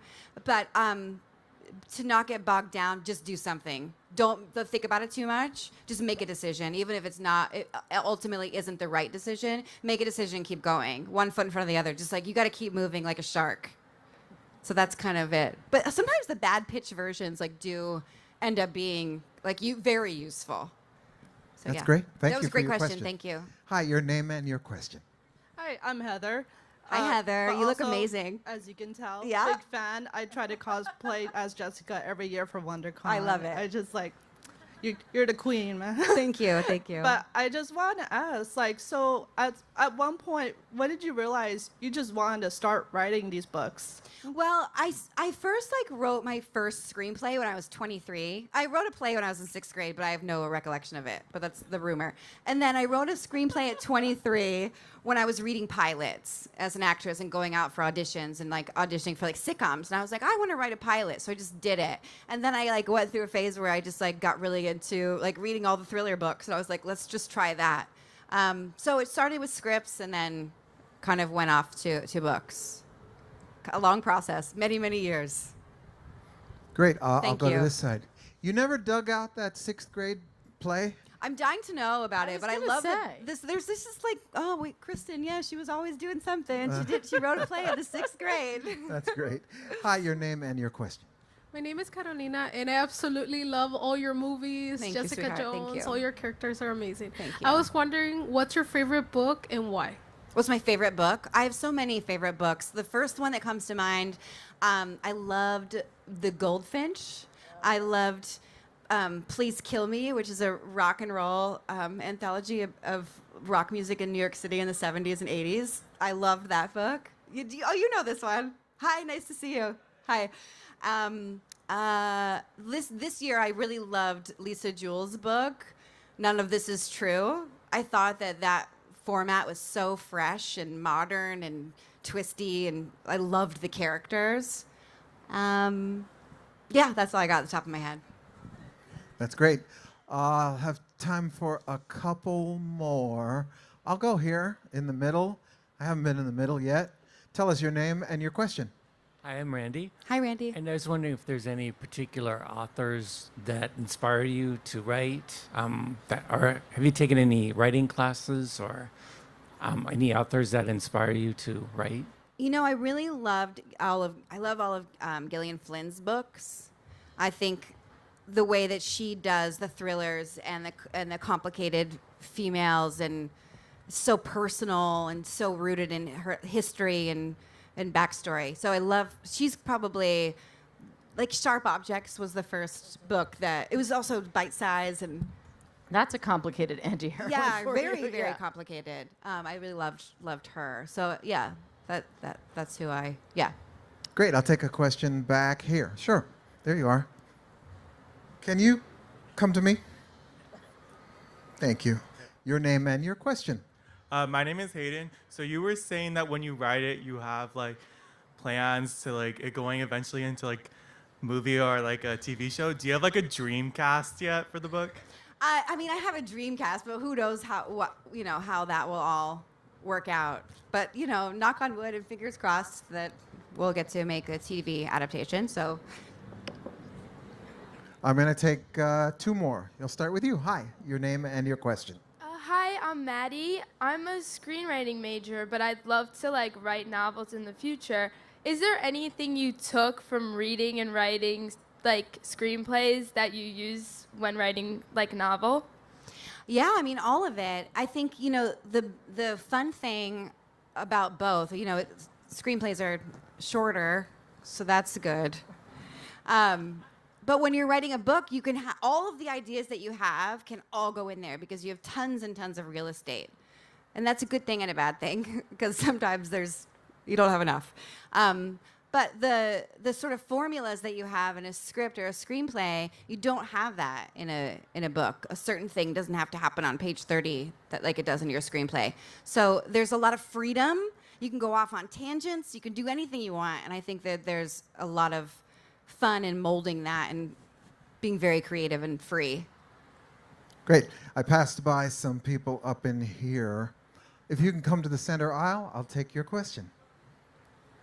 Tell us your name and your question. Hi, I'm Ella, and I love Breaking Bad, so I just wanted to ask, what was your favorite, TV or movie project? Oh, okay. That one was very good, obviously. I got really lucky to be a part of that television show, one of the best shows ever made.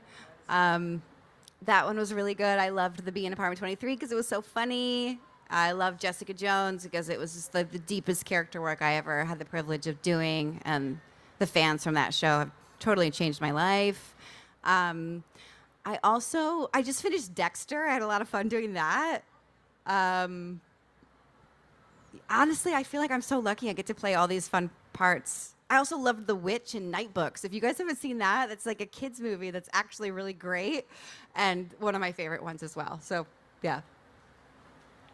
Thank you for those Thank you. answers. Thank So you. give up a big round of applause Thank you so much, for Kristen. Kara That was Priest amazing. and Kristen Ritter.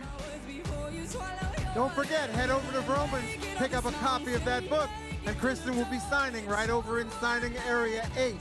And we'll be right back here with another author very, very soon. Thanks for coming out. Where are you with anyone else? I'm with 2 people. 2 more people? Okay. Yes! Won the lottery. There he goes. Okay, we have chocolate and a little bit of peanut butter is there.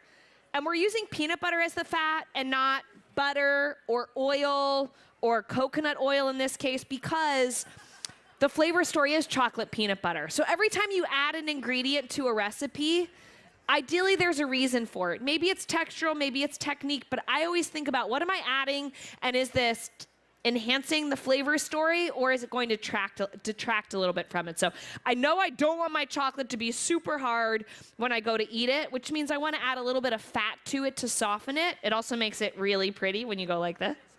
And it's about chocolate and peanut butter. So, instead of using oil or butter, I can use a little bit of peanut butter and that will do that and also just make it taste more like chocolate and peanut butter. You know when you get something on the menu and they say, oh, it's gonna be brown butter and chocolate and lavender and you take a bite and you're like, wait, what did I order? What was this supposed to be? We eat with our eyes first or we read, right? And when you write something on a menu, it's a promise that it's a promise that we're making as chefs to you that what you get is going to be what we wrote down and what you're expecting. And flavor is really important to me, right? Like when you have a bite, you want it to knock you out. You want it to feel electrifying. And so every ingredient that you put into a recipe, why am I doing it? Is it going to make it better? Is it going to detract? Is it going to take things away from it? And the final piece of it for me is it must pass what we call at Milk Bar, the obsession test. So that is very, very, very simply, if we are not obsessed with it, we can't expect you to be obsessed with it. And so really we're making the promise that when we designed this recipe, it was so delicious we couldn't put it down and we can't wait to share it with you. That's the premise of anything we put on the menu. It's the premise of anything that I make on Bake Club. That's in the Bake Club cookbook, that's in any of our cookbooks. So that's a really, really important piece of it. I am just taking the chocolate and the peanut butter and literally just putting it on top of this pie. I'm letting that really nice fluid chocolate peanut butter mixture do what it's meant to do, which is just sort of drape down. It's not fussy. You don't need any fancy tools. You can use that same spatula, bring it around, let it hug the edges and the corners. And then if you have a fridge or a freezer, pop it in there. It will set everything just a little bit more quickly, or you can play the waiting game, which is no big deal. If you are super duper into like a salty, flaky sea salt, you can put that over the top. We do a little crushed peanuts on the menu at Milk Bar to just gild the lily, because why not? Texture, we're here for texture. We're here for peanuts and peanut butter. If you were doing almonds and almond butter in that way, maybe you're garnishing it with crushed almonds. Maybe you're using granola in place of the cereal or Rice Krispies and used a bunch of different seeded nut butters. You could garnish it with a little bit of granola. I also think it's nice because the top, we eat with our eyes, right? The top tells you what it is you're about to cannonball into, and that's a nice way to sort of connect the story. All right, Peggy, what do we got? Can you talk a little more about the book club, the bake club that inspired the book? Great is it question. Like an online community that you created that anybody can join, or what's Bake Club is, I started it online with Shannon, who's somewhere in the crowd. No, she's hanging out over here with the cool glasses. We started it honestly during the pandemic because we were missing that sense of community, and there were all of these feelings and emotions, and when I feel anything, I'm like, I know what the answer is. I'm just gonna go hide in the kitchen and bake, and I'll work the problem and figure it out. Even if the problem isn't a recipe, it just makes me, it's where I go for my own like therapy. And we just didn't realize what a thing it would be. And it's become this incredible club. It lives online. It lives in person. But every week online, we release a brand new recipe. You can sign up at bakeclub.com. You get your own card. You also get your own card in the back of the book. But we'll tell you, we're in your inbox once a week to tell you, hey, these are the 5 simple ingredients if you want to bake with us this week. And then when we release the recipe, it goes in that same email so that you have this incredible collection of recipes. You have access to everything. And more than anything, you have like this incredible sense of belonging. You might also not even be a baker and be like, I just love to watch dessert. I love to just imagine these things. I like to learn a little bit. It's not about having time or making time to bake, but rather just being in this thing, being a part of something, and a sense of belonging. And anyone can join. You can also follow us online. I think it's probably my Instagram handle at Christina Tosi. And it's the same thing when we're R&Ding something, but every week it's a new recipe. It's a come in, all are welcome. Open up your cupboards, open up your imagination, or just cheer someone else on that's taking a risk. Great question. Oh, wait. Are you a chocolate peanut butter person or a chocolate pretzel person? She's won it. Are you crushed peanuts or no crushed peanuts on top? Okay. I'm going to give you a big old piece. Love it. Thank you. There you go, Mama. Thanks. Okay, we got questions. What's the best birthday cake you've ever had? The best birthday cake I ever had for me, my mom, every year on my birthday, when I was living at home, I think she still does it for me now, but she sends it in the mail. Funfetti box cake mix, tub of Funfetti frosting, freshly made. She would race home from work, turn on the oven, open up the box of cake, 2 eggs, oil, water in a 9x13 pan. She would frost the cake while it was still a little warm so the frosting melts down into it so it's nice and gooey. And then Funfetti sprinkles on top. Like so much so it's my favorite cake that we created a whole from scratch version of it at Milk Bar. It's the birthday cake. Taylor Swift gets it for her birthday. A bunch of other people do, and it is my love letter to my favorite birthday cake. It's a great question. Wait, will you tell me what your favorite birthday cake is? Probably me and my grandma found this recipe one year online. It was a 1-layer chocolate cake with chocolate ganache on top, and we decided to put some strawberries on it. It was really, really good. Ah, thank you for making yours. Are you a chocolate peanut butter person or a chocolate pretzel person? Chocolate peanut butter. Come on up. Okay, are you a with nuts or not with nuts? With or without? Oh, great nails. Oh, she's got really good nails. What do you think? Which slice do you think is yours? What's calling for you? Okay, you take it, and there's your napkin. Oh my gosh, do you have more than one person you're with? Oh my gosh, your mom needs one. Grab one for her. Mother-daughter day? Please. Thanks for sharing your story. Okay, what do we got? Questions? I have your cookbook. You do? Which one? Bake Club? I don't know. Kids only? Have you baked from it? I baked a cookie. Which cookie? I don't know the name. You don't know the name. What did it taste like? Chocolate. So wait, are you a chocolate guy, a chocolate peanut butter guy, or a chocolate pretzel guy? Chocolate peanut butter. Go on it. Oh my gosh, you baked a chocolate cookie from the cookbook. Come on up.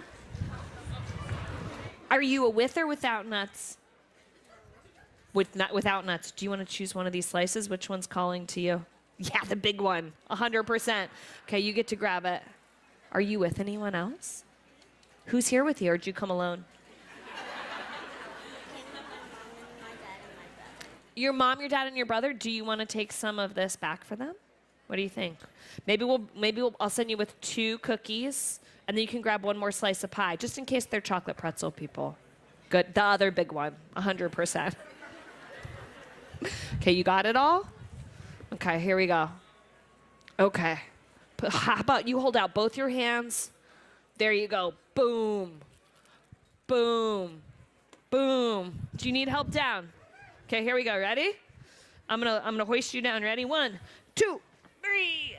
Okay, he's got it. Okay.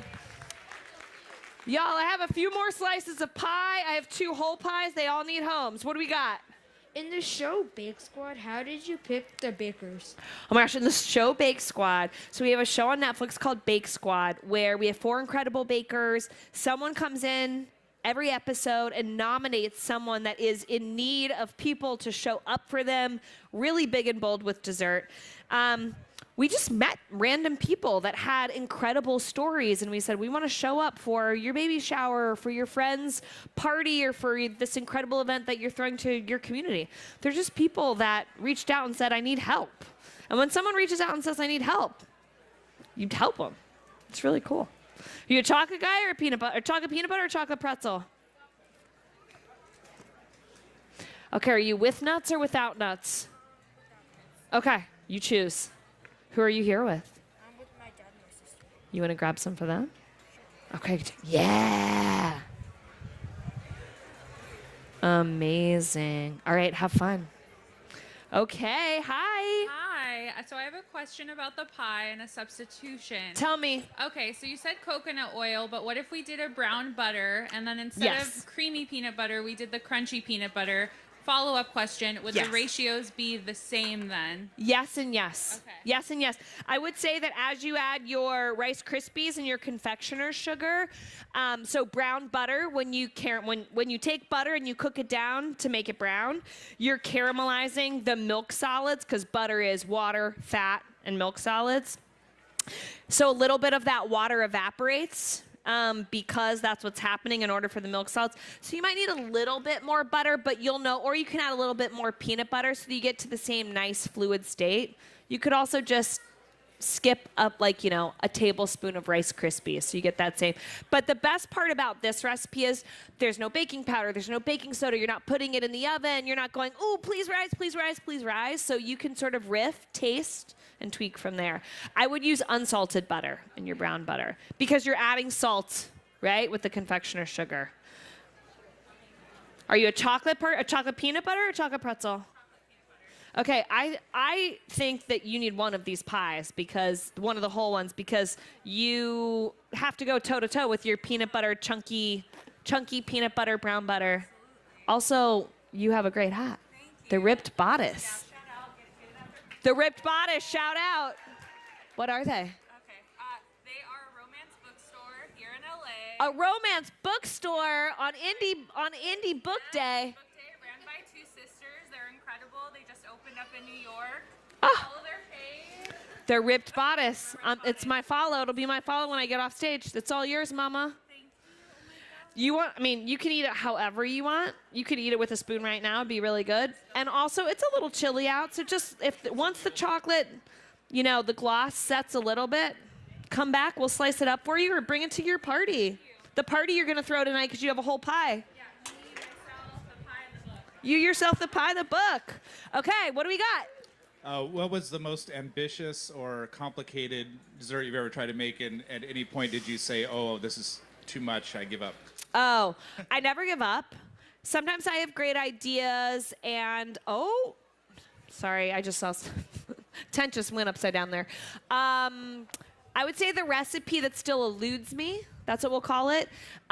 It was less about like the fancifulness of a plated dessert, and I have this idea for an American cheesecake that I've had since we opened Milk Bar. Ritz cracker crust. Go with me. It's a Ritz cracker crust, so it's not a traditional pie crust. It's Ritz crackers, it's melted butter, it's sugar, it's salt, it's a little bit of milk powder. It's pressed into a pie crust, not pulverized. There's still some like nice, chunky, sweet, salty, buttery moments. American cheesecake. It's the American cheese color. We've got fans. Maybe it has some like green tomato jam. Maybe it's a little green tomato sorbet on top, something like that.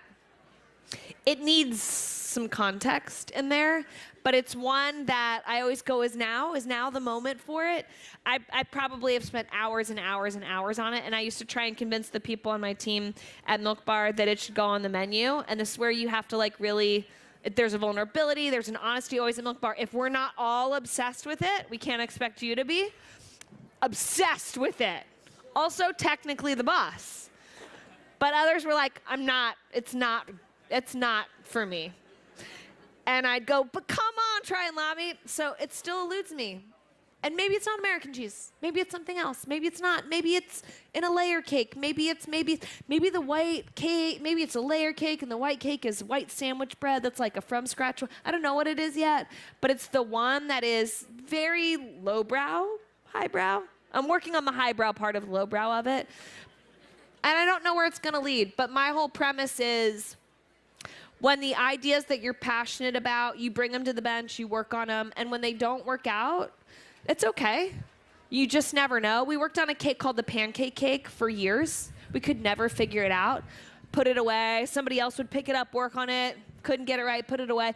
We finally got it right and put it on the menu 3 years ago, and it sold out immediately. But it's that, like, you have to know, right? Like, when something's done. We never give up on something, but sometimes you just have to literally put it on the back burner and just say, I don't know yet what I don't know, and I'll come back to it. Are you a chocolate peanut butter guy or chocolate pretzel guy? Come on up. Nuts, no nuts? Nuts. You take a slice, my friend. You got it. I think we have time for one more question. One more question. Oh, you're about to win the lottery, my friend. What is your favorite thing to bake? My favorite thing to bake right now, it's a very funny thing to be my favorite thing to bake.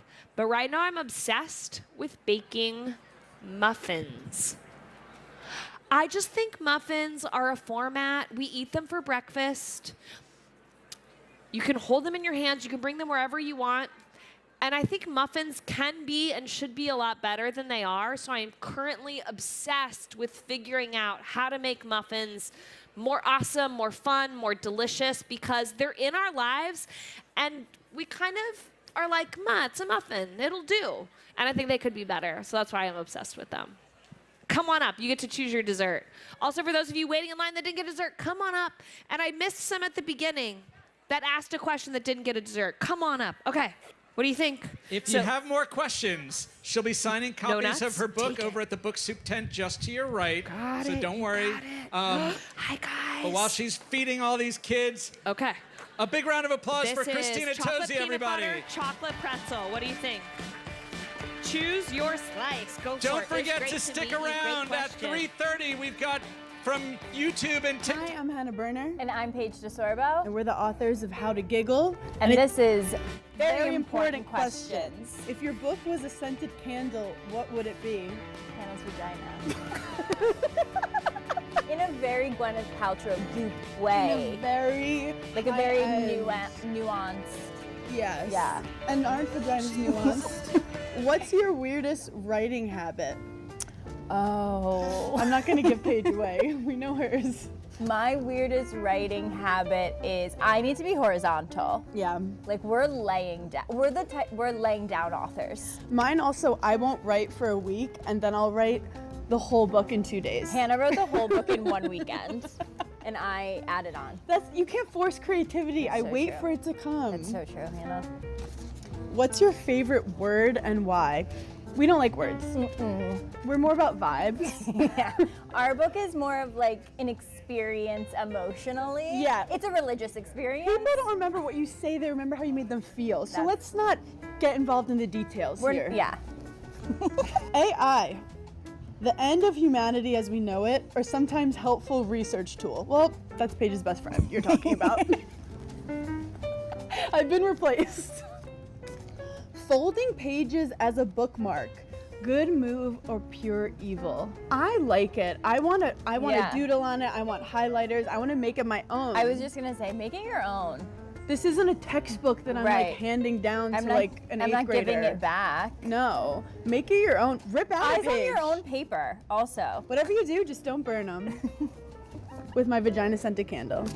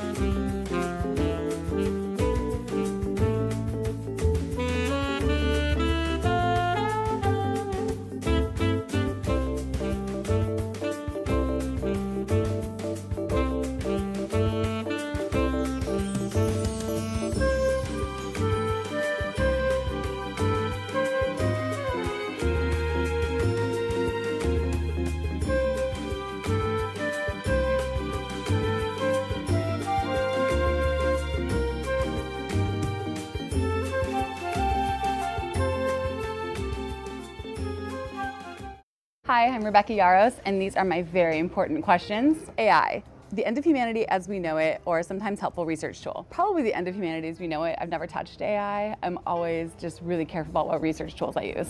Folding pages as a bookmark, good move or pure evil? If you own it, who cares, as long as you're reading. What's your favorite word and why? Obsequious, just because it sounds like it's a lot of fun to say. If your book was a scented candle, what would it be? Probably smoke and lightning and very dark, dismal things. What book did you obsess over as a kid? Probably The Chronicles of Narnia. I think I read the whole thing straight through when I was in about 5th grade.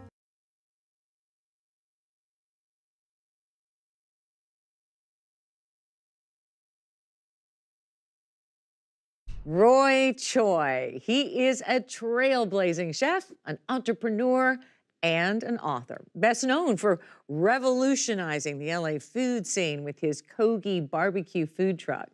His cooking blends the flavors of his culture and the diverse culinary landscape of LA. And now, his new book, The Choi of Cooking, provides a flavorful journey through his life with many personal stories and recipes. And Roy will be at the LA Times Festival of Books this weekend. But first, he joined us here. Roy, it is an honor to have you here. We're such big fans. Oh, thank you. What up, LA?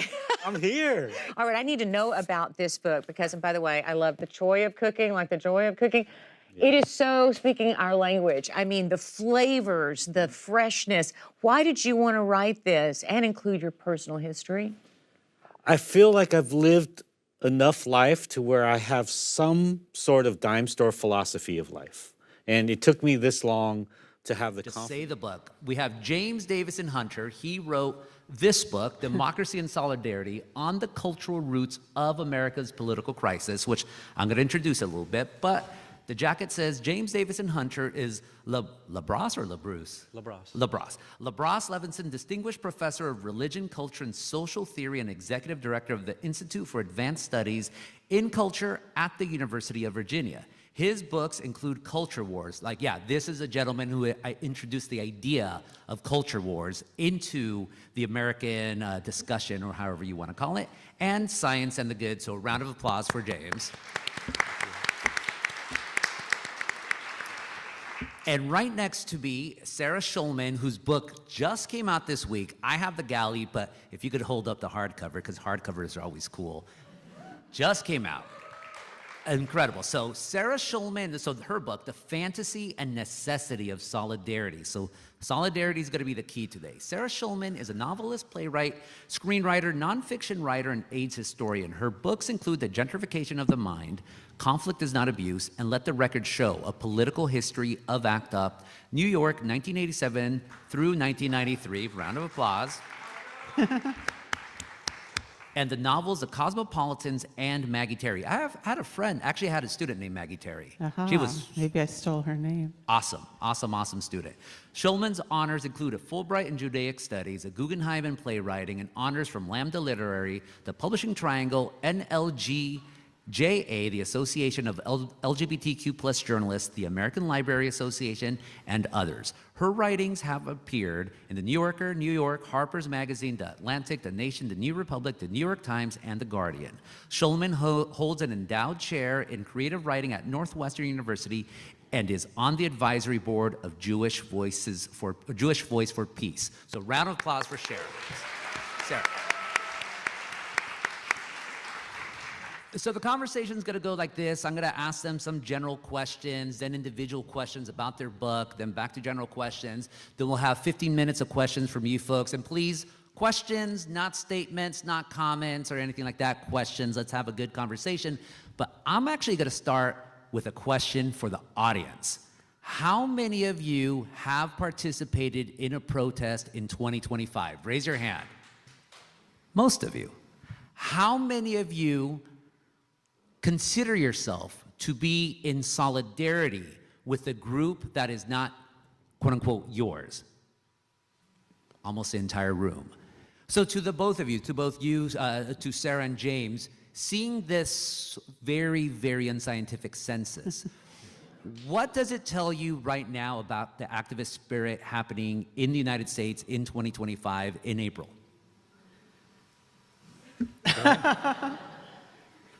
Well, people are realizing that we have to have big tent politics because basically every community is under attack from this fascist regime. And big tent politics means that you have to find a way to work with people without having to agree with them on everything.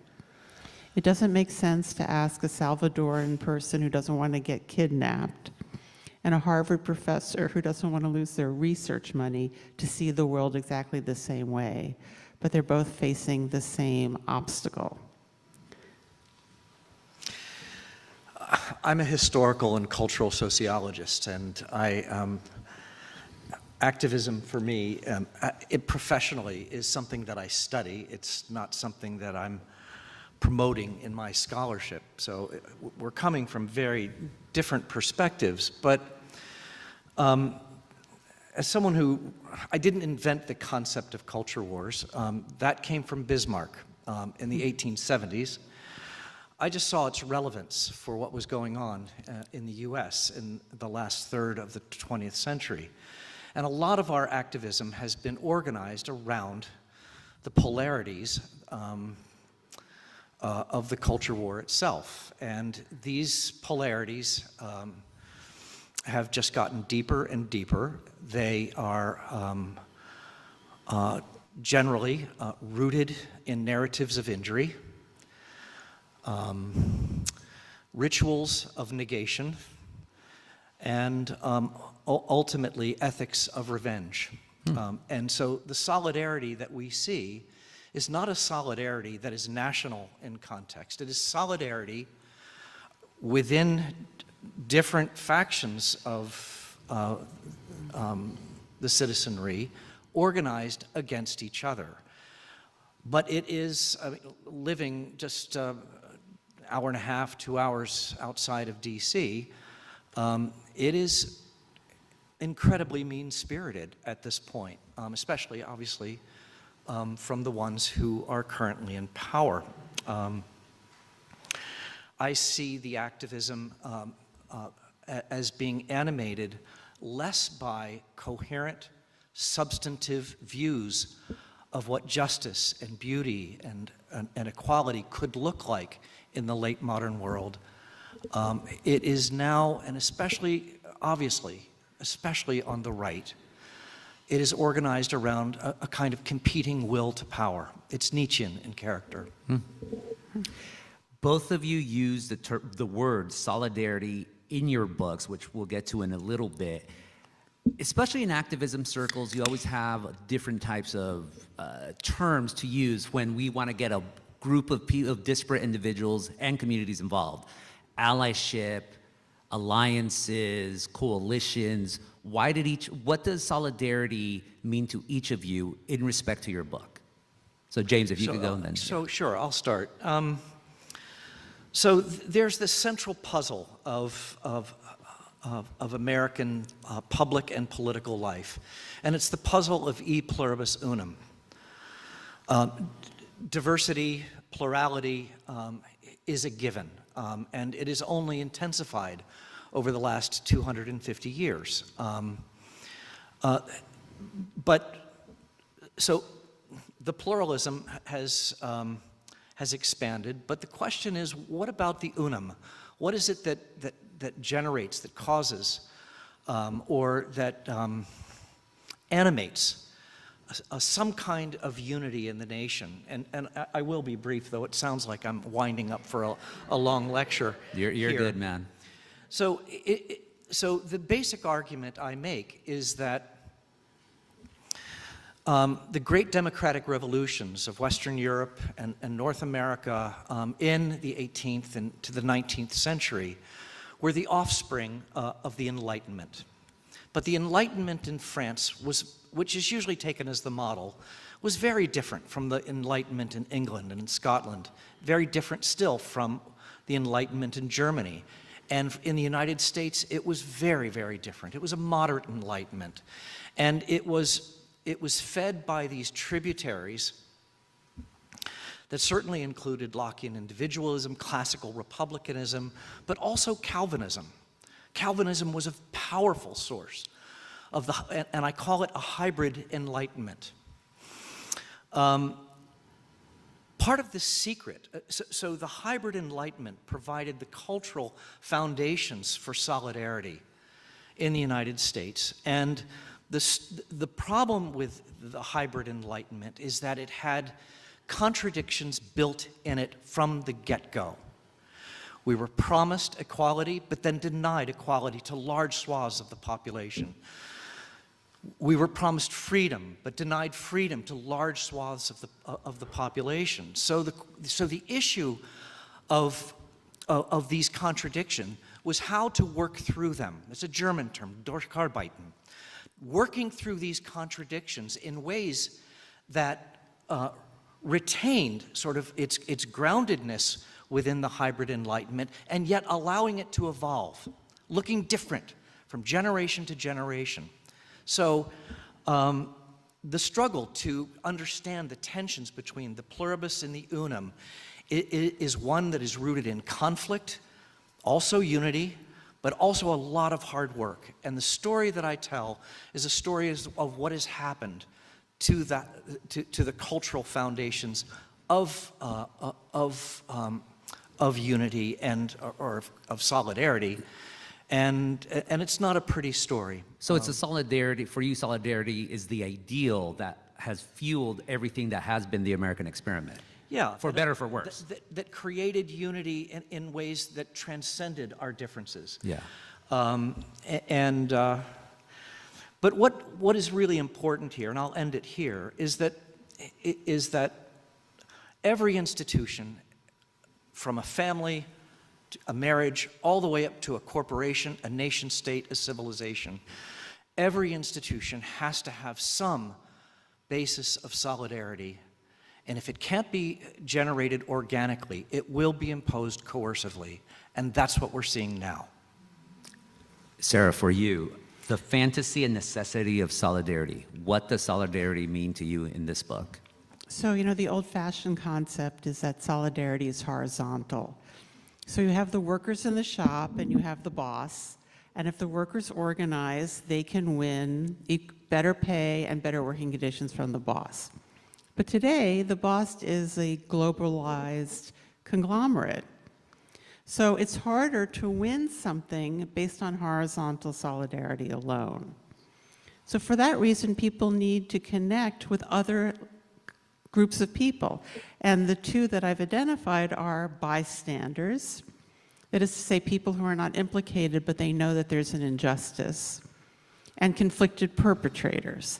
I would put myself in that category and my fellow members of Jewish Voice for Peace, Jews who are standing up against the Israeli oppression of Palestinians. We are conflicted perpetrators. So in order to have solidarity in this global context, you need to have groups coming together that have unequal power. And because solidarity is by definition now unequal, it's a fraught relationship. So the purpose of my book is to make solidarity more doable. And the way I'm trying to do that is to take away a lot of the things that I think keep us from it, which are the idea of heroism, perfectionism, pure motive. These are all false, and getting rid of them will make it all a lot easier, because actually solidarity is a series of mistakes, self-criticisms, and building some kind of infrastructure for the future. The idea that you're going to swoop in and fix it, and that the people you're standing by are going to love you for it, that is all a fantasy. That is not the way it is.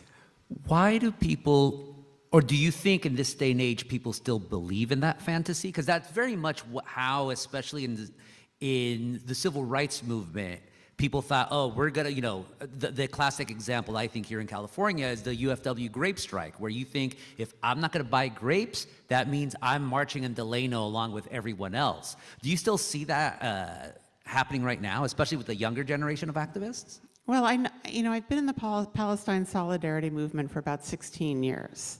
And that is a movement that has very slow but steady building of infrastructure. So for example, organizations like Jewish Voice for Peace or Students for Justice in Palestine, these organizations are 30 years old. You know, people have been writing books, people have been creating concepts, people have been developing strategies like boycott, divestment, sanctions, and slowly now we're at a moment where the student movement, and the students are the milieu that have taken responsibility for opposing US money to Israel. They have something to stand on. But to answer your question, there are of course people who are coming into this movement every day. And they're so horrified by the butchery and the starvation that they want to fix it right away. And so they do things like become ultra-left, or they factionalize, or they start taking down other people because they're not good enough. And that's because they have this fantasy, this rescue fantasy. Yeah. James. Well, Puritanism has survived its secularization. Huh. And again, that's definitely true on the right, but it's also true on the left. And while I don't use the word fantasy, I do believe that solidarity depends upon opacity. This is why I use the word solidarity rather than consensus. Consensus is a rationalist term, and there's never been consensus. What unites people, again, I come out of a background of historical and cultural. Coherent story as much. And I was thinking a lot about one of the books I liked as a kid that was just about the PBS series Ramona, that was adapting the Ramona Quimby books, and it was just like all these behind-the-scenes thing, like how did they do this scene where she imagined having scrambled eggs in her hair is a thing I remember, and what was the audition process like, and all these sorts of things. So I was realizing that I could give a lot more of that kind of stuff that as an adult I might have found a little boring, but I knew kids might like. You know, that PBS Ramona show was so underrated. Like, also a huge fan of it. You know, one of the things that I really loved about the book is that in every chapter, you talked about what you were going through, and I feel like you really found a way to relate to, like, what the young reader might be going through. Like, was that something that kind of came up naturally as you were going through it, or is, like, were you reflecting more, like, as you went through it, like, how you were feeling at the time as when you were that age? Yeah, I mean, I think it was fairly natural. I mean, I think that it was about, like, again, just putting myself back in, you know, what not only did what I liked to read as a kid, but also, you know, what are the things that the stories that weren't available to me as a kid that I wish had been. You know, I mean, certainly a lot of that being around my trans identity, that certainly wasn't a thing that existed when I was a kid. You know, like, there was no such thing as trans people as far as I was aware or anyone was aware. And so what sort of stories might have made a difference to me when I was that age was definitely something that was very much on my mind. Well, I think that not only that, but you also talked about being diagnosed with ADHD. And I feel like, you know, one of the things that really struck me is that you really went out there, like you just said, to, like, so kids can see themselves in your book. Yeah, I mean, you know, as far as that goes, I mean, because in a similar way, it's not that, you know, ADD as it was at the time didn't exist, but there was certainly a lot of skepticism about it. Like, you know, like as far as a lot of people, like, felt, you know, ADD was just another word for, like, disobedient, basically. And so, you know, it wasn't something that I would have been diagnosed with or would have been happy being diagnosed with at the time. And, you know, as an adult coming to think of it differently and to realize that it's just a brain that works in a different way, and obviously has not held me back from success in life or anything like that. So that was, again, a message that I would have loved to have as a kid. And so just, you know, and it's such an amazing feeling that this opportunity has come to me in my life to be able to put that out in the world. I never thought I'd be in a position to write a book at all and you know, have an audience for it. You know, you mentioned the Ramona Quimby book. What book were you absolutely obsessed with when you were a kid? You know, the number one answer is The Pushcart War. by Jean Merrill, I believe. And it is about a theoretical thing that happened in New York where the truck drivers all conspired to like push out the push carts and drive them out of the city, and there's like a corrupt mayor that is working with them, and the push cart drivers all have to get together and unify and figure out a way to fight back. And it's such a like, I don't know, it's such a like, in retrospect, very like leftist like solidarity, action sort of thing, but it was just like an exciting adventure with all different characters and kind of silliness to it. And I also, as a kid, like, it's written as a documentary of a historical event, and for a time as a kid I thought it was. And I remember going to New York to visit, we had an aunt and uncle there, and I wanted to go to see the sights in the book and see the statue of General Anna that was supposedly in Tompkins Square Park, which was not there, and I was disappointed by that. But yeah, I can't tell you how many times I read that book as a kid. What is one thing about your book that nobody else knows? I don't know what do people know? I think I guess what I would say is that what maybe people don't necessarily know is that I can't imagine ever having finished it had I not been given an advance and eventually told that if I didn't finish the book, they would take the advance back. Because it was, it was hard. It was like enjoyable and wonderful and so hard to just push myself over the finish line. You talk about in this version of the book, like having so many young fans who reached out to you. Kids look up to you. Obviously, more are going to be looking up to you as they read the book. Now that it's out, can you talk a little bit about who are the trans people who are older than you who helped pave the way and helped give you hope when you were coming out? Yeah, I think, like the first answer to that is, just all the trans people from, Stonewall days and things like that. And just going back forever, like, I cannot imagine having come out, facing the things that they were facing then. But more directly in my life, there's one I've talked about before, a comedian in San Francisco named Natasha Muse, who was kind of the first trans person that I ever knew personally. And seeing her, first of all, just an incredibly smart, funny person that was just fun to be around. And also just seeing her and realizing that there wasn't anything weird about being trans. She was just a normal person with a wife and kids living her life and just happened to be, a woman. And so that was really important to me. And then I think, I think for a lot of people, Laverne Cox on Orange is the New Black. It was the first trans person I'd ever seen on TV that was just, that was first trans character played by a trans person basically ever.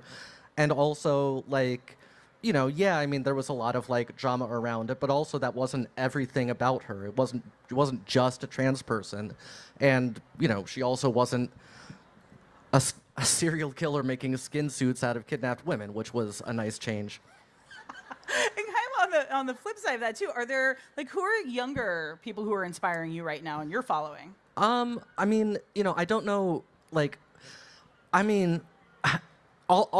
anyone that is, young and trans is just, it is amazing to me. It's something that, I could not imagine. Obviously, like I say, when I was a kid, it wasn't a thing that existed. And to see the confidence that, young trans people have is amazing. It's not, I never thought that it could happen. Even, when I came out, as an adult, and I knew other, trans people, all of us had come out as an adults, and all of us had suffered through our childhoods. And to know that there are trans people out there that don't have to do that, not that it isn't still a hard road in many ways and has gotten harder in the last few years, but that, that are still able to go out there and live their lives is just a wonderful development in society. Bringing it back to Jeopardy, one of the really like poignant passages I found in the book where you talked about, like you've been a Jeopardy fan, as you said, for 40 years. Yeah. And you've been taking the test and like you were destined for Jeopardy, but there was a time when you stopped taking the test. And then can you kind of talk about that and like when you became comfortable and now we all know you because you were the champion. Yeah, so I had been taking the test for, years and years. Like basically since they started doing it online, I'd been taking it. But then when I came out as trans, that was maybe 6 or 7 years that I've been taking the test, and I stopped because I was so uncomfortable with myself, and so, it was such a, it was a hard coming out, and for a while, like, all I could see in myself and all I could imagine other people seeing in me was this weird, awkward trans person that was like, do they even see me as trans? Do I just look like a man in a dress to them? And everything else about that. I mean, it's just like, I could barely manage being seen in real life, like let alone being on TV and broadcast around the country. And then, I got a little more comfortable with myself. And I also, I think not even just getting comfortable with myself, I think I got to the point where I realized for sure that I wasn't going back, that I was just going to keep being trans and keep being openly trans, and that this had been a dream my whole life, and that I was just not going to give up on it.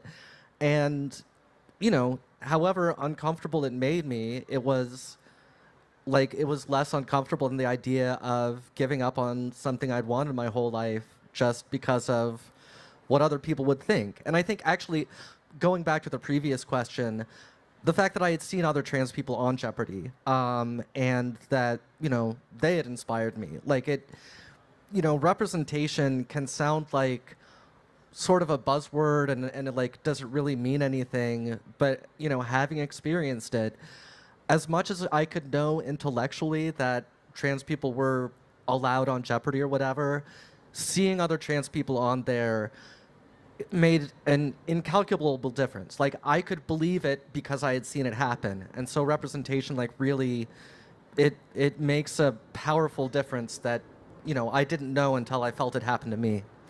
Okay, we have to talk about your incredible run. My burning question is, how hard was it to keep the secret about it? Because I mean... Yeah. It was hard, and I definitely, I told more people than I was supposed to. But nonetheless, I mean, yeah, there were, a lot of people I didn't tell. I mean, I think, it was hard in the maybe 2 or 3 weeks between when I finished taping episodes and when it started. But what was really hard is once it started, not telling people how long it was going to go. Because I remember, my first episode aired, and I was getting texts from friends from high school and just people from my life, just being like, congratulations. And then the next episode airs, and they're saying congratulations again. And I'm like, if you're committing to texting me after every episode, that is a bigger commitment than you realize. So I mean that. And then the other thing that was hard was, in the week or so before my last episode aired, I was like, oh, people are going to be so sad, and I felt bad about it, but despite the fact that it was it already happened, and, I had certainly, the moment of losing was awful, but, it was immediately followed by, I can't complain. I obviously, it was a success by any measure I could have imagined. But, yeah, I knew that, people, that I would have a certain amount of fans and that, people would be following my run and everything like that, but I didn't expect how much people would get invested in it. And so I felt so sad about disappointing them. Did anybody actually text you? Did you have anyone who texted you after every game? I don't think so. I don't think on everyone, no. I think people started, checking in a little less often, yeah. They tapped out at some after you got to game 20. Yeah. Do you have a favorite Jeopardy clue of all time? It could be on a show you were on or one that you just watch as a super fan. I mean, I don't know that, there's so many of them. Like one that I kind of go to a lot though is one. It was a Final Jeopardy one once that I watched, and it was something along the lines of like this Tony-winning musical is named for shares a title with painting by Marc Chagall, and what I like about it is like the path that you go there with it, because Chagall like is one thing that you know from watching the show is that Chagall is one of those clues where like anytime the clue says like Jewish painter, the answer is always Marc Chagall. And so knowing that, then you're thinking, okay, Tony-winning musical, you know, Jewish related probably, and then you're like, oh, Fiddler on the Roof, and then you think Chagall painting Fiddler on the Roof, that sounds like a painting of his, and so that's the answer. And so it's one that you can get to a few different ways, but it's also something, what I love about Jeopardy! Too is so often the clues will teach you something even if you know, as you get to the answer. So I didn't know that that's how the Fiddler on the Roof got its name, or it was named after that painting. But so I could not only know the answer, but also learn something just from reading the clue. That's so true. I've learned so many, things exactly the way you're saying. Like that path, you learn so many other factoids that make you even more of a force in future Trivial Pursuit competitions. Not that it's a full contact sport in my house or anything. But what was the best splurge that you spent your prize money on? I got courtside tickets to a Warriors game. That was, Nice. Yeah. Nice. Did they put you on were you on the Jumbotron for it too? Actually, I don't think I was for that. They invited me to a game kind of like, I think during my run or just after. Not put me courtside, but they did put me on the Jumbotron. So that was also a really cool experience. But yeah, like being down there, like it's crazy. And also like, and this is something I learned before when I'd gotten tickets that were like not that close, but kind of close. Like we all know intellectually that NBA players are very tall, but then you get there and you're like, they are so tall. It is shocking. I absolutely love that. Have you ever had a Jeopardy stress dream? And if so, what is it? You know, I mean, I'd say yes. I can't think like, you know, anything like specific about it. Just like, you know, it's just about, I think, just being, you know, in the green room or actually when we were there, wasn't the green room, was the Wheel of Fortune studio because it was COVID and we needed to spread out. But like, yeah, I do that. And also I think that like, and this is a stress dream that I've just had for as long as I can remember about like, I would have them like the night before dreaming that I had overslept. And then like kind of half waking up and being like, wait, did I? And then like, oh, no, I didn't. And then trying to get back to sleep and that sort of thing. And yeah, and I did actually, and then one time I did actually oversleep and that did not help with that dream. So wait a minute, in that COVID dream room, did you actually get to spin the wheel or was there like an alarm if you touched it? It was covered with a tarp and there was a sign saying, do not touch under any circumstances. But just between us, on the first season of Jeopardy Masters, they did actually let us each spin the wheel one time. So they weren't supposed to, but they did. I love it. Okay, I was so excited because I just saw you on Top Chef. Yes. What was that like as a Top Chef fan and a Jeopardy fan? Like, please tell me. It was incredible. It was because I had in the last tournament of Jeopardy that I was on, like I mentioned on one of my anecdotes that I'd always wanted to do it, specifically in the hopes that like they would hear about it and invite me on, and it actually worked. So I got to be a guest judge on a quick fire on Top Chef.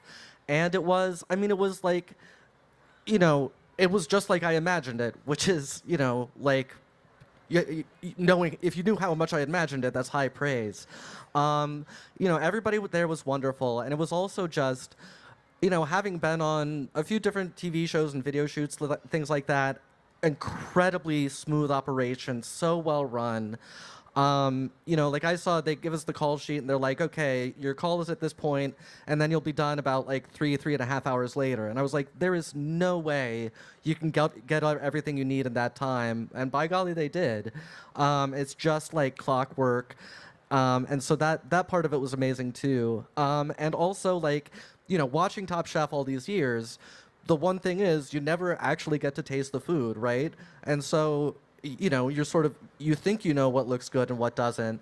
and I got to taste the food. And I will say, like, you know, yeah, we had to put some of the dishes on the bottom. They were there for a reason, but it was all so good. Like, they really are top chefs. They're not kidding around about that. Could you beat Ken Jennings in a quickfire? Do you think you would beat him? I enjoy eating food. I am not good at cooking it, nor do I think that I'm that qualified to judge it. I had a fun time, but I'm not, you know, I mean, I'll tell you what, I can cook Kraft macaroni and cheese better than anyone. I will go up against anyone on that, but beyond that, I don't know. What has been the most surreal experience you've had since your run on Jeopardy? You know, like, so many of them, but going to the White House, definitely. And like standing at the press, was that the so many podium in the thousands press of people would briefing message room, me and say, was because just, you're showing your messes and your mistakes, definitely, like, I feel like I'm more inspired to cook and get in the kitchen because there's not as much pressure. And that is what it's all about. I think cooking is such a fun hobby. It's a creative outlet. And sometimes we just feel too much pressure or there's too many rules. And Scratch That is all about like letting that go, having fun, letting the mistakes guide the way, and learning to become a better cook through that process. So I'm gonna take these off because usually I'm not in glasses. All right, what are we doing here? Does anybody know? No, I'm the one who should know. We're making a triple pickle fried chicken sandwich today. Do you guys like pickles? Woo! Me too! And that's why I did triple pickle. Actually, a lot of the times when I'm like developing recipes, and at least when I was at Tasty and developing recipes, I would think of like a recipe title that I really liked first. So one day, while I'm writing recipes for this cookbook, I thought, triple pickle, I like the sound of that. It's like kind of rolls off the tongue. And that's when this sandwich was born. It has all the best things because actually, Zoya, wherever you are, oh, she's in the back there, my partner Zoya, my fiance. She loves pickles. She's always like, more pickles. Does anyone else feel the same? Like there's never enough pickles.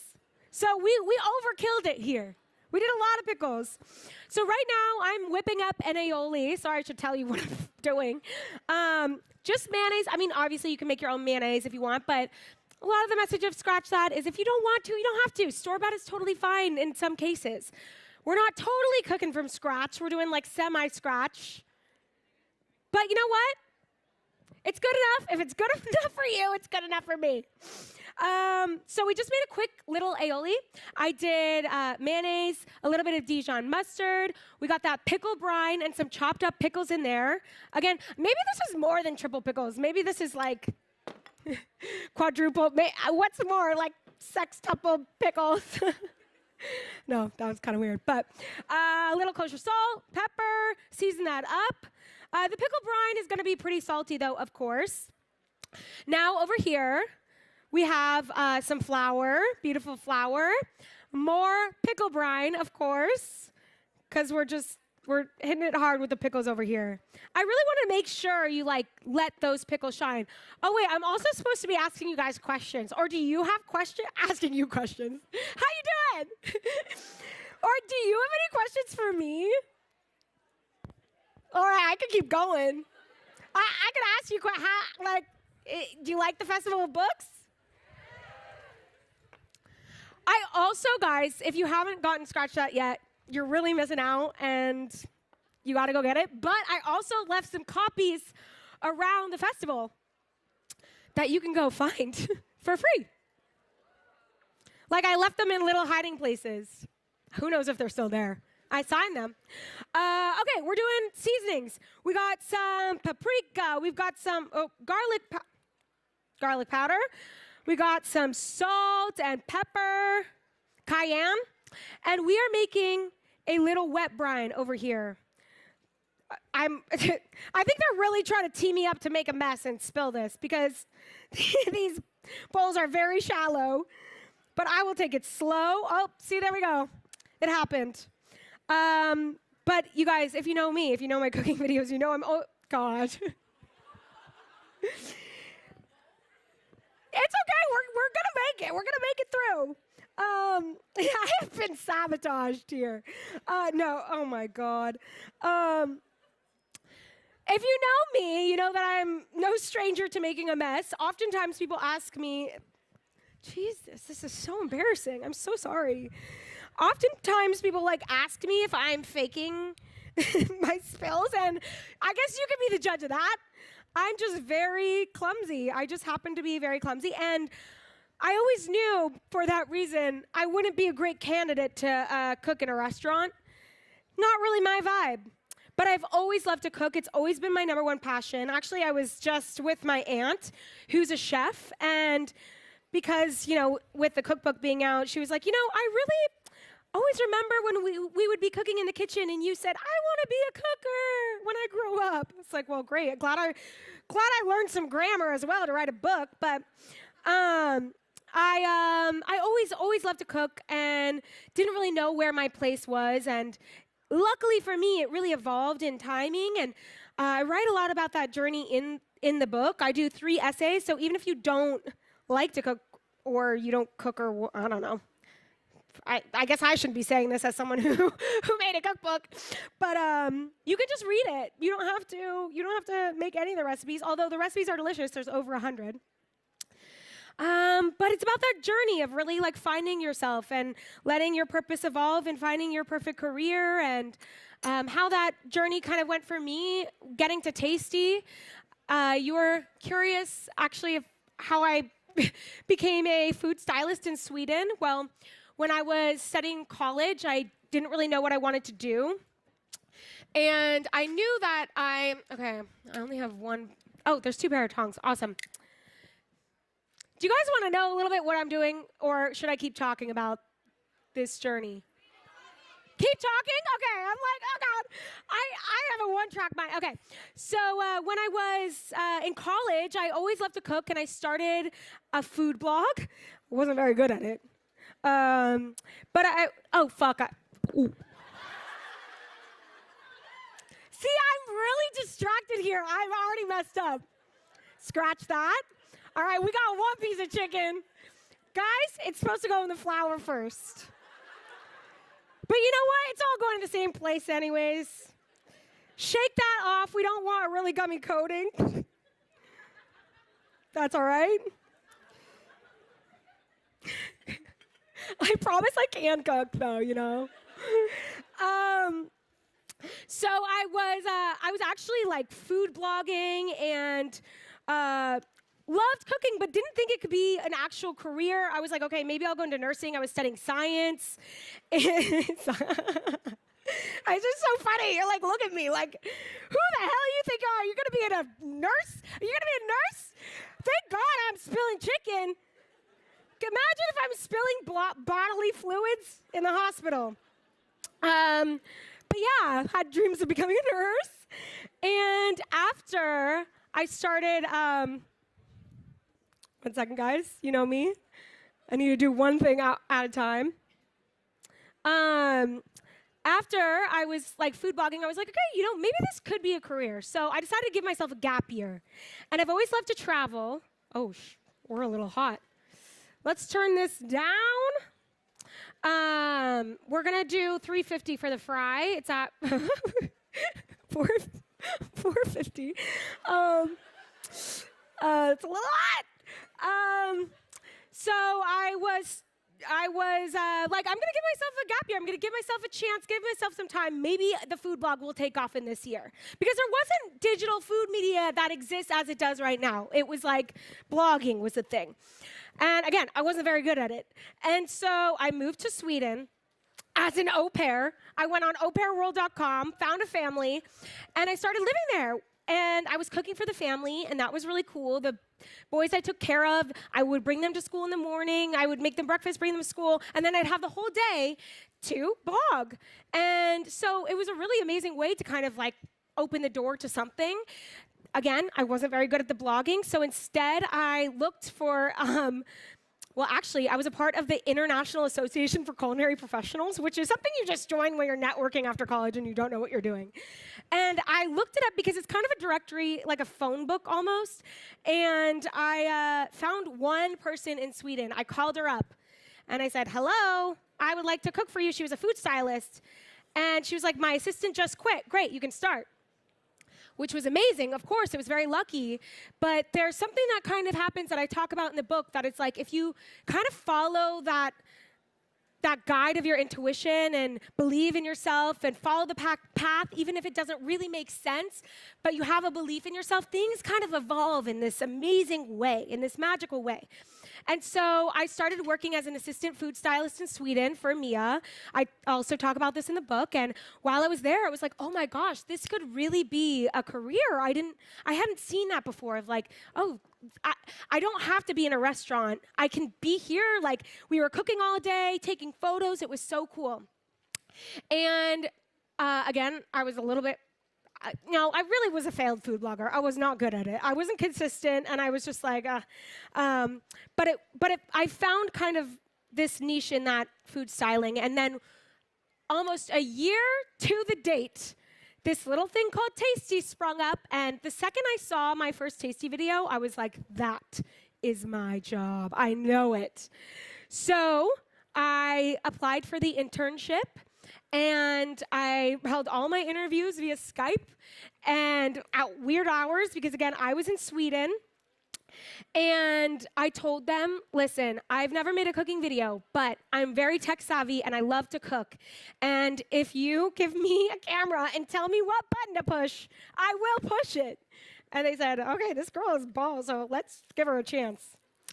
And that's what they did. They gave me a chance. I flew back to L.A. that next week, and I started my job at Tasty. And it was an internship. I had to learn a lot. I really put my head down and tried to learn as much as possible. I became one of their top producers. I got the job, and then, like the full-time job, because again, I was an intern. And that's where my path kind of took me, and now we're here. I, left Tasty, as some of you guys know, a few years back, and while it was my dream job then, things really shifted, and I had learned so much on my own that I was like, okay, I'm going to give myself a shot and really try to make this career my own. And so since then, I've been about really differentiating myself and trying to grow on my own and find my voice and my footing. And I have been so blessed to do that through various social media platforms, from YouTube to Instagram and TikTok and a little bit of Substack, and just really getting to share that journey with you. And if you guys know any of my cooking videos, you'll see that I like to share a lot more than just the recipes. I like to share my life. I like to share what I've learned or my journey. And so that's really what I want the cookbook to be as well, like so much more than just the recipes, which is why I say if you don't cook, you can read it, you can look at the beautiful pictures. It's so bright and bold and colorful and messy. And yeah, I didn't want to write a cookbook unless I could really capture my essence, and I think we really managed to do that, so that's what's so exciting. Okay, now enough of that. We are here frying this chicken, and look at that. I messed up before, and we still got a beautiful fried chicken here. Yeah. Because you know what? You mess up a little bit, it's okay. You keep going, and you'll learn. Okay, now, really, any questions? Does anyone have a question? We got a microphone for you, too. Thank you. I was trying to use my outside voice for a second. Do you have any recipes that didn't make the book? Oh my God, so many recipes. Oh, let me think if I can come up with any on the top of my head. I mean, so many don't make the book. I will say, maybe some of you are Persian here, because I have started to make a lot of Persian food, and my fiance is Persian, Zoya. We love making Persian food now, and part of me was like, okay, I want to add some Persian recipes in the cookbook, because I have, a lot of people who follow me now for that. However, this cookbook is really like a love letter to my Tasty days. And so I was like, I'm going to add a couple just to have that be there, but it's not the Persian cookbook. In fact, I would love for book number 2 to be in tandem with Zoya and her mom and make a Persian recipe-focused cookbook, which will be delicious. But yeah, so a lot of recipes like that. But in developing recipes, it's super common to like I will like sit down and come up with. We're gonna do this again. Safety first. I would like really write down all the recipe titles that I think were like fun and sounded really good. And then you kind of like edit from there and be like, maybe there's too many banana flavored recipes, which actually did happen. They were like, can you scale that back? I was like, oh, really? If you know me, I love like a banana flavored thing. And do I need another pan for the buns? Well, we were gonna toast them up, I think, right? Okay. Thank you. But yeah, did that answer your question? Good, because I don't even remember some of the. I just move on. I have the worst memory, and I'm like, I can't even believe we're here right now. That the book is finally out. Because okay, damn. I feel like I'm just like 80 years old when I'm up here doing this. I told you that I was so tech savvy. But when it comes to, okay, there we go. An induction cooktop. There we go.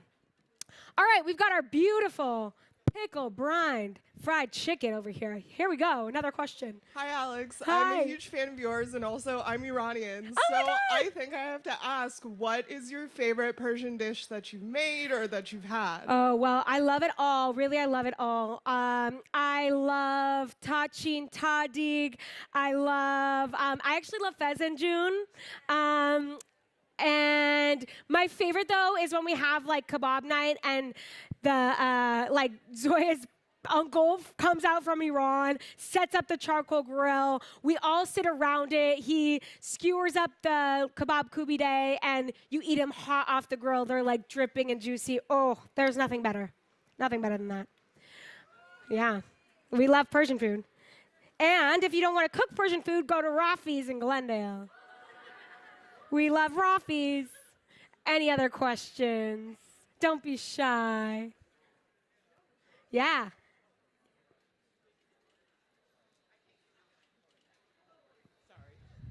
Will you give us a hint about where you hid those books? Oh my God. Where? I don't even remember. I told you I had a memory of a goldfish. They were like, they're all over. But I think the other one over there was gone. And then I had one over here, but I think it's gone. And then mostly at the festival over there. Well, it's super bright. You can't miss it. And maybe I can give you one. What? Oh, there's a statue with a bald head. That's all I know about that.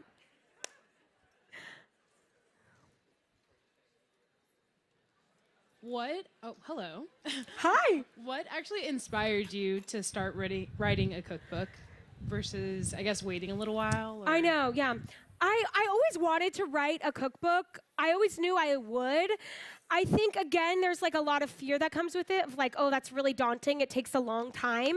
And so I actually had some offers when I left Tasty, but I just wasn't ready because I was really in video mode. I was still building, and I was like, I'm not ready to switch that brain yet. And I knew I wanted to do it myself. I wanted to write the book. I wanted to like really have ownership over it. And so I just kind of like was in building mode, and lucky for me, I got connected with my amazing agent, Nicole, somewhere in the audience, and she said, because I had already started writing, but I didn't know how to write a book proposal. There were some pieces missing. I was like, I don't know how to do that. And when Nicole met me, she read my writing and was like, girl, we could have a book proposal in 1 week and an auction the next week. I was like, oh my God. So sometimes it's kind of like about like those missing pieces. But I talk about this in the book as well, of like sometimes I have this regret of like, I wish I had done this 5 years ago when I left Tasty, when I had like so much momentum and stuff, but I wasn't ready. Like I wouldn't have the perspective and the wisdom that I have. I say wisdom, you're like, oh, this girl's wise? I promise I'm wise. But I didn't have it in me at the time, so I'm really glad I waited. And I think that's just a testament to like sometimes the timing of your life is a little bit different than other people want for it. But I'm so proud of what we created, and again, it's such a representation of me. I have a lot of years now under my belt, and it's really given me it's really just given me a lot to write about and talk about, and so I'm glad that we did wait. But hope that helps. All right, now I have toasted my buns, and I put my pickle aioli, and we got a question. Hi, Alex. Hi. You're one of the reasons I really love cooking, and I found you on Tasty. So what was your favorite recipe on Tasty that you created? Oh my God, there were so many. I would make a lot of people don't know this because they know me from doing Behind Tasty or I Draw You Cook on YouTube. But I was doing those hands videos, the classic Facebook Tasty videos. Are you saying, did I do something? Oh no, I thought it was and I was like, did I spill something? What happened? No, okay, good. We're all good. I was doing the classic hands videos, and I would make 2 to 3 a week. Also, I was saying I was pretty fast, and I really loved the job. It was my whole life. So 2 to 3 a week, and not only would I set up the camera on the station, test the recipe and cook the recipe, I would operate both cameras at once, and I would then take the footage, break down the set, and then go edit the video. And we would do that 2 to 3 recipes per week. Yeah, can you even believe someone like me? Clearly, I lost my touch in doing more things at once, at a time. But I'm out of practice. But yeah, it was a grind, but it was so fun. So one of my favorite, some of the ones that did so well, oh my gosh, my banana bread bottom cheesecake, my cinnamon roll apple pie was a big one, chicken parm lasagna, and that's why it was really fun to do that TikTok series where I was talking over my old Tasty videos. Have you seen any of those? Because it was fun to kind of reclaim them and get to tell the actual story, and yeah, because they just live on that page forever. But yeah, people don't know that inside secrets of Tasty. Okay, now we're just assembling the sandwich. Easy as pie, easy as triple pickle. Bottom bun, lettuce, tomato. We got another question. Hi. Hi. I'm a huge fan of you and Zoya. I love you both. Couple goals. Who do you like better? It's so hard to choose. I can't. You're tied. I was just wondering. You can choose. I'm not going to. I was just wondering, how was the experience going from working for a brand like Tasty to then going out on your own and creating a brand yourself? Any challenges or things that were fun to learn along the way? Because you're a huge inspiration. Oh, thank you so much. So many challenges. It's a different beast. There's so many pros and cons with it. I love that I have the freedom and I get to create exactly what I want and I get to schedule my days, but at the same time, it's really hard to be your own boss. It's hard to schedule your own days. It's hard to find that discipline within you. It's hard when you're in a comparison game, especially with social media these days. It's looking at this person and looking at that person. And I think a lot of it is staying focused in what you're creating and your purpose. That's really helped me, give me putting the blinders on and being what value are we bringing and who are we serving? Because I could look over here and be okay, there's recipe creators who really stick to just sharing a recipe and they grow super fast because it's they're niched down. But for me, it doesn't light me up. I really, really want to share more and not being blinded by what those numbers are, but staying in what lights me up. Because at the end of the day, we have people coming up to us saying exactly that, you've changed my life and watching you brings me so much joy. So just staying in that, and it really helps. But totally different beasts, but they're both great. Yeah. Hi, Hi. Alex. I'm a fellow BuzzFeeder. You're one of the reasons why I wanted to work at BuzzFeed in the first place. So I'm really happy to be here supporting you. What advice could you give about separating your identity from your past employer, creating your own brand, and just going forward? Wow. A lot with that. Again, kind of keeping your eyes on the purpose and what lights you up. And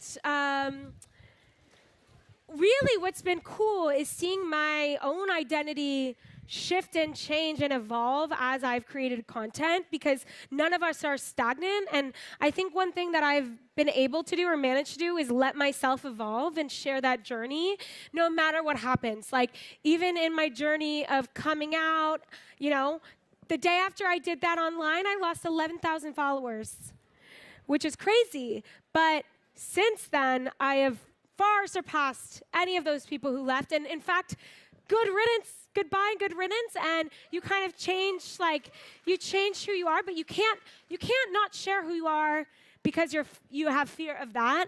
But on the other side of that, life is so much more beautiful, and the people you create, or the people that follow you because of what you create, love you for you. And yeah, so just really staying true to yourself and remembering at the end of the day, that's all that matters. Sharing your joy and sharing your love, and like, I don't know, it's so fun. Like, I think some people might look at Scratch That and be like, how am I gonna learn from a cookbook that's about mistakes? But it's really not about that. It's about letting the mistakes be okay, part of the process, because as you learn to let the small stuff roll off your back, say scratch that when you mess up, and you get back in there, you're gonna develop those tools in the kitchen, but then you're gonna apply them to your life, and you're gonna be able to do that in life. And it's so important to be able to fail and get back up again. So that's a lot of the messaging as well. Yay! Any other questions? Yeah. Oh, well, tonight we are making Persian feast. Zoya is as well. Actually, no, we're making like kind of Mediterranean, like, what we're making actually is the, well, little plug there. We are making the sheep pan chicken shawarma from the book. Oh gosh, just take my word for it.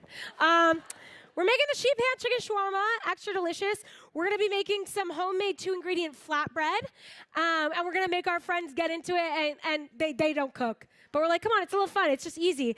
And then we made salad charzi, so we're making like a really fun Mediterranean feast tonight, Middle Eastern Mediterranean. And then we make a lot of like lasagna, a lot of pastas, like to keep it like easy when we're cooking for friends, and like they're kind of, our friends are very simple. They don't cook. They like the classics. But yeah, it's so fun, and especially like we were talking about it in the car over. It's like it's really fun to get them, to encourage them to get in the kitchen. Like that's why we're gonna. They don't know that we're telling them they have to cook tonight, but like, you know, it's in the spirit of being like, it's okay. Like we'll teach you, and it's just fun. Like throw the pita. Easy. Wow, look at that. Did I make this? We have a delicious triple pickle fried chicken sandwich. We got a pickle brined battered fried chicken. You want me to, you're like telling me to eat, you want me to bite it. Okay. We've got a pickle brined chicken. Oh, you want to eat it? Are you allowed? Am I allowed? Don't sue me. Oh, we are allowed? Okay. We are allowed. Just let me, I was a little distracted, so just let me make sure it's cooked through. Should I just go? Oh, we're good. Hi, Alex. Wait, I'm here in the middle. Hello. Oh, hi. Hi, sorry. Is that you? Okay, do you want to? I mean, wow, they said, they asked for it. Yes. So I've been watching you since I was like 12. Wow, I'm so sorry. And like, my first impression of you was making chocolate croissants. Yes. So can I ask you like what your favorite memory was when you were at Tasty? That was a good memory. And you know, there's a story with those chocolate croissants. This is not my favorite memory at Tasty, but it is a funny one. And I write a little blurb in the book about this. If you catch it, it's in like the front matter. But okay, when I was making those chocolate croissants, and obviously those videos were pretty hard. I was making something I'd never made before. Chocolate croissants are really hard to make. And we were filming this for like 2 weeks straight. And actually the bosses at Tasty were like, girl, you gotta wrap this up. Like, time is money, you know? Like, usually my shoots take 1 day, and instead they were taking 2 weeks because we were doing this crazy thing. There you go. And enjoy. And if you don't like it, don't tell me. Okay, so I finally got this recipe down. I was like, guys, it is working. I'm not gonna get fired. Here we go. We're gonna finish up this video today. And lo and behold, I placed out. That's good, yeah! I promise I did not pay them. I finish up the croissants and it's working. Like they're rising in the oven, or they're rising. They're in the proofing process before baking. So I put them in this tiny little oven that no one ever used. And I was like, okay, I'm just gonna keep them safe in here while they proof, and then we're gonna come back. I was like editing. I come back to the kitchen. We're like, okay, we're gonna bake them. Then the video's gonna be over. I open up this little mini oven and I see to my horror that someone has turned on the oven and they were baking inside. They were burning inside. And I was like, oh my God. Like I screamed like, oh my God. And then this poor girl was an intern and was like, oh, and I was like, oh, it's okay. Like, oh my God, I don't know if this is okay.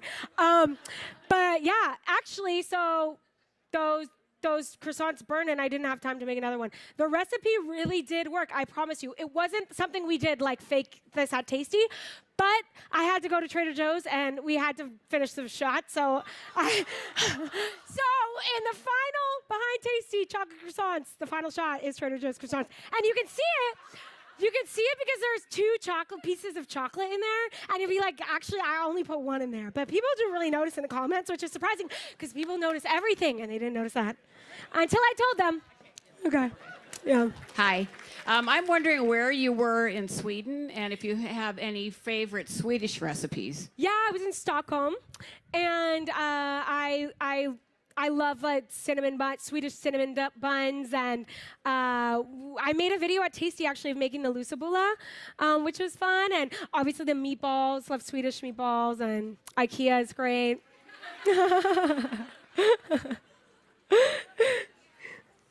All right, is it time? Did we do it? One more question? Come on.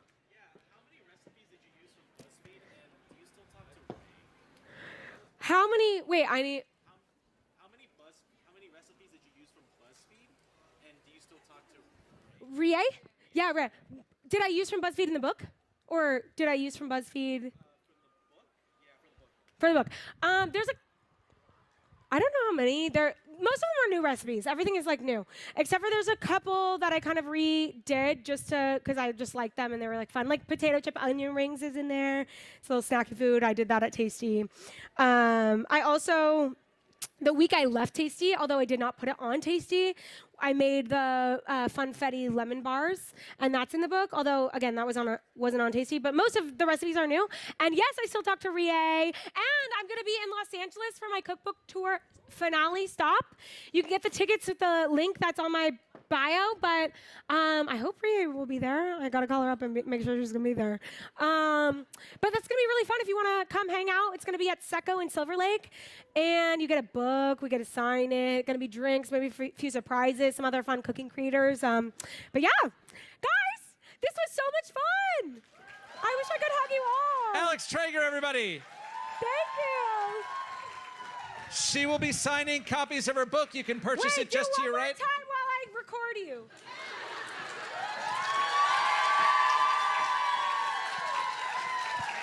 I don't know if that works, but...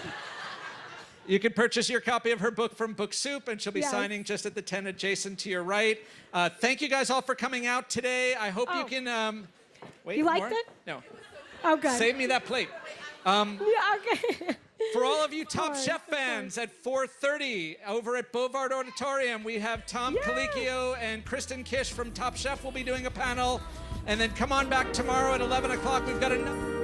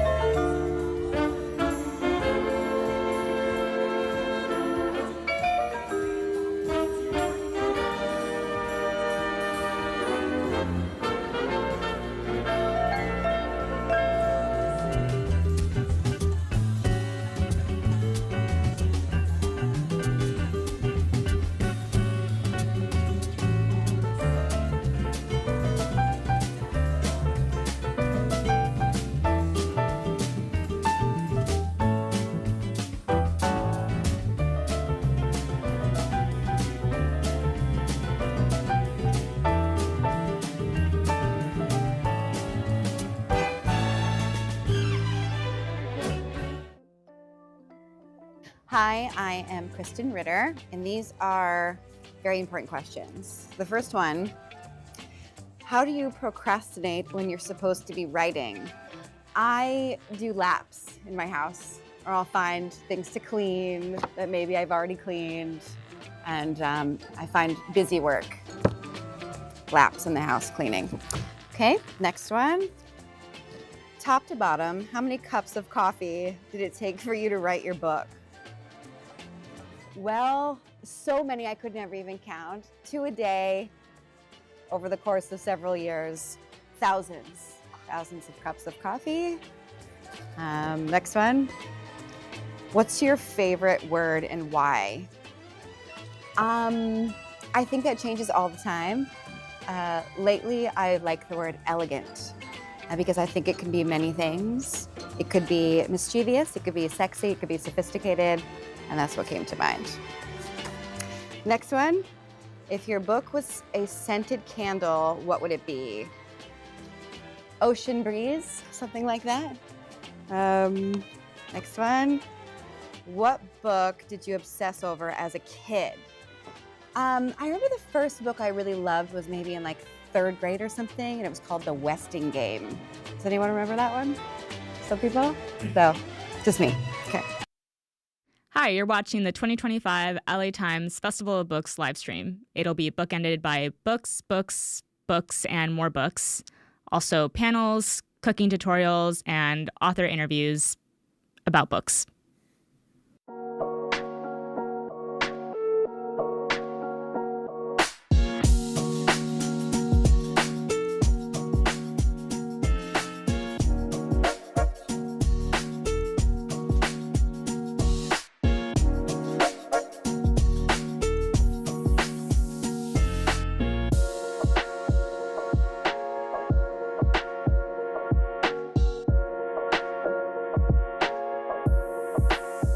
What's your final view on to what degree she believes all this stuff? She lied. She tried to manufacture evidence. I'm Christopher Goffard with a new series from LA Times Studios. Each week we'll be diving into a consequential case from Los Angeles and beyond. It did mark the first time that there was a criminal trial which disclosed that the government had lied to its people in part. Crimes of the Times. Subscribe to Crimes of the Times on your favorite listening app. This is one of the most heartbreaking cases. The victim couldn't be more innocent. If you see this truck, when you see the word Kogi, it's like in LA if you saw a truck that just had big old letters that said meat, M-E-A-T. That's what Kogi means. Roy Choi. He is a trailblazing chef, an entrepreneur, and an author. Best known for revolutionizing the LA food scene with his Kogi barbecue food truck. His cooking blends the flavors of his culture and the diverse culinary landscape of LA. And now, his new book, The Choi of Cooking, provides a flavorful journey through his life with many personal stories and recipes. And Roy will be at the LA Times Festival of Books this weekend, but first, he joined us here. Roy, it is an honor to have you here. We're such big fans. Oh, thank you. What up, LA? I'm here. All right, I need to know about this book because, and by the way, I love The Choi of Cooking, like the joy of cooking. Yeah. It is so speaking our language. I mean, the flavors, the freshness. Why did you want to write this and include your personal history? I feel like I've lived enough life to where I have some sort of dime store philosophy of life. And it took me this long to have the confidence and the courage to put it all on paper. I felt like the recipes that I have tinkered with all through these years were strong enough. And I felt like my life had evolved enough to where I reached a place where the cooking, the eating, and the health of my life was something that I felt I could share with others. You have an evolution in your relationship with food, right? From the time you were a kid, it's really changed.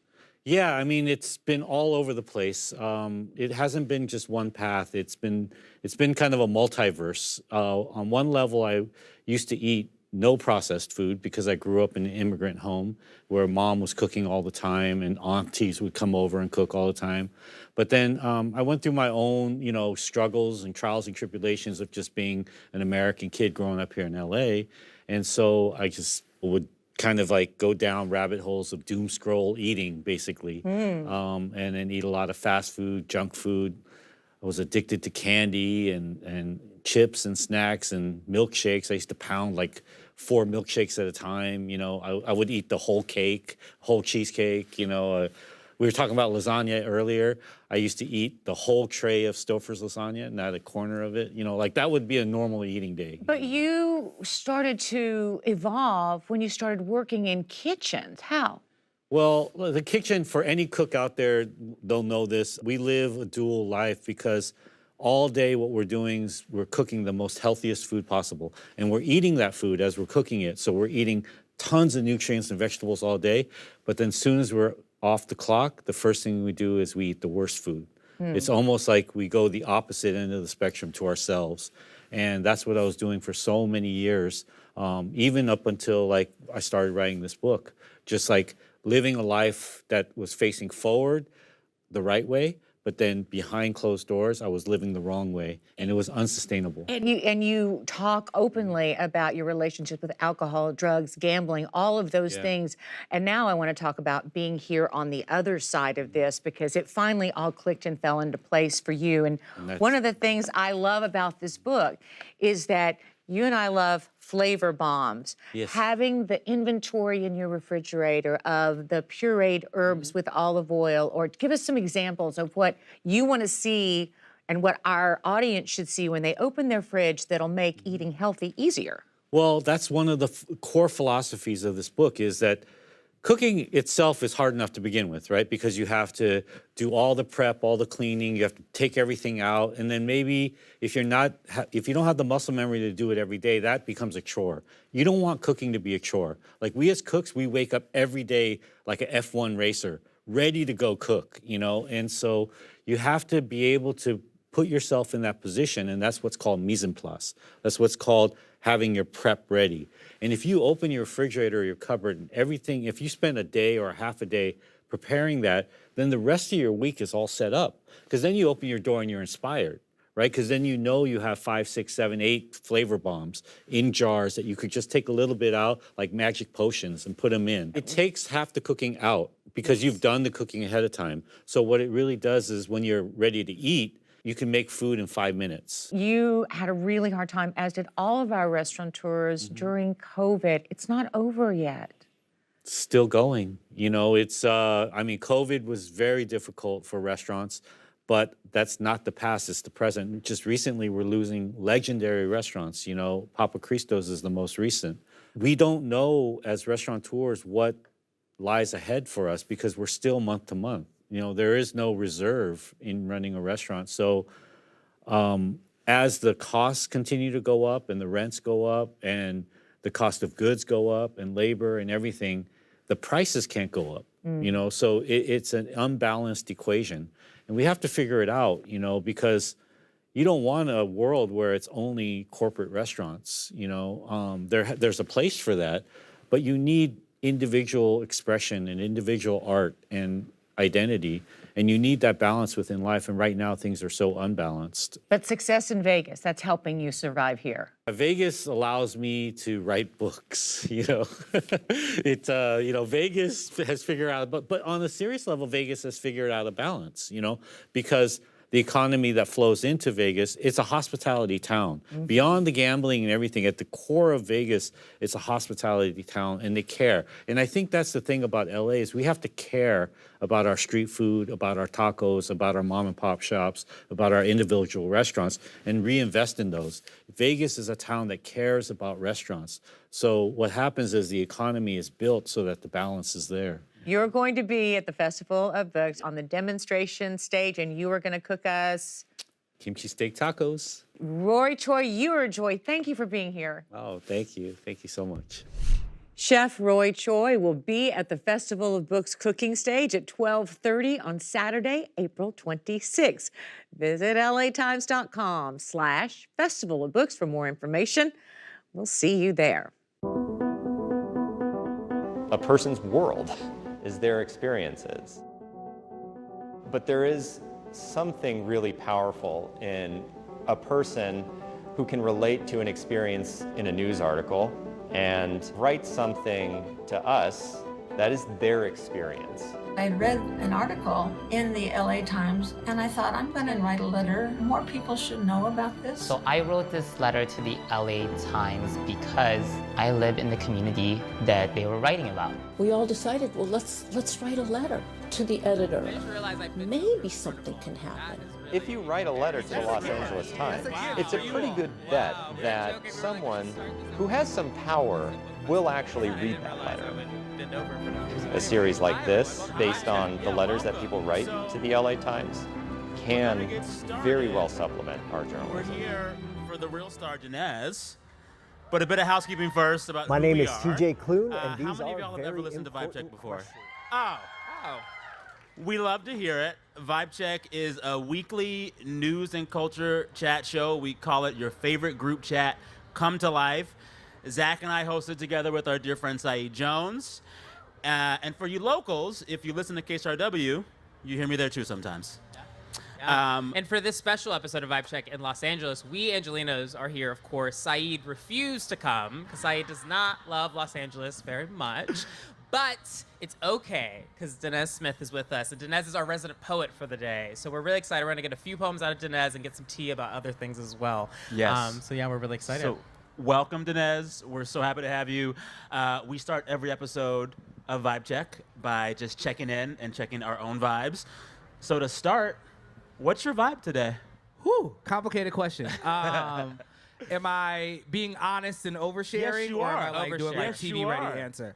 Yes. I'm like 8 different people right now. Okay. If I'm being real. I am thinking about my grandmother today. Yeah. We got some bad news about her health I'm sorry to hear yesterday. that. So sorry. And so I'm coming in carrying that. On the upside, Delta upgraded my flight this morning to first class, so that's great. All these Delta girls. You're a Delta girl too, I'm a Zach. Delta Who do you fly? The ghetto. That's what it's like. American Airlines. Girl! It's where my points are. Why? I don't know. I don't know. Are you like, did you like live in DC? I did. I You cover did? politics Wait, in that was DC. a That's read. why. Wow. No, For it's just Phil. about who takes care of your airport. That's when and I I'm so start- sorry for you. I was a that- DCA Reagan Airport girly for years. So you're the trauma Republican? exists. No, I got out. I mean, American, Reagan, sounds very Republican to me. I call it national. I don't call it Reagan. Okay. But anywho, your vibe. Continue. Yeah, Continue, so my friend. vibe is like mixed, right? I think a lot of this year, even given the tumultuous like presidency that we're living through, right? Like, and how that's affected my like household where I have a very immigrant Venezuelan husband, and all this stuff, right? There are like these flashes of things where I am called into attention and the need to support the people I love. And luckily those also come with a lot of blessed togetherness, and just a lot of good times as well. But it's hard, right? So like I'm like sad for my grandmother, but I'm also just like, oh, I get to take her to the doctor a lot now. And like I get to have those rides and I get to love on her and show her the love that or put back into her the love that she has for so long put into me. Yeah. Right? Now it's her caretaker. Or like my husband, right? Like I get to like show up for him. So it's like beautiful, right? So my vibe right now is like very sturdy, I like very that. useful.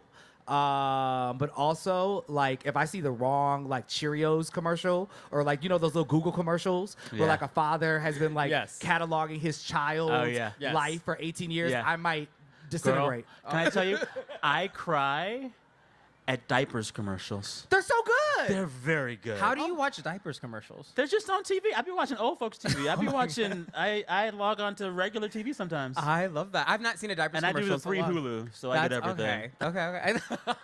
You do Cheap. free Hulu? I do free Hulu. American Hulu. Airlines, American free Airlines. Hulu. Sam Sanders. thought we Y'all were ain't here making no money from this podcast. Lord. I ain't got no coin up in here. Join the Patreon. Join the Help me out. That is a good moment. I don't want to see ads no more.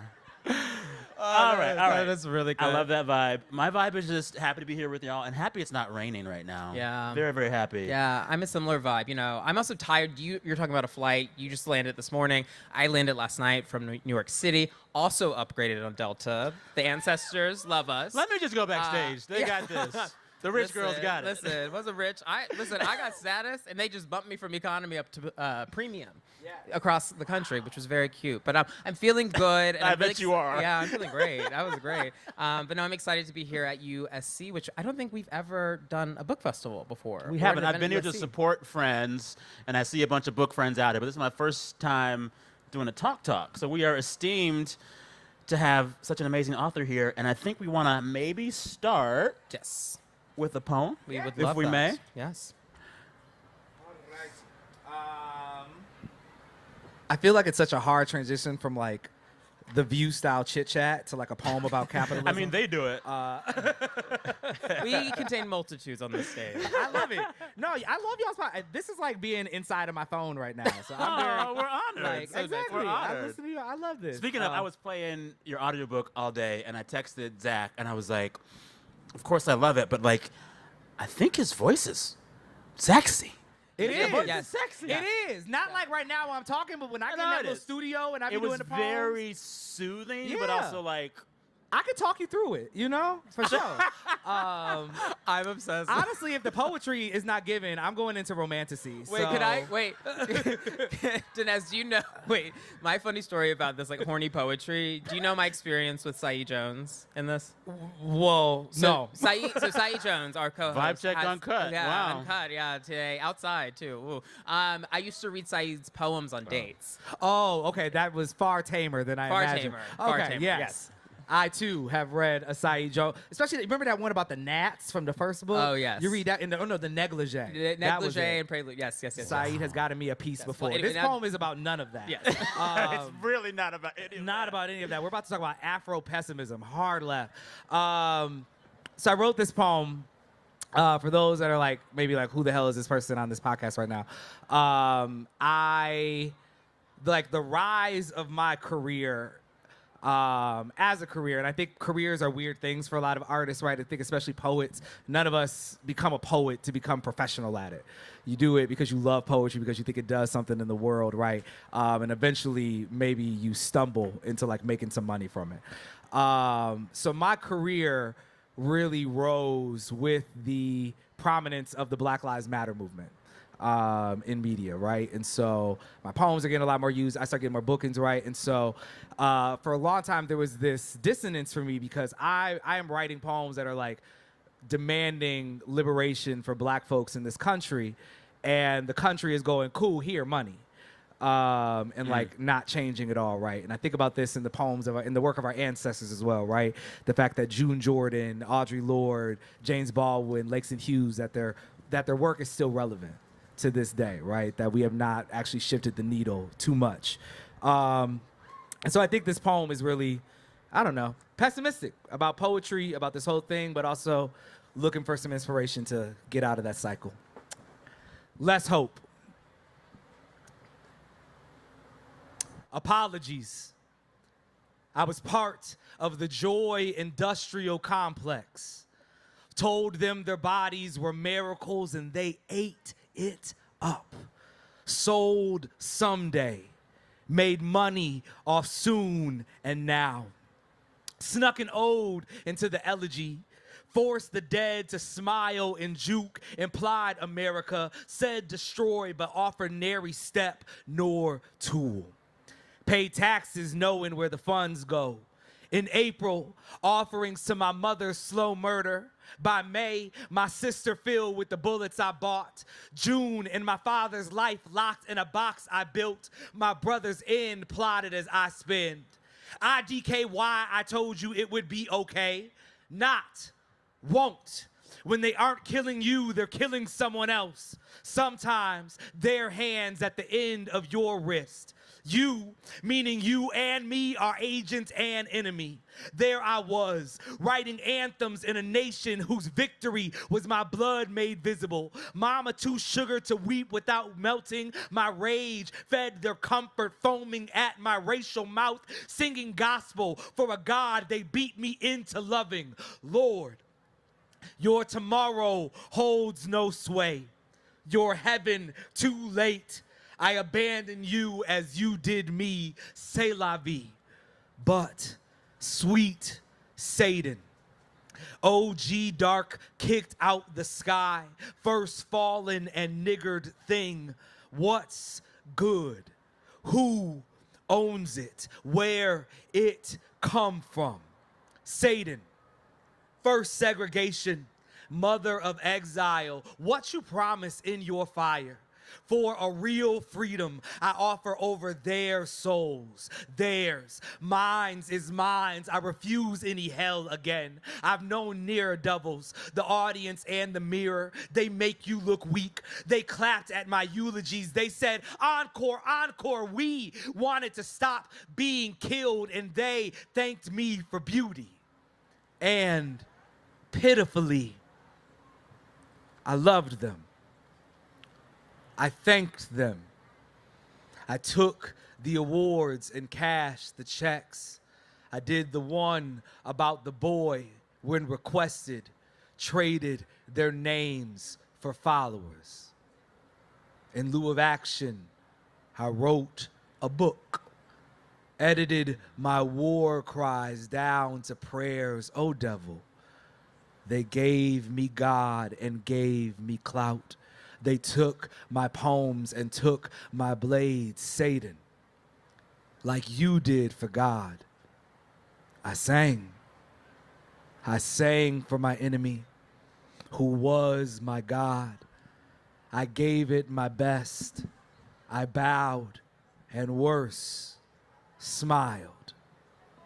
Teach me to never bend again. Thank you for that. Thank you so much. Thank you. So when I first read this poem, it hit me like a bag of bricks in the best ways. When we first met, I was a journalist working in crime. I was editor-in-chief. That's funny. Working in crime. I was working in crime. I was making crime and writing about it. Now, I was covering crime, and I was the person, when I worked at The Guardian, that I got the phone call that told me that another black person was killed. And I was the one that then called the family to say, hey, this is Zach Stafford with The Guardian. I believe your loved one was just shot by the police. Do you have a second to talk? And through that process of living through those traumas, I, similar to what your poem said, traded their names for followers in lieu of action. And I felt really burdened by this, just writing about black pain and then being celebrated because they called it beauty when I wrote about it, but they didn't call it beauty when that black person survived violence ever. So why did you decide as a writer to start working through this on the page when you did? Because I think after your book, Homie, you were like, I need a break from writing about all this. Yeah, I mean, I think after Homie, I think maybe about the subject matter, but I think I just needed a break from writing. I had my first 3 books were all published in 5 years. And that's a lot of words. That's how you get that Delta money. Yeah, exactly. Thank you, Miss Delta, formerly Miss Northwest. But I just think I needed a break from words. I do think as writers or as people that work in language, silence can be such a scary thing to encounter. But I actually think I just needed to fill the tank back up for a little bit. It was good to be quiet. It was good not to create for a little bit. But I maybe also need a break from the work. I think where it really started to break down was when George Floyd was murdered in my hometown of Minneapolis, Minnesota. Here's the rain again. Y'all go ahead and move. Y'all ain't got to get wet. Take care of yourself. Yeah, so sugar melts. You can move back. Exactly.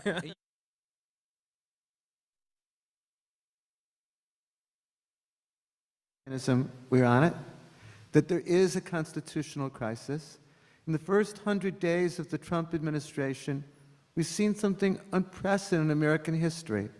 Think of the executive orders that have been issued. Executive orders to put people in a maximum security prison in El Salvador with a claim that no court can grant review. Executive orders to eliminate federal agencies created by Congress, even though the president has no power to do so. Executive orders to cut federal spending that's appropriated by statute. Claims by the president to fire anyone in the executive branch, even those protected by civil service, when there's laws that limit removal. I can go on and on with examples of this. Executive orders against law firms solely for the purposes of retribution. Punishing universities in ways that violate federal law and without any semblance of due process. I wrote in the book that there was a crisis of democracy because American government had lost the faith of the people. I wrote that we're in a crisis because our society is more deeply divided than it's been at any time since Reconstruction. But if you look at what's happened since January 20th, even more our government has lost the faith of the people. We've become even more divided. And as I say, no democracy lasts forever. We all know of democracies that were there and no longer are. And what we have to do is make sure that we don't go down those paths, that we, as the people, make sure that the guardrails of democracy hold. Thank you.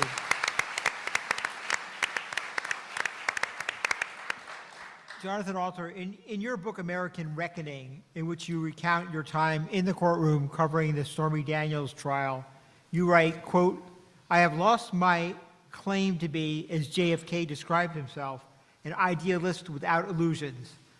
I'm still idealistic, but it turns out I had more illusions about this country than I thought I did." Can you describe how the trial brought you to this point and what it says about where America is today under President Trump? First, thanks for having me. I'm in such distinguished company. I agree with everything that Professor Chemerinsky just said, except the title gives me a little bit of pause because I'm worried now about defeatism, and they want us to give up and think that democracy's on the way out. It wasn't the trial that got me thinking that JFK got it wrong. It was the experience of the last, what historians will call the Trump era. I did have more faith in the common sense of the American people. And I was covering all of these campaigns and presidents. And I tell the story in the book, which is about a lot more than the trial itself, about being with President Clinton on arguably before Trump, the single most embarrassing day in the history of the American presidency, when his testimony about his intimate sexual relations with Monica Lewinsky were all over TV because they televised the deposition. And I got a chance to spend a little time with the president late that day when he was in New York City for the opening of the UN General Assembly. And in the event, Miss Hillary was like, "What are you doing here?" Kind of. That was the look she gave me. And President Clinton was like all smiles. "Come on over here, And he says, "I was at the UN today. And, they said, 'You're lucky, Mr. President. In our country, when they stage a coup d'etat, they use real bullets.' And we're doing fine. And you know what, John? The American people, they always get it right. In the end, if you give them enough time and information, they always get it right." And even then, my Newsweek column was like, they don't always get it right. But I felt like there was this native common sense. And you could even understand why people voted for Ronald Reagan. The economy was so bad in 1980. So you could kind of explain a lot of this. Until Trump. And I think one of the explanations is in 1999, when Carter sang 98, he said, with enough time and information. But we don't have a common set of facts anymore to rely on. We've had this retreat from the sovereignty of facts that a democratic society needs. And this is one of the reasons we're in such trouble now, and we're undergoing not just a constitutional crisis, but an assault on the constitutional order. Crisis depicts something that's kind of temporary in nature. This is going to go on for at least another 3.5 years. Thank you. Catherine,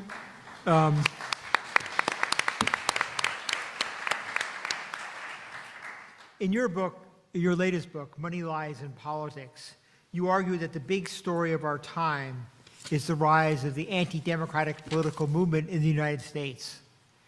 This movement, described in the book, you write, isn't looking for a seat at the noisy table of American democracy. It wants to burn down the House. And you argue that this all began long before Trump entered the scene as a presidential candidate in 2016. Can you recount what the strands are that led to this moment and what Trump's role has been over the years in either tapping into this energy or accelerating it? Thank you for the question, and I want to thank my fellow panelists, and I want to thank all of you here today for what at times is going to be an uncomfortable conversation. But the movement the anti-democratic movement long preceded Donald Trump, but he gave it rocket fuel. He is described sometimes in sort of religious terms as a Caesar or a David, an imperfect ruler through whom God chose to enact his will. And here's the thing, often people ask, how could a movement that claims to stand for values, the religious right, which is one, I would say, one feature of the larger anti-democratic movement, how could they put their faith behind somebody as transparently amoral and, as Donald Trump? And part of it is transactional. He gave the movement everything they wanted, the religious right everything they wanted, or the Christian nationalist movement everything they wanted, unprecedented power, political access to public money, which is a huge goal, policies that privilege certain religious and political viewpoints. This is a movement that has been exploiting religion for politics and power. And judges, of course, because movement leaders know that most of America does not support a lot of their aims, but the way you can impose unpopular positions on the public is through the Supreme Court or capturing the courts. But there's more to it than that. This is a movement that has been reactionary and frankly undemocratic at its core for a very long time. Its anti-democratic aims were sort of hidden for some time. They often tried to represent themselves as just wanting a seat at the noisy table of American democracy, but their aims were really they opposed the principles of a pluralism and equality and justice that represent the best of the American promise, and they really wanted to trade in our democracy for a much more sort of theocratic and dictatorial order. And Trump is a lawbreaker. He shifts the goalposts and he shifts them again and he shifts them again until they're nowhere near the playing field. And in this way, he's a perfect representative of a movement that doesn't believe in democracy, a king, right? Someone who's going to trade in the rule of law for the iron fist. And this is what movement leaders have long sought.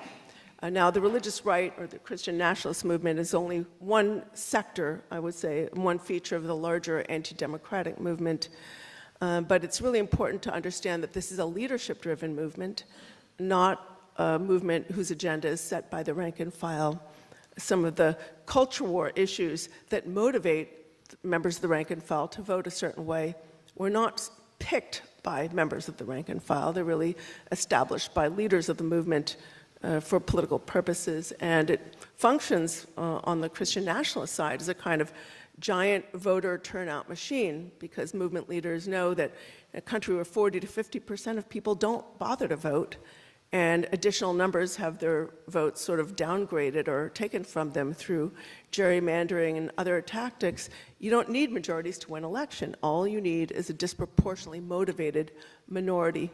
So Donald Trump sort of courted and got the buy-in from leaders of this movement, and they have turned out the votes for him. And at a lot of the gatherings that I've gone to where Trump has spoken, the sort of religious right gatherings or March for Life and kind of organizations like that, he'll say, I think I gave you everything you wanted, and I think I gave you more. It's not we got more, it's I gave you more. And he's telling them, if you turn out for me, you support me, I'll give you what you want. Thank you.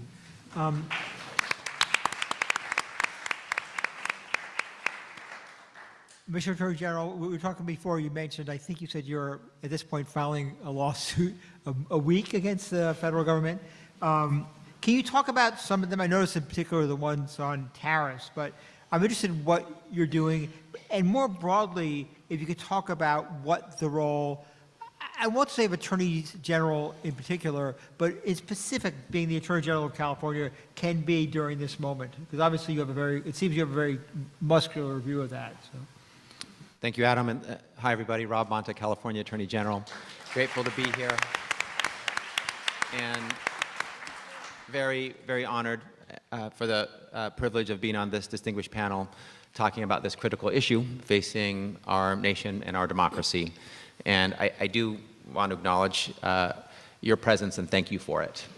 This is a packed house of people who are engaged, who are participating, who are activating, who are doing what is needed to make sure our democracy stays strong. Participate in it and speak with your presence and your voices. Democracies die in silence when people are quiet and when they don't activate and when they are apathetic. And you are the opposite. So you are the answer and the antidote to that and what we need. I've always believed that in our democracy, people will have the first and the last word, and that the most potent power there is people power. What you wield, what we have. That Trump's bosses are not his billionaire buddies or his greedy corporations that he sides with, but you and me and us, the people. We write the next chapter in this democracy. And so there's a lot more story to be written in the story of American democracy, and the people are going to write it. And all democracies are not something that you can sit back and wait to thrive. We have to nurture them and cultivate our democracy, and sometimes, yes, fight for them. And this is a time to fight for our principles, our rights, our freedoms, our Constitution, the rule of law, and to have, thank you, and to have the courage to do that. And I know that the Trump administration, his orders are intimidating, and they can bully, and they can instill fear, and some folks have backed down, and maybe we'll talk about that in a moment. And the ones who have capitulated and acquiesced are disappointing, and absolutely not what we need, and not meeting the moment right now. We need people who will fight and step up and have the courage of their convictions and fight for the things that others have died for to create this beautiful American democracy. So maybe all democracies don't last forever, but I am not ready to say that this one won't last for at least another century or more, and to fight for it, and hopefully it'll last beyond that. So I tend to be defiantly and sometimes hopelessly optimistic about our future. I believe what was just described about Bill Clinton, that the American people are inherently good and get it right when it's important. And after Trump 1.0, we got it right with a new president and a new term with a new day, and maybe we will in 2026 as well when we have the congressional races. But let me come back to the question here. So I just did a very politician thing and talked about things that were not asked me. So let me be now responsive. I noticed. I did hear the question. Attorneys General, this is a moment where our role and the tools that we wield are so critical, because they stand between the unlawful, unconstitutional actions of a presidential administration and the people who can be harmed by them.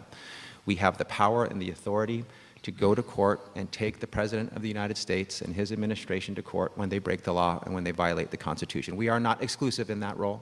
Organizational plaintiffs, the ACLU, others have been doing this as well, and we welcome all of it. Those who will fight and use the court and the rule of law the way it's supposed to. It's not normal that a president is violating the law and the Constitution this brazenly, this blatantly, this frequently. But if that is his choice, and apparently it is very appropriate for attorneys general to use our authority and to use the rule of law and go to court to push back and to make sure that we stop him from doing unlawful things. He can do a lot within the executive branch. The executive branch is packed with power and authority, and it's a reminder that elections matter. So he can do what he's allowed to do in the executive branch. He is not allowed to do what he is prevented from doing. He cannot use the power of the purse and congressional authority as he has tried to time and time again. That's in another branch of government. He can't trample on states' rights under the 10th Amendment. He's tried to do that time and time again. He's failed to follow the federal law, including an act called the Administrative Procedures Act, multiple times. And so our commitment is every single time the president violates the law, we will see him in court and make sure that we hold him accountable. And so we have brought 15 cases in less than 14 weeks. I've called this a very long and a very short, less than 100 days. And we want to bring no lawsuits, because that means the president is following the law and complying with the Constitution. But if his choice is not to, we'll sue him and we'll take him to court. And so he dictates when we go to court. He dictates how frequently or how many times we go to court. And we have sued him on multiple things. He has a variety of different violations of the law. Professor Chemerinsky touched on a number of them. But on day one, he tried to rewrite, on January 20th, Inauguration Day, he tried to rewrite the Constitution with the stroke of a pen, through an executive order that ended birthright citizenship. Clearly in the U.S. Constitution, clearly in the Citizenship Clause of the 14th Amendment, clearly upheld by the U.S. Supreme Court in the Wong Kim Ark case. And it showed what he was willing to do, if that's what he was willing to do on day one. Attack U.S. citizens, attack unborn children who are entitled to citizenship in the United States. And since then, he's been trying to take the power of the purse from Congress, already congressionally appropriated funding, $3 trillion in one case through an Office of Management and Budget memo that was supposed to go out to the states for critical services like health care and housing, like food, like public safety grants, for college and child care, thought that he could just withhold it because he wanted to. That he can do the same for appropriated funds for different agencies, Health and Human Services, or the Department of Education. We've sued him on all of those actions. We recently sued him on his tariffs, which we think he doesn't have authority to issue. Congress has the authority to tax under the Constitution. Tariffs are taxes. Sometimes the Congress can delegate authority, if done clearly, to the president to issue tariffs, but the law that he relies on does not even mention the word tariffs, and no president has ever used that law to impose a tariff in its nearly 50 years of existence. So we think we have a strong case on that. But the North Star is the rule of law, compliance with the Constitution. If he violates the law or the Constitution, we take him to court. And we have been broadly successful thus far. It's in the early stages of our cases, in the early levels of the judicial process, meaning we've been in federal district courts where we've gotten temporary restraining orders, preliminary injunctions to halt much of the unlawful action up to this point. And the standard for a restraining order or preliminary injunction, it asks, one, are you threatened with irreversible or irreparable harm? And two, are you likely to succeed on the merits? And courts have said, yeah, we think you're likely to succeed and win this case ultimately. Right now it's a more preliminary decision, but we think you ultimately will. And so the courts, at least in the lower stages, they're broadly working. We're going in for court orders, we're getting court orders, we're stopping the unlawful conduct. What happens later at the appellate level, at the U.S. Supreme Court level, still to be determined. And my office sued during Trump 1.0 over 120 times and won the vast majority of those times. We were able to protect DACA and prevent an expanded public charge rule and the funding for the border wall. Really important actions that we took, and so far we've been very successful as well. California, let me brag on California for a moment. We're the fourth largest economy in the world. I think we recently saw that news. We went from fifth to fourth.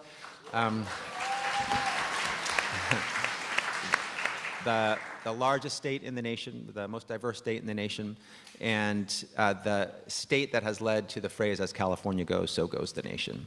So we humbly with humiliation, believe that we are first among equals among our attorneys general across this nation, and we're proud to work with all of the 20-plus Democratic attorneys general that are in this fight, and they are in this fight.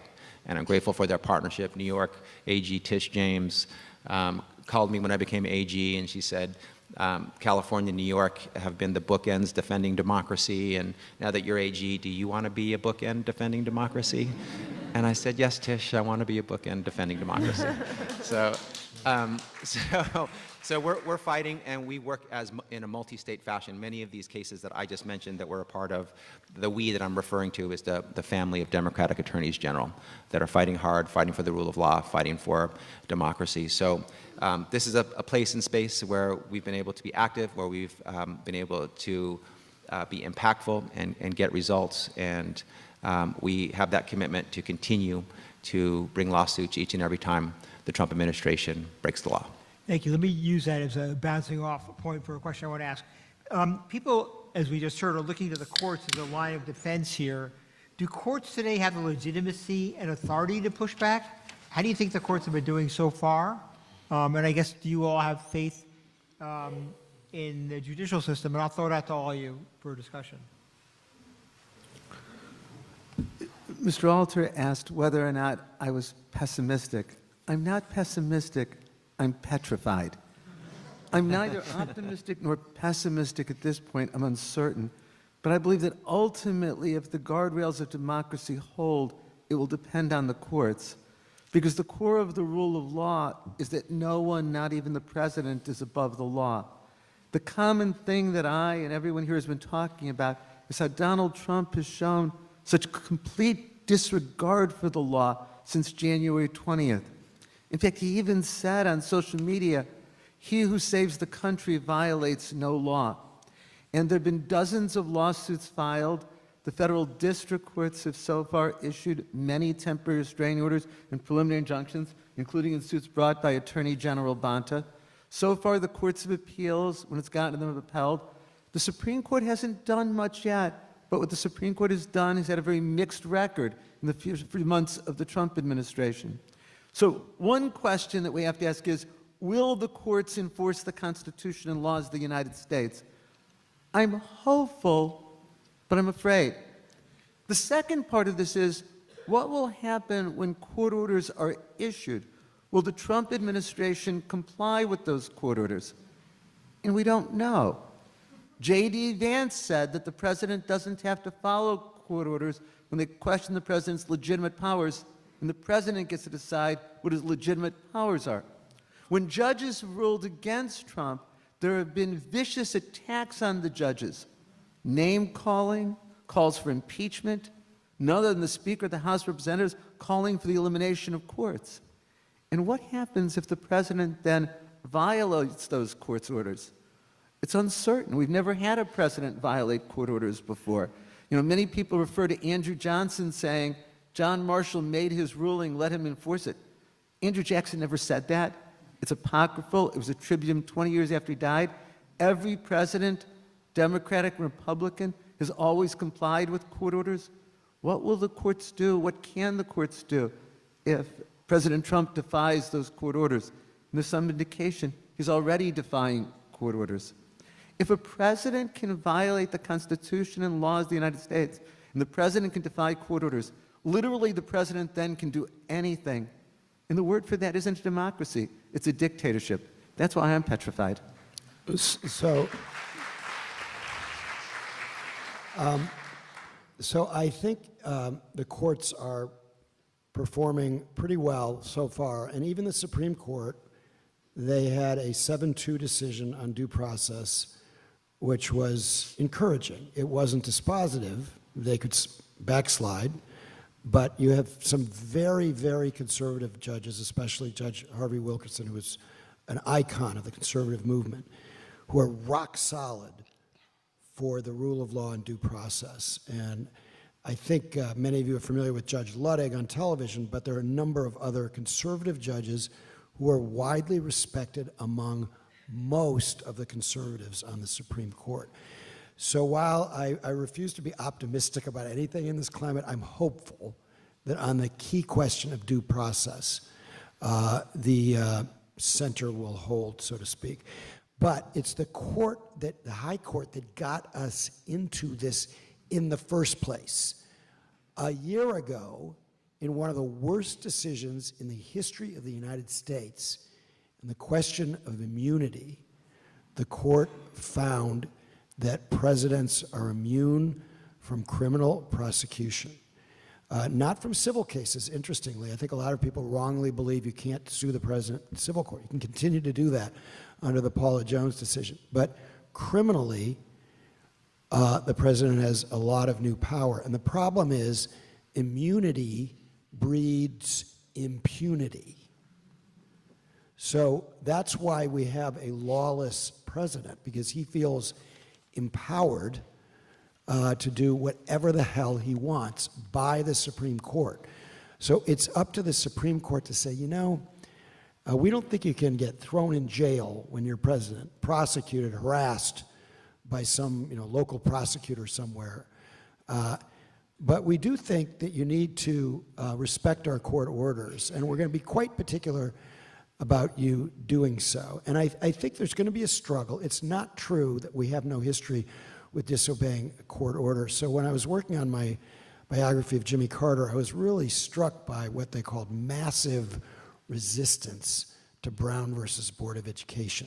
Basically, that was a court order, unanimous decision by the Supreme Court, that in the South was not carried out. Even Jimmy Carter, when he was chairman of the Sumter County School Board in Southwest Georgia in the early 1960s, did nothing to carry it out.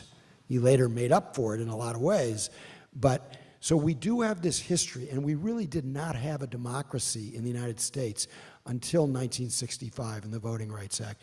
If you have majority black counties across the South where in elections between, the end of Reconstruction and 1965, you can count the number of black voters on one hand in majority black districts, that's not democracy, right?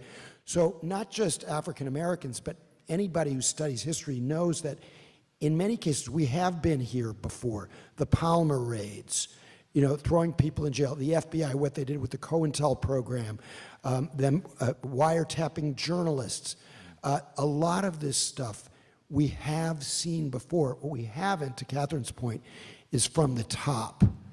And we have not seen it from the very top. And that's what makes this unprecedented. And that's why neutering Donald Trump politically is the key to easing this crisis. Fortunately, that's underway, and partly because of self-inflicted political wounds. But you keep your eye on those polls, because he puts the bully in bully pulpit when he thinks the people are behind him. When he gets insecure about whether the people are behind him, as he did on tariffs, he's more likely to back off. Do you think, Jonathan, that empowers the court, does it make the court, particularly the Supreme Court, bolder in terms of ruling against him? And as part of that, I'm still not clear for many of you on what the court can do if the president ignores directives or decisions by the Supreme Court. So in answer to the first question, yes. There was a turn of the last century cartoon character named Mr. Dooley. He was a saloon keeper, very popular, sort of the Doonesbury of its time in the 1900s. And he had one famous strip where he says, the Supreme Court, they follow the election returns. And they kind of do. They, a little bit by osmosis, sometimes just reading the paper, they do not want to be marginalized in society, especially the chief. That doesn't mean he won't make terrible decisions like in the immunity case, and there will be some bad ones coming up. Like I think they're going to give the president power over, I'd be interested in what other panelists think, over independent regulatory agencies, reverse the decision of the 1930s in the Humphrey executor case so that the president can fire commissioners of these agencies at will. So there will be bad decisions, but I think in other cases, they have enough authority left and enough of the country on their side that Trump will be taking serious political risks if he goes into open defiance. Even Trump knows that when, in Israel, you wouldn't think that common people would be in the streets over obscure questions of the judiciary, but that's why there were all these demonstrations in Israel. And, Trump knows that there would be enormous blowback if he is an open defiance. So what he's trying to do, and this is the way he always works, this is what they did in the trial that I covered, is slow walk it. So say, okay, we're going to find other ways to appeal. He's a legal maximalist, and his attorneys were the same people who represented him as Stormy Daniels, the Deputy Attorney General, Todd Blanche, number 3, Emile Beauvais. That's the way they roll. So they'll do anything they can not to implement it without being in total defiance. But just one more point. They're misreading the politics. You saw Stephen Miller in that horrific Oval Office scene, right? Where where they've got the guy who describes himself as a cool dictator from El Salvador. It's a contradiction in terms. If you're a dictator, you're not cool. But anyway, that's the way he defines himself. And you saw Stephen Miller say, this is an 80-20 issue, the Abrego Garcia case, 80-20 for us. He better read the Siena poll that just came out on Friday. Mm-hmm. It's a 60-40 issue the other way. Mm-hmm. And these are very important things. Trump is very, very sensitive on the politics. And you can't, once you start losing your political capital, it's way harder to be a bully. Let me quickly answer the other part of your question, just in terms of the law. If there's a defiance of a court order, the court always has the power of contempt. There is criminal contempt, but usually criminal contempt has to be prosecuted by the United States Department of Justice. It's under the control of Attorney General Pam Bondi.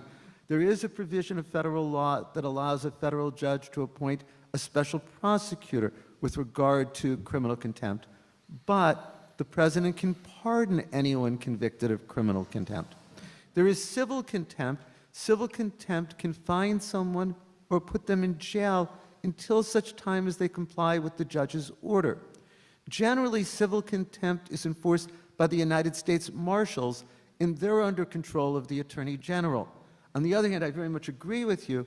If there's open defiance of court orders, hopefully the people will then speak in that relevant effect, and maybe it would be enough to change enough Republicans in Congress that there could be a response from Congress when the president is defying court orders.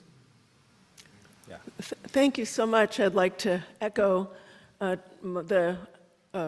what my fellow panelists are saying. We are facing unprecedented presidential overreach and also unprecedented levels of corruption. I think the courts below the level of the Supreme Court are doing a fairly good job of trying to slow roll this. I think a crisis will come if they recognize, if those decisions are defied and they recognize they have no way of sort of physically enforcing them. And it's hard to know, it's impossible to know in advance whether the Supreme Court will sort of contort itself and contort the law in ways that conform to the agenda that Trump has given the majority of that court. I think in our history, we can see episodes of presidential overreach. Lincoln, arguably, during the Civil War, we can think about Wilson, who suppressed dissent, and other incidences, but many, if not most of those incidences were ostensibly in the national interest, or took place in times of sort of extreme times, like in times of war, and certainly attempted to sort of find some legal kind of justification for the way that was done. I think we've also seen episodes of corruption. Think about Nixon, think about Harding, the Harding administration, and of course the Teapot Dome nonsense.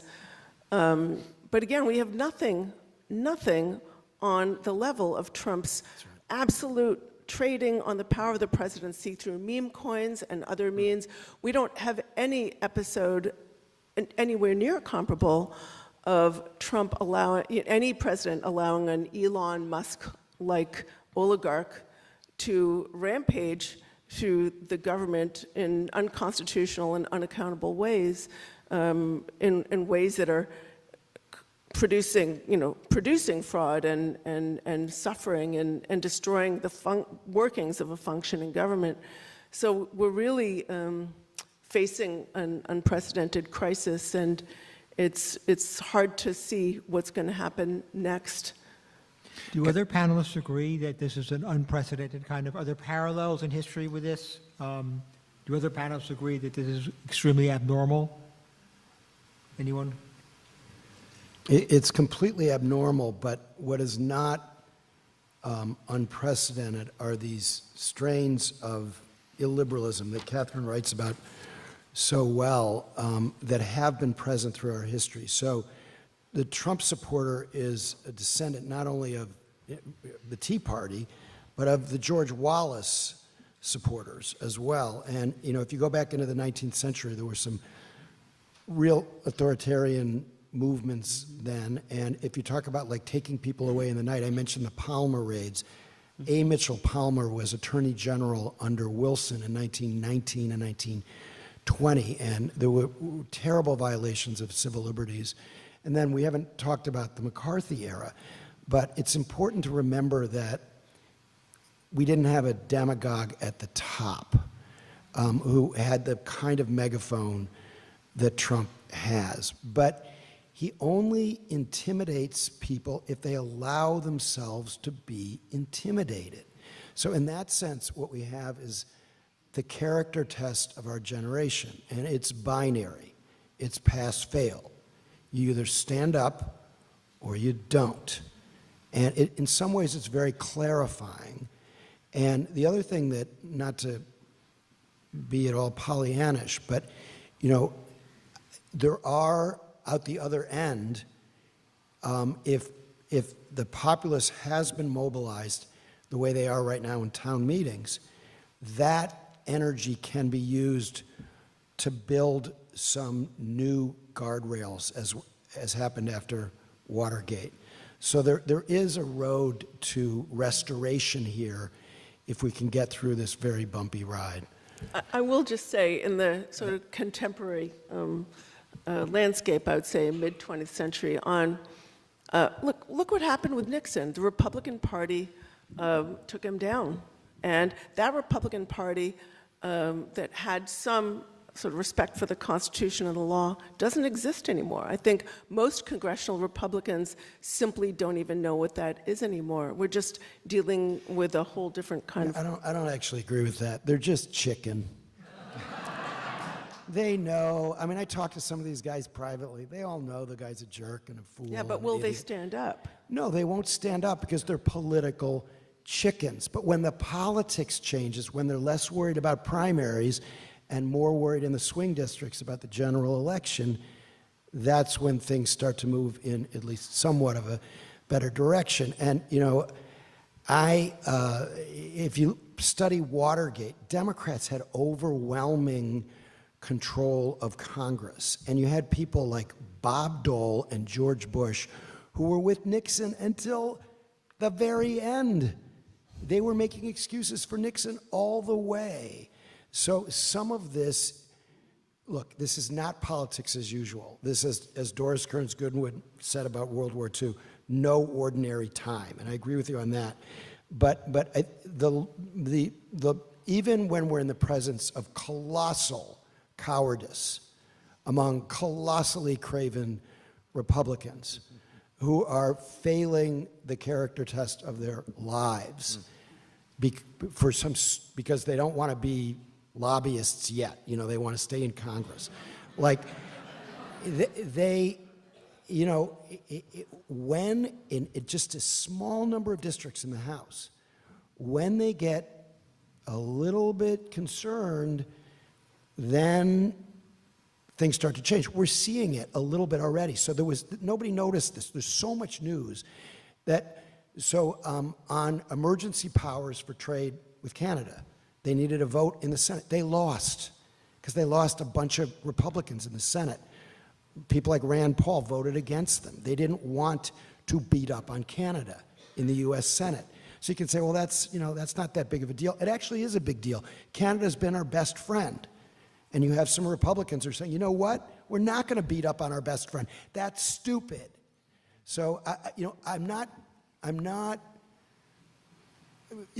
trying to make excuses for them or to say everything's going to be hunky-dory, because it's not. There's a lot of permanent damage. But politicians are still at bottom politicians, and they'll do what's in their interest. And you can see this. This is why the town meeting thing is so important, because they can't even go to town meetings in really red areas. And if you think that's not weighing on them, it is. I'll just jump in here and say, what is happening now is very abnormal. We can never normalize what's abnormal. We can't accept what's so unacceptable. The threats, I think, are unprecedented. And the history of America has shown that we've definitely faced unprecedented threats and we've overcome them. We've had civil war, world wars. We've had a Great Depression and recessions. We've had terrorists act on our own soil. We've had international pandemics. And what we do next is what's important, how we respond and what we do. I will say, I think the courts are generally doing their job and holding firm. I'm not just saying that because they're issuing us a lot of restraining orders and preliminary injunctions. I'm saying that because I think that they're calling it like they see it based on the facts and the law. That's their job, that's their duty, they're doing it thus far. They are under a lot and growing pressure, a lot of pressure now, and it's going to continue to grow. As soon as they issue an order that the presidential administration doesn't like, they're called so-called judges, activist judges, and impeachment is called for them. I was happy to see Chief Justice Roberts say that when you don't agree with an order, what you do is you appeal it. You don't call for the judge's impeachment. That's appropriate, coming from the Chief Justice. And that is a reminder to all of us that the judges don't want their orders to be defied. That's their job, that's their role. They want the power of the judicial branch not to be undermined and to be weakened and diluted. When it comes to orders that are not being followed, we have seen some in our own cases. When we think an order isn't being followed, we bring a motion to enforce the order. And when we have done that, the order has then been followed. We haven't had any contempt in any cases yet. So there's a progressive set of steps that one would take if there is lack of compliance with an order. And as the Professor Chemerinsky just said, contempt is our next steps. And we haven't had that in any case yet. There's some judges, Judge Boasberg and others, who are talking about it, launching investigations. They think they might be at that level or close to it. So we might see contempt. I do want to make a quick point about criminal immunity. The presidential criminal immunity is for the president for criminal cases. None of the cases that we've brought are criminal. We're not seeking to put anyone in jail, to have anyone convicted of a crime. They're all civil. And so there's no immunity from them. And when there is a contempt motion, or perhaps a contempt order one day, it is not the president who carries out the order in nearly all cases. It is the head of a department, the head of an agency. It is that person who is responsible for that conduct who could be put in jail and given the keys to the jail door and say, you can walk out anytime. Just follow the order. And we're not there yet. So I'm not naive to think that we might not be one day, but we're not there yet. And we have a democracy, a court system that is being stress tested for sure.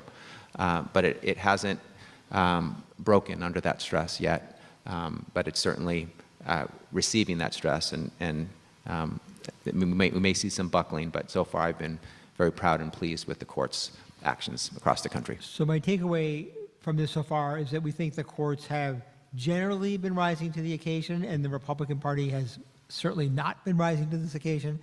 Let me ask about the Democratic Party, and also, I'm asking this with a little trepidation considering where I work, about the media as well. And whoever wants that. Well, I'd love to talk about the media because my title of my book is Money, Lies, and God, Inside the Movement to Destroy American Democracy, and lies refers to disinformation and conspiracism. Look, I think the capitulation of certain media bosses, ABC and CBS and others, is disgraceful. On the other hand, I don't think that they represent the real threat that we're facing. They're not representing the bulk of the threat that we're facing in our information economy. Unfortunately, we have a massive propaganda and disinformation outlets masquerading as media and that have drawn people into kind of fact-free disinformation bubbles, which makes them easier to control, or find little issues that frankly don't matter to ordinary Americans and that are being deployed for the politics of outrage, and they turn those issues into the story of the day. They're like the shiny baubles, or you guys know what a laser pointer cat toy is, that with like a little red thing on the, so the cat jumps at this thing and doesn't see all this other stuff. That's what they do. They distract people. And they also find people to scapegoat, groups of people to scapegoat. And, you know, the purpose of scapegoating is, again, a distraction. It's a key for any authoritarian project. So I think that, and then, of course, a lot of Americans aren't even consuming much media or much of what counts as media at all, and they're just sort of allowing themselves to be spoon-fed disinformation through curated social media sites and things like that. And the purpose of a lot of that is to, again, separate large subsection of the American voters from the facts and inculcate in them fear. They are coming for you in your homes. They are going to change your gender or your child's gender against their will. Public schools are nothing more than Marxist indoctrination factories. They control every penny you make, and they're coming for you, and therefore you need to put your faith in a strong man, you know, a guy who's going to crack heads as long as those heads belong to the people you've been told to hate. So I think that's a real problem with disinformation. And then the other question was about media and Democratic Party. Democrats. About that. Yeah, listen, I think some Democrats were slow to sort of react. I think others have done a good job, and some folks really get it. But again, I don't want to blame the victims here. I think the main folks that we need to blame are Republicans who have utterly failed to respect the Constitution, respect the rule of law, and do the right thing. Let me speak to the Democrats part. Let me separate it to talk about the Democrats in Congress and then Democrats in our society. I think the Democrats in Congress were shell-shocked by what happened in the first 100 days. I don't think they were organized to respond to it. There's so much that they need to do. The Democrats can hold unofficial hearings, even though they're the minority party. They can't hold official hearings, but they can hold unofficial ones to publicize what's happening, bring exposure to it. They can issue statements of conscience.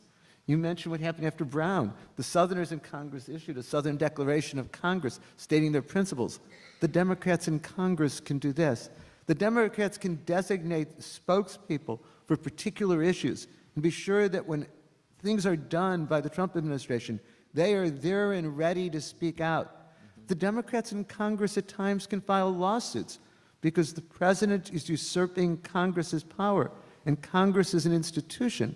Even just the Democrats within it can file lawsuits to challenge that. And those are just a few examples. But then I think there's the question about what about the Democrats in society, the people who oppose what's happening? And I think we need to do three things. First, we need to be sure we're informed and help others be informed. I've heard so many people, and I'm sure you have too, say, it's just too upsetting to read the news. We can't afford that at this moment in time, and we have to make sure that those around us are informed. Second, we have to be involved and we have to fight back. I agree that fighting back right now on the front lines is through the courts, but we've got to support the organizations that are doing that. Sometimes they need volunteers. They can definitely use financial support. I'm sure everyone in this room is a part of an organization or a club. We need to make sure that those organizations and clubs are involved. And finally, we've got to find ways to speak out. Maybe it's through petitions, maybe it's through demonstrations, but in whatever way we have the ability to speak out. My guess is that everyone in this room has heard that famous quote from Martin Niemöller, where he said, they came for the socialists and I didn't speak up because I wasn't a socialist. They came for the trade unionists and I didn't speak up because I wasn't a trade unionist. They came for the Jews and I didn't speak up because I wasn't Jewish. Then they came for me and there was nowhere to speak up for me. And I think we just have to make sure we're not the generation that says that in a few years.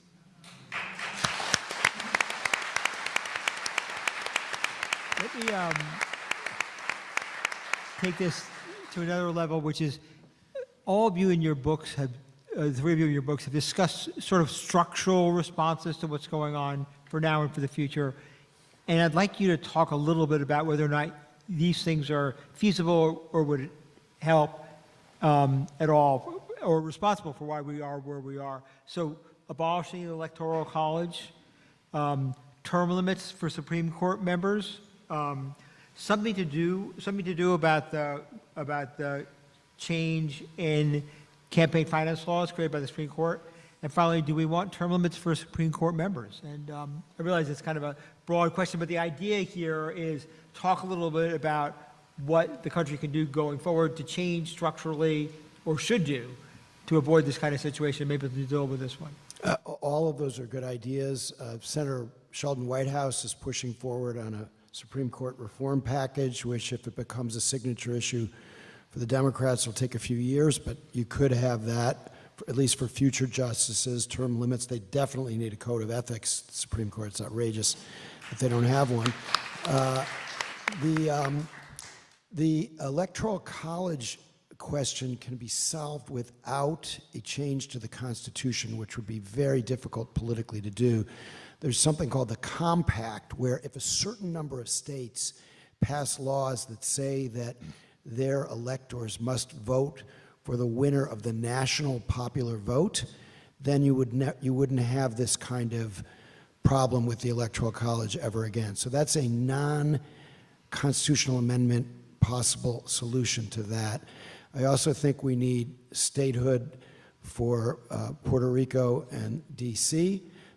The idea that this is somehow like such an unusual thing. I mean, in the late 19th century, I think it was a period of just like 2 years where the Republican Party at that time rammed through like 7 new states in order to get the 14 new members of the Senate.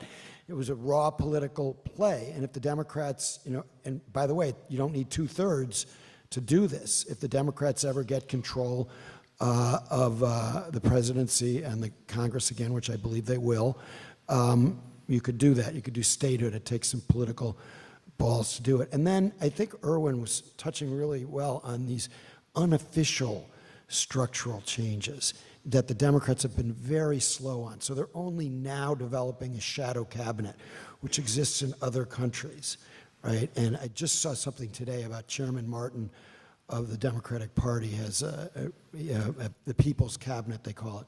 They should have already had that in place. There's plenty of time to move forward on that. And just to mention one more time, these town meetings.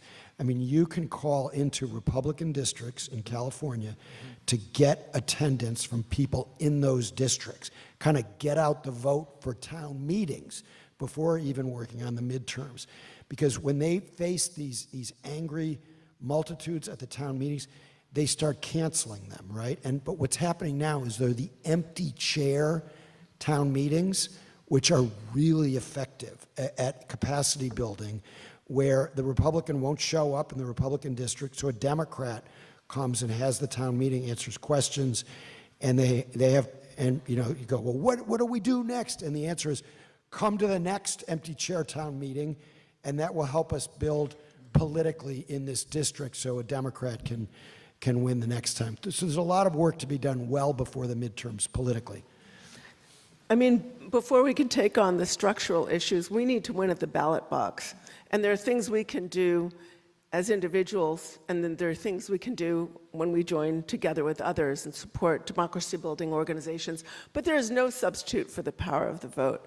The way I do my research is I go to a lot of right-wing conferences and strategy gatherings. So I went to America Fest last December. It's 20,000 hardcore MAGA supporters in Phoenix, Arizona, the convention center. It's put on by Charlie Kirk's Turning Point USA. And I heard Steve Bannon speak.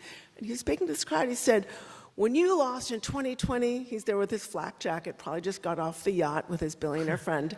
And he said, when you lost in 2020, you didn't get under the covers and suck your thumb. You got out there and determined to fight. Now, there are things they did that we would never want to do. Inspire political violence, spread disinformation and conspiracism. But they really worked hard, and Charlie Kirk's organization played a role in this, turning out the vote. They went after their base, and they went after low propensity voters or disengaged people or people who had never really been approached. There was a speaker who talked about going after the Amish. Like they really found new people to evangelize with their untruths, shall we say. So, and they also spoke about ways that they do this. There was a lady who stood up and she said, if you're going to have an election in November, don't start canvassing in September. You got to have a barbecue in March. And just invite all the Republicans in your neighborhood and don't even talk about the election. Just get to know people and talk about, their issues and what concerns them. And then when you approach them again in May and start talking about issues, you have a relationship. So we can all do these kinds of relationship building, reach people in our circles. I feel like in sort of, whatever, moderate, liberal, democratic leaning and moderate spaces, there's a lot of talk about how do you get your, uncle who's, watching Fox News or Newsmax every day, all day, how do you get him out of that rabbit hole? And you could just bash your head against a wall for years, as many of us know from personal experience, trying to reach that person, but maybe some of that energy would be better spent reaching people in your circle who might feel disengaged, or maybe they didn't, they think, oh, neither of the candidates are good, so I'm not going to vote at all, or vote for this third-party person who doesn't have a hope. Or the 15% who are reluctant, they voted for Trump on the economy, and now they're getting disillusioned, and they're reachable. These are not hardcore base voters. The hardcore base, which you're right, you can't ever reach them, and people should stop talking about trying to convince, Uncle Bob to change his views. It's not going to happen. But there's 15% that decides all of this. And a lot of them voted for Trump because he was a businessman and they run a small business and they don't want to be regulated. These people know that tariff policy is stupid. They know that prices aren't coming down as he promised. They are reachable, but they're only reachable if people ditch a dopey woke agenda. They're not reachable with some of the old kinds of progressive appeals, even if they're right, even if the progressive, on the merits, if they're right. It just doesn't work for the critical 15% to go to them with an identity politics kind of message. It has to be an economic message. It has to meet the voters where they are, not where you want them to be. So if you want to meet voters where they are, just if you take Latino voters, for instance, you don't call them Latinx because they don't call themselves Latinx. And just because in a faculty lounge somewhere somebody came up with this idea doesn't mean that it works with voters. So Democrats have to get smart about how they appeal to swing voters as well as mobilizing more of their own base. This is just one more thing I want to say. I agree with you. I think this is a really big, diverse country. Those of us who support democracy outnumber those of us who want to live in a cronyistic, kleptocratic autocracy where public money is being funneled to the dear leader and his allies. But we're not all going to get everything we want. It's like a big, noisy family. Not everybody gets everything they want. And we probably shouldn't get everything we want. But if we can agree on more than we disagree on, if we can agree on some core democratic principles, if you permit me to paraphrase Ronald Reagan when he said something along the lines of, the person who agrees with you 80% of the time is your 80% friend, not your 20% enemy, then we can work together. And I'll just add, democracy is a game of inches. I think that's been stated before. And there was no mandate in this election. The president won the election. He won the Electoral College for sure, but his popular vote was only 1.5%. And so elections matter, and he won, and so now we're faced with the next 4 years. But his polling today is terrible. And it's lower than it was at this time under Trump 1.0. It's lower than Bush. It's lower than Obama at this time. It's lower than Biden.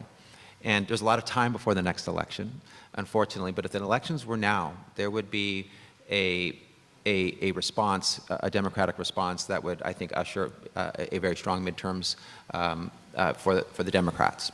So that point about staying engaged, staying enraged, staying active, everyone having something to do. No one is powerless. No one is helpless.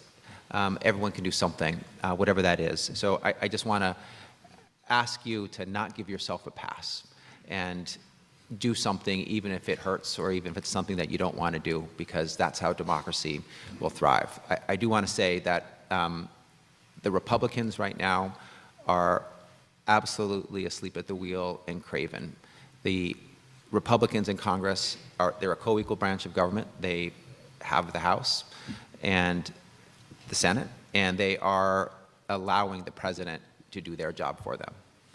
They are allowing the president to trespass and infringe upon their co-equal branch of authority and do their job, and they're quiet and silent. Also, Republican AGs across the state. I mentioned the Democratic AGs. The Republican AGs haven't brought one lawsuit to challenge the unlawful, unconstitutional actions of the president as he deprives their constituents of constitutional rights like birthright citizenship, as he deprives their residents of funding that Congress has already appropriated for them for critical services, and undermines their rights and their freedoms. So they, I mean, this is what Trump wants. He wants others to cede authority to him, but we need folks who are going to step up. And I'm grateful that the Democrats, even though they don't have official majority authority, are using some of what they have. There's more that they can do as stated. But you got to love Senator Cory Booker for his filibuster and standing up and inspiring the nation, really, and capturing our imagination and reminding us that we all have something we can do, even if it's not passing a law or the official conduct, or Senator Van Hollen for going to El Salvador and saying, I have a constituent whose the law has been broken, he's been deprived of due process, I want to bring him home. And these town halls are amazing, by the way, and I think they are the tip of the iceberg, you know, going into these districts that are red and the constituents demanding to know where their actual representative is, and Democrats are showing up and talking to them. And so this is how movements are built. This is how momentum is built. This is how elections are won. But we are still far out from them, so we need to.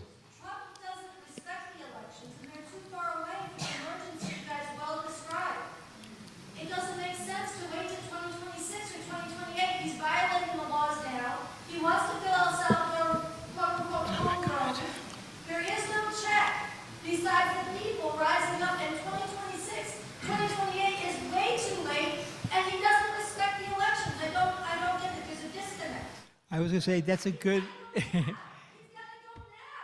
You get the last word because we're out of time. Thank you. You should have been up here on the panel, right? Everyone, the authors are going to be in signing area 1, which is marked on your map. So go buy books and have them sign it. So, on the Thank you. town meeting thing, Thanks, Adam. Thank you. That's a pleasure. Yeah, I enjoyed it. Good to see you. Thanks, Adam. Great job. That was great. Thank you. Yeah. Great job. Great job. Yeah. Great to meet you. Good to see you guys. Good to see you. Thanks for having me. Yeah, it was great. So I just I think they took us to the center of books. They're going to take us to signing room 1. I have no idea, but somebody should get us there. Because others have no idea where we're going. And that's it for today's coverage of the 2025 LA Times Festival of Books. See you tomorrow morning at 10:30 a.m. when the story continues. Thanks for watching.